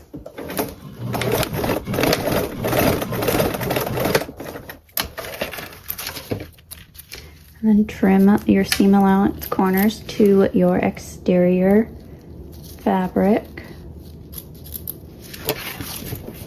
And you can turn that right side out. And we're going to top stitch along our joined seam with a 1/8 seam allowance and baste around our perimeter.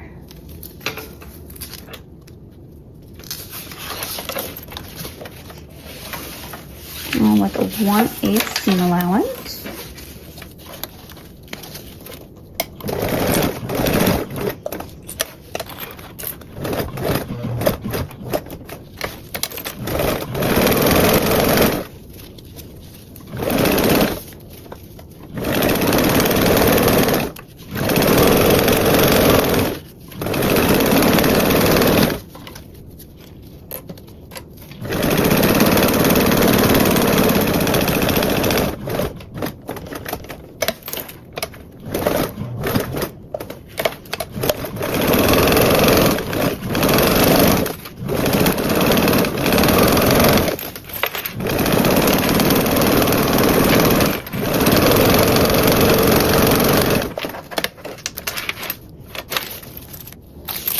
Now our zipper gusset is completed and it's not twisted. And now this is ready for final assembly. Okay, now final assembly time. There are two different ways of finishing with the binding. You can do it the standard method, which is taking bias tape that's anywhere from 1/7, 1/8 to 1 inch, and you'll just fold it over your seam and stitch. Or you can do it the pre-attach method way, which is good if you struggle with doing binding. As you attach your binding, then it needs to be at least 1 1/8 inch wide of a binding. So you can't do this method with 1 inch. You'll go ahead and attach it to your gusset around first and sew, and then fold over. Now that does add bulk, so it can make it a little bit more bulky, but it is easier to sew and do binding if you have if you struggle with doing binding. Just make sure that your machine can handle the extra bulk. I'm going to do the standard method, but the pre-attach method is covered in step 76 and on. And the assembly order is the same no matter what method of binding you are doing. And first you're going to start off with your zipper gusset, or the back of zipper gusset, so your laptop zipper gusset. And then your back panel. So if you were doing the simplified version that didn't have the laptop compartment, you would skip over doing this gusset, and you would attach this right to your main gusset. And you would turn this inside out, so this would be this way, and then you would attach this back panel towards your grab handle and put those right sides together, so it would look like that if you were doing just the simplified version. This panel may or may not have your sleeve pocket or even a slip pocket and zipper, depending on which way you want it to do your backpack. Since we are doing the laptop compartment, I'm going to take this with the back side right side up, and our zipper gusset for our laptop compartment. We're going to take our center points of our laptop,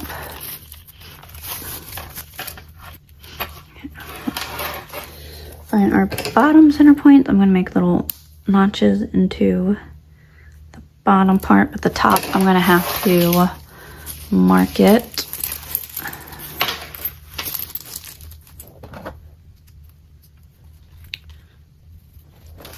Now to find the center, top, and bottom of my panel.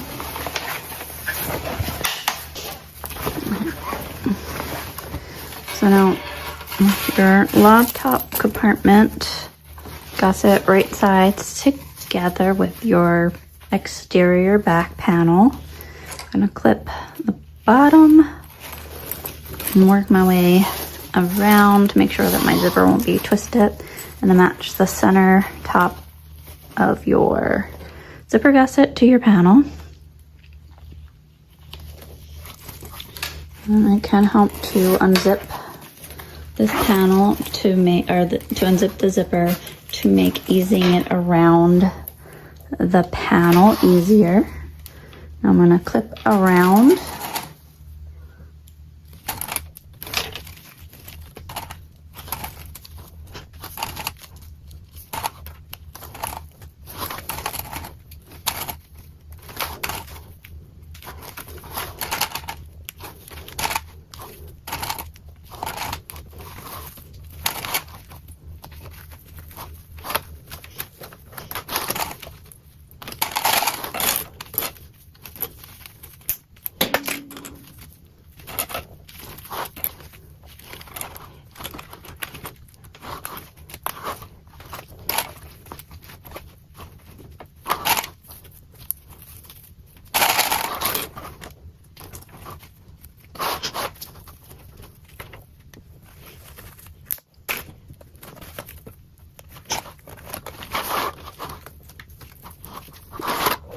And then ensure that your webbings are out of your way.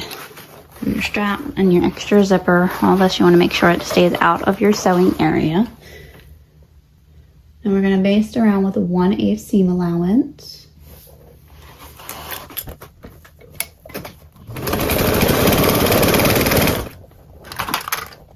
And then hemostats really help around the curve to help you hold your layers in place.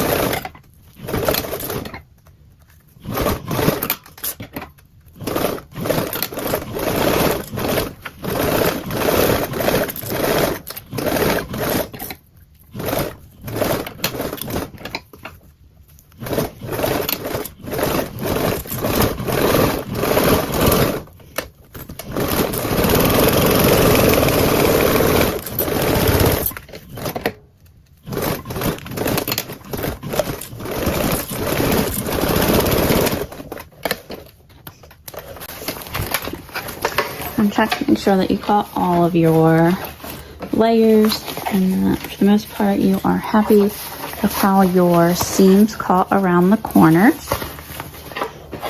And especially check up around your zipper tape. You want to make sure there's no gapping or puckers. Now time to do our binding. I'm going to start from this bottom edge. You can clip all the way around your binding first if you like, or you can work it on as you're sewing.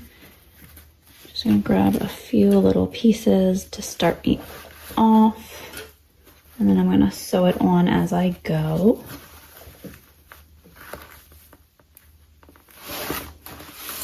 And this time you're going to be sewing with a 1/4 seam allowance.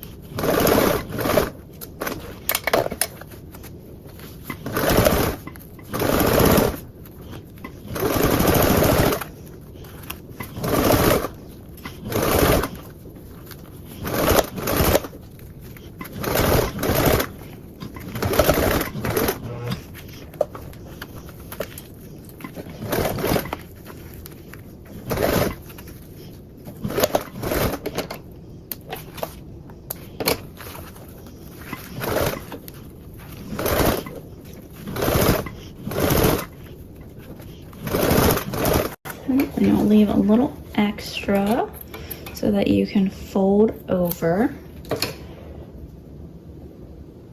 and hide that raw edge.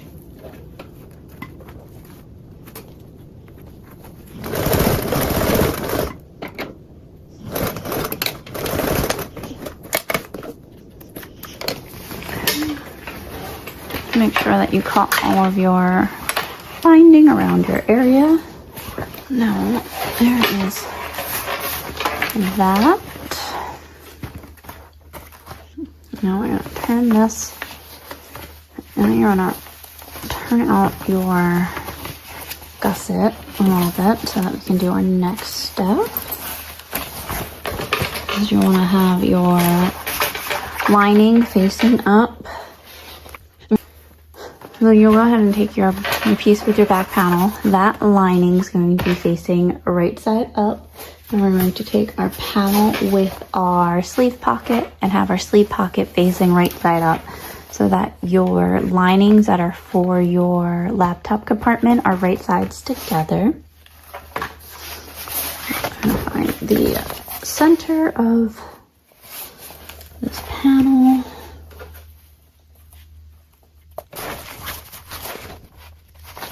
And that's your center point.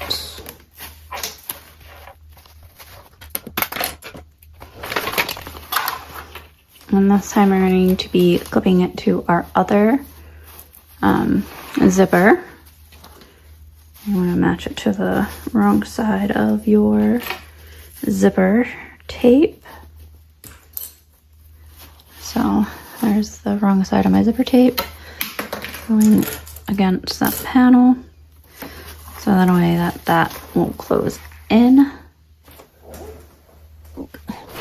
Now I'm going to go ahead and clip around.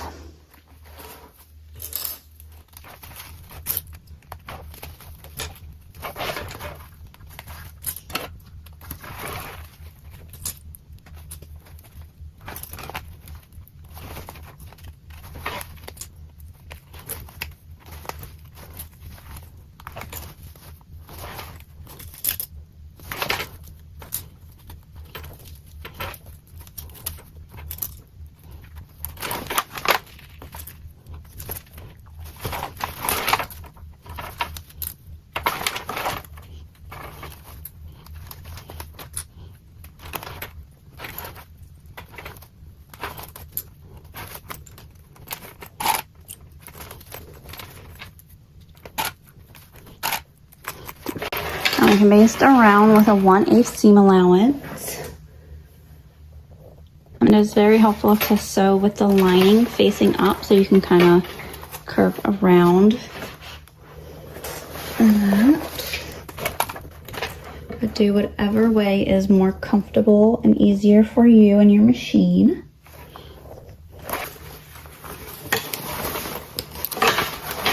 I'll stuff my sleeve, my straps down into my pocket. Now it helps to sew with the panel lining facing up. And then you're going to baste around with a 1/8 seam allowance.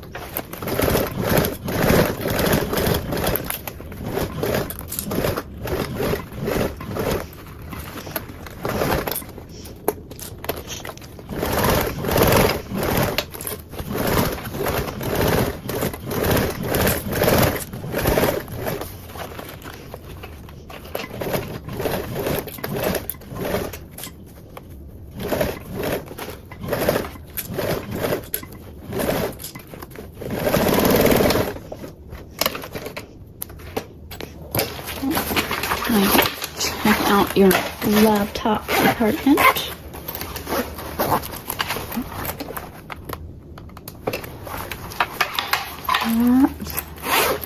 And zip. And there's your laptop compartment.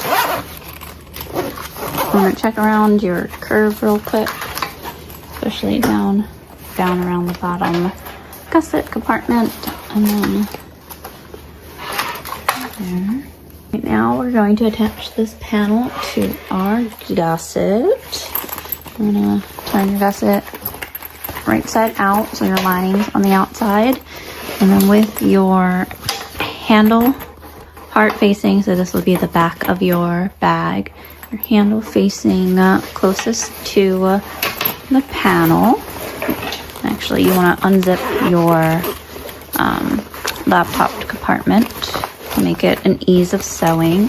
And again, I'm going to tuck my straps down into that compartment. So again, take your gusset with your handle side and place the back panel down into your gusset. So you'll have your lining facing right side up. And match the center of your panel to the center of the gusset at the top and the bottom. So you'll find your center point of your gusset at the top and the bottom of your zipper gusset. And do both sides of it before you start sewing, so that way on your other side it'll be easy to match that center / find that center. I'm going to go around and clip around and make sure that these parts go into that center, so that when you look from the other side of the gusset, you'll see your back panel.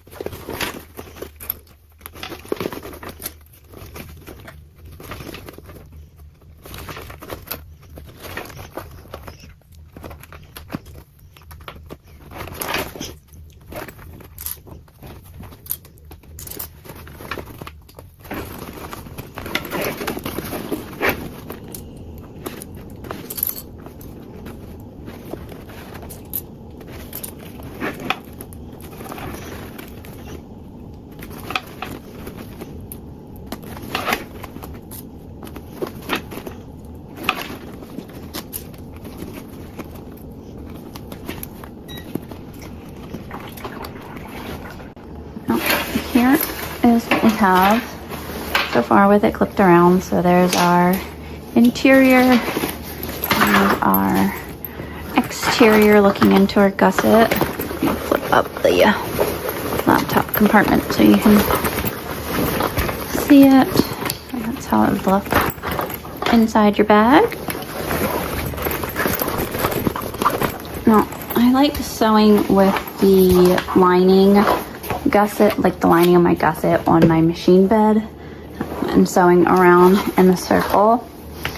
That will help catch your corners really nicely, and also maneuvering around the bag. Now, one helpful way of tackling this would be to sew your straight edges first and then come around and sew around your corners. I'm going to baste with a 1/8 seam allowance.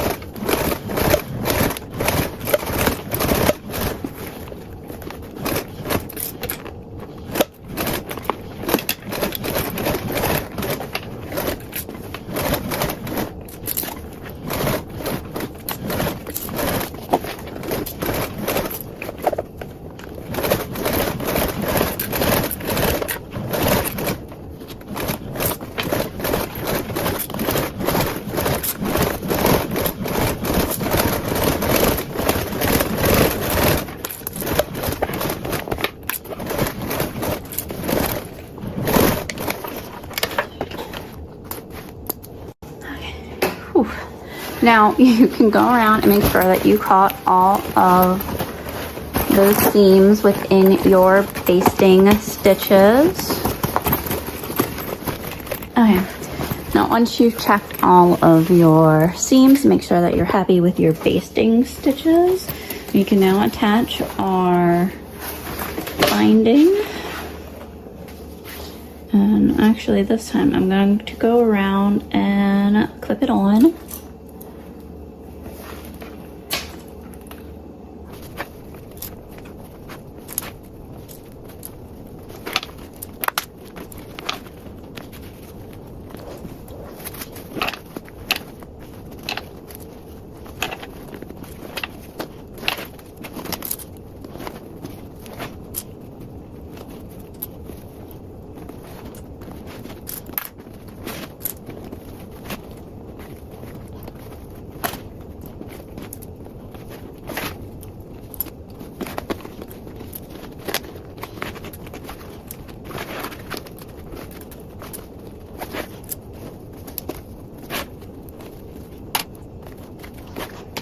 And we're gonna leave a little tail slash overhang.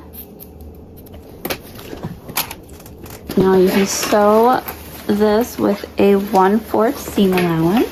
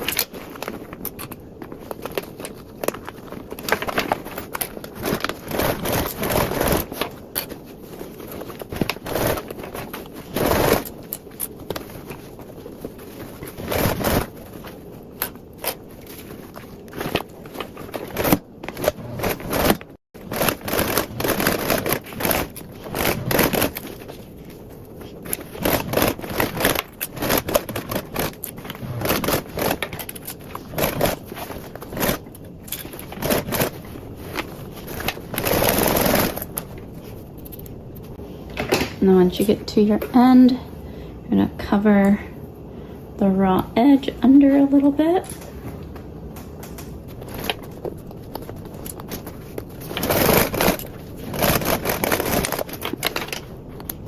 Now you can go around and check that you got both sides of your binding all the way around the bag, and then also you will turn out to check to make sure that we are happy with our gussets and curves. And once you've checked all of your curves, we are now good to move on to the next step. And if you haven't yet, right now is a very good time to definitely take a break, get a snack, some sugar. This last part is one of the more challenging parts just because there's so much to maneuver around your machine. Okay. Now we are ready to attach our very last panel. That's the front panel. So make sure that that top gusset is open so that way will make it easier to turn out your bag. Here's our front panel. And attach this with the 3D pockets facing into our bag. We're gonna match up that bottom corner or that bottom edge, which is why marking that center on your panel pieces was important.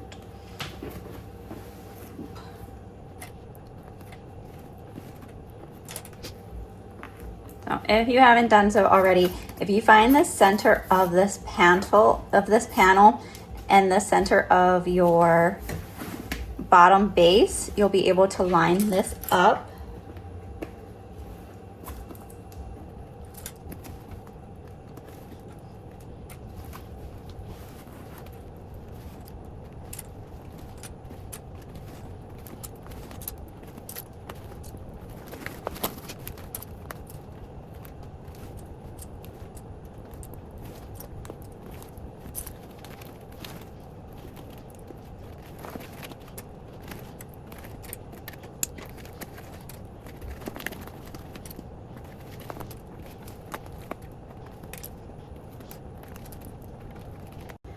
Now this step can be a little challenging depending on the materials that you chose and your stabilizer, as this bag has that nice strong structure and there's a lot to get up under your machine.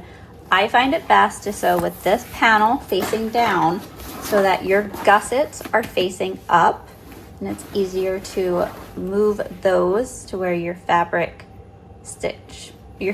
pushes into your machine. If you find it challenging to sew like that, you can definitely sew in a loop around.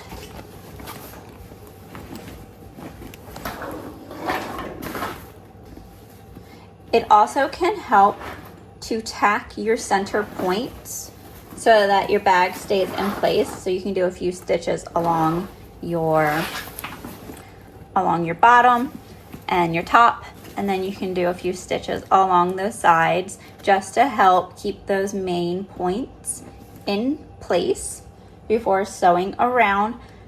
Definitely go ahead and take your time. Make sure that you're manipulating your fabric so that all layers are meeting up. And we're gonna base around this with a 1/8 seam allowance first. And then I'm gonna keep you on the above view for this one. And then I'll take you to the front facing for the binding view. I will say it's also very helpful to have hemostats just to help pull and hold those layers together.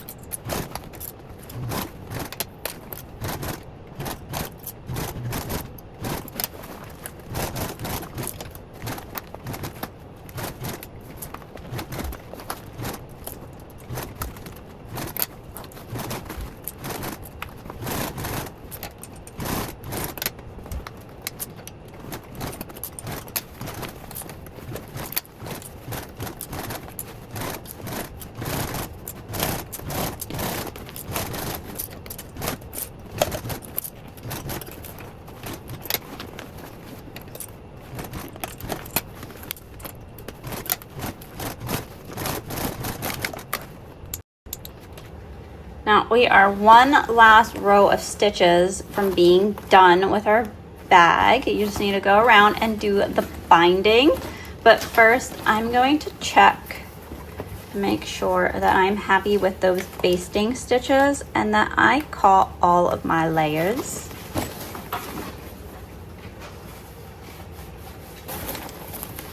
Because that will ensure for a nicer, smoother finish. And you can completely turn your bag right side out if you would like to check those stitches. And now, because these seams are so thick, I am going to go ahead and switch over to my 1-inch binding versus doing the 3/4 that I was using, just to give me more room to make sure that I get the right seam allowance. Now I'm going to go around and pre-clip this on to help make it a little bit easier for me. It really just kind of depends on the mood that I'm in, whether or not I clip on before I sew or if I just sew. Usually if I have to maneuver a bag around a lot, like I do with this one, I usually end up clipping it on beforehand, just so I have a general idea of where that binding is going to be and I don't have to position it and position my bag. I will check to make sure that I'm pleased with the position of my binding as I'm sewing though.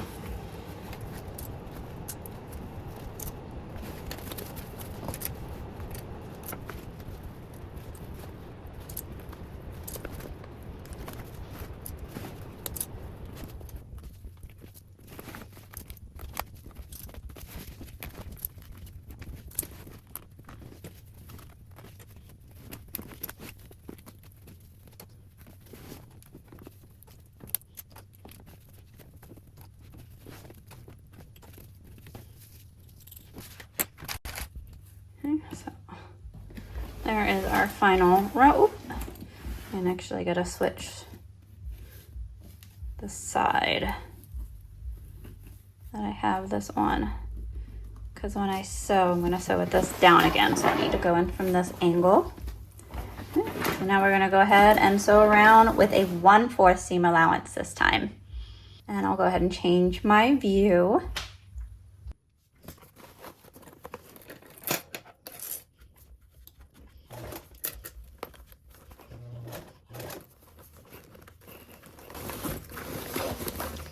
And then I'm doing this gusset portion. It can help to lift that panel up of that front zipper, just to get that to lay flat.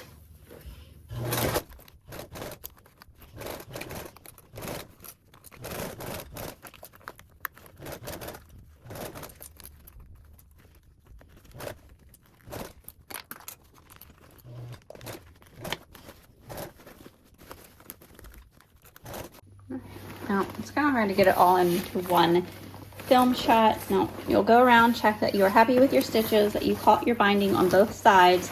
Now, keep in mind that this binding will go into that deep crevice, so you won't fully see it. So they don't have to be goober perfect. Now you're gonna turn your bag right side out. I find it easier to pull out that panel first, because I had it unzipped, and then to pull from the bottom of the bag.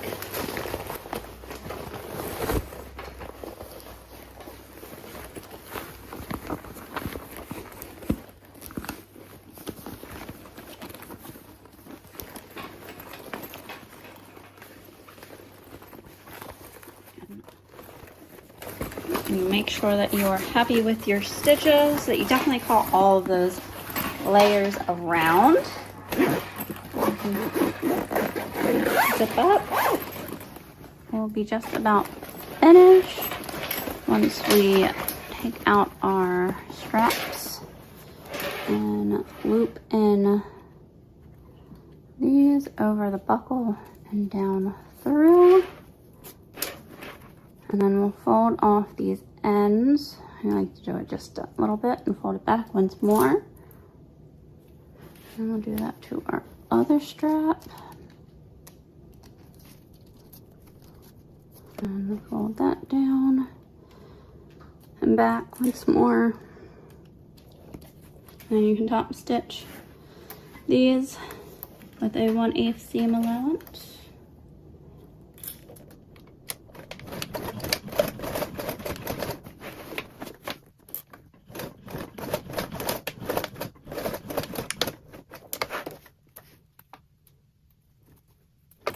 Switch that view so it's easier to see the bag as a whole.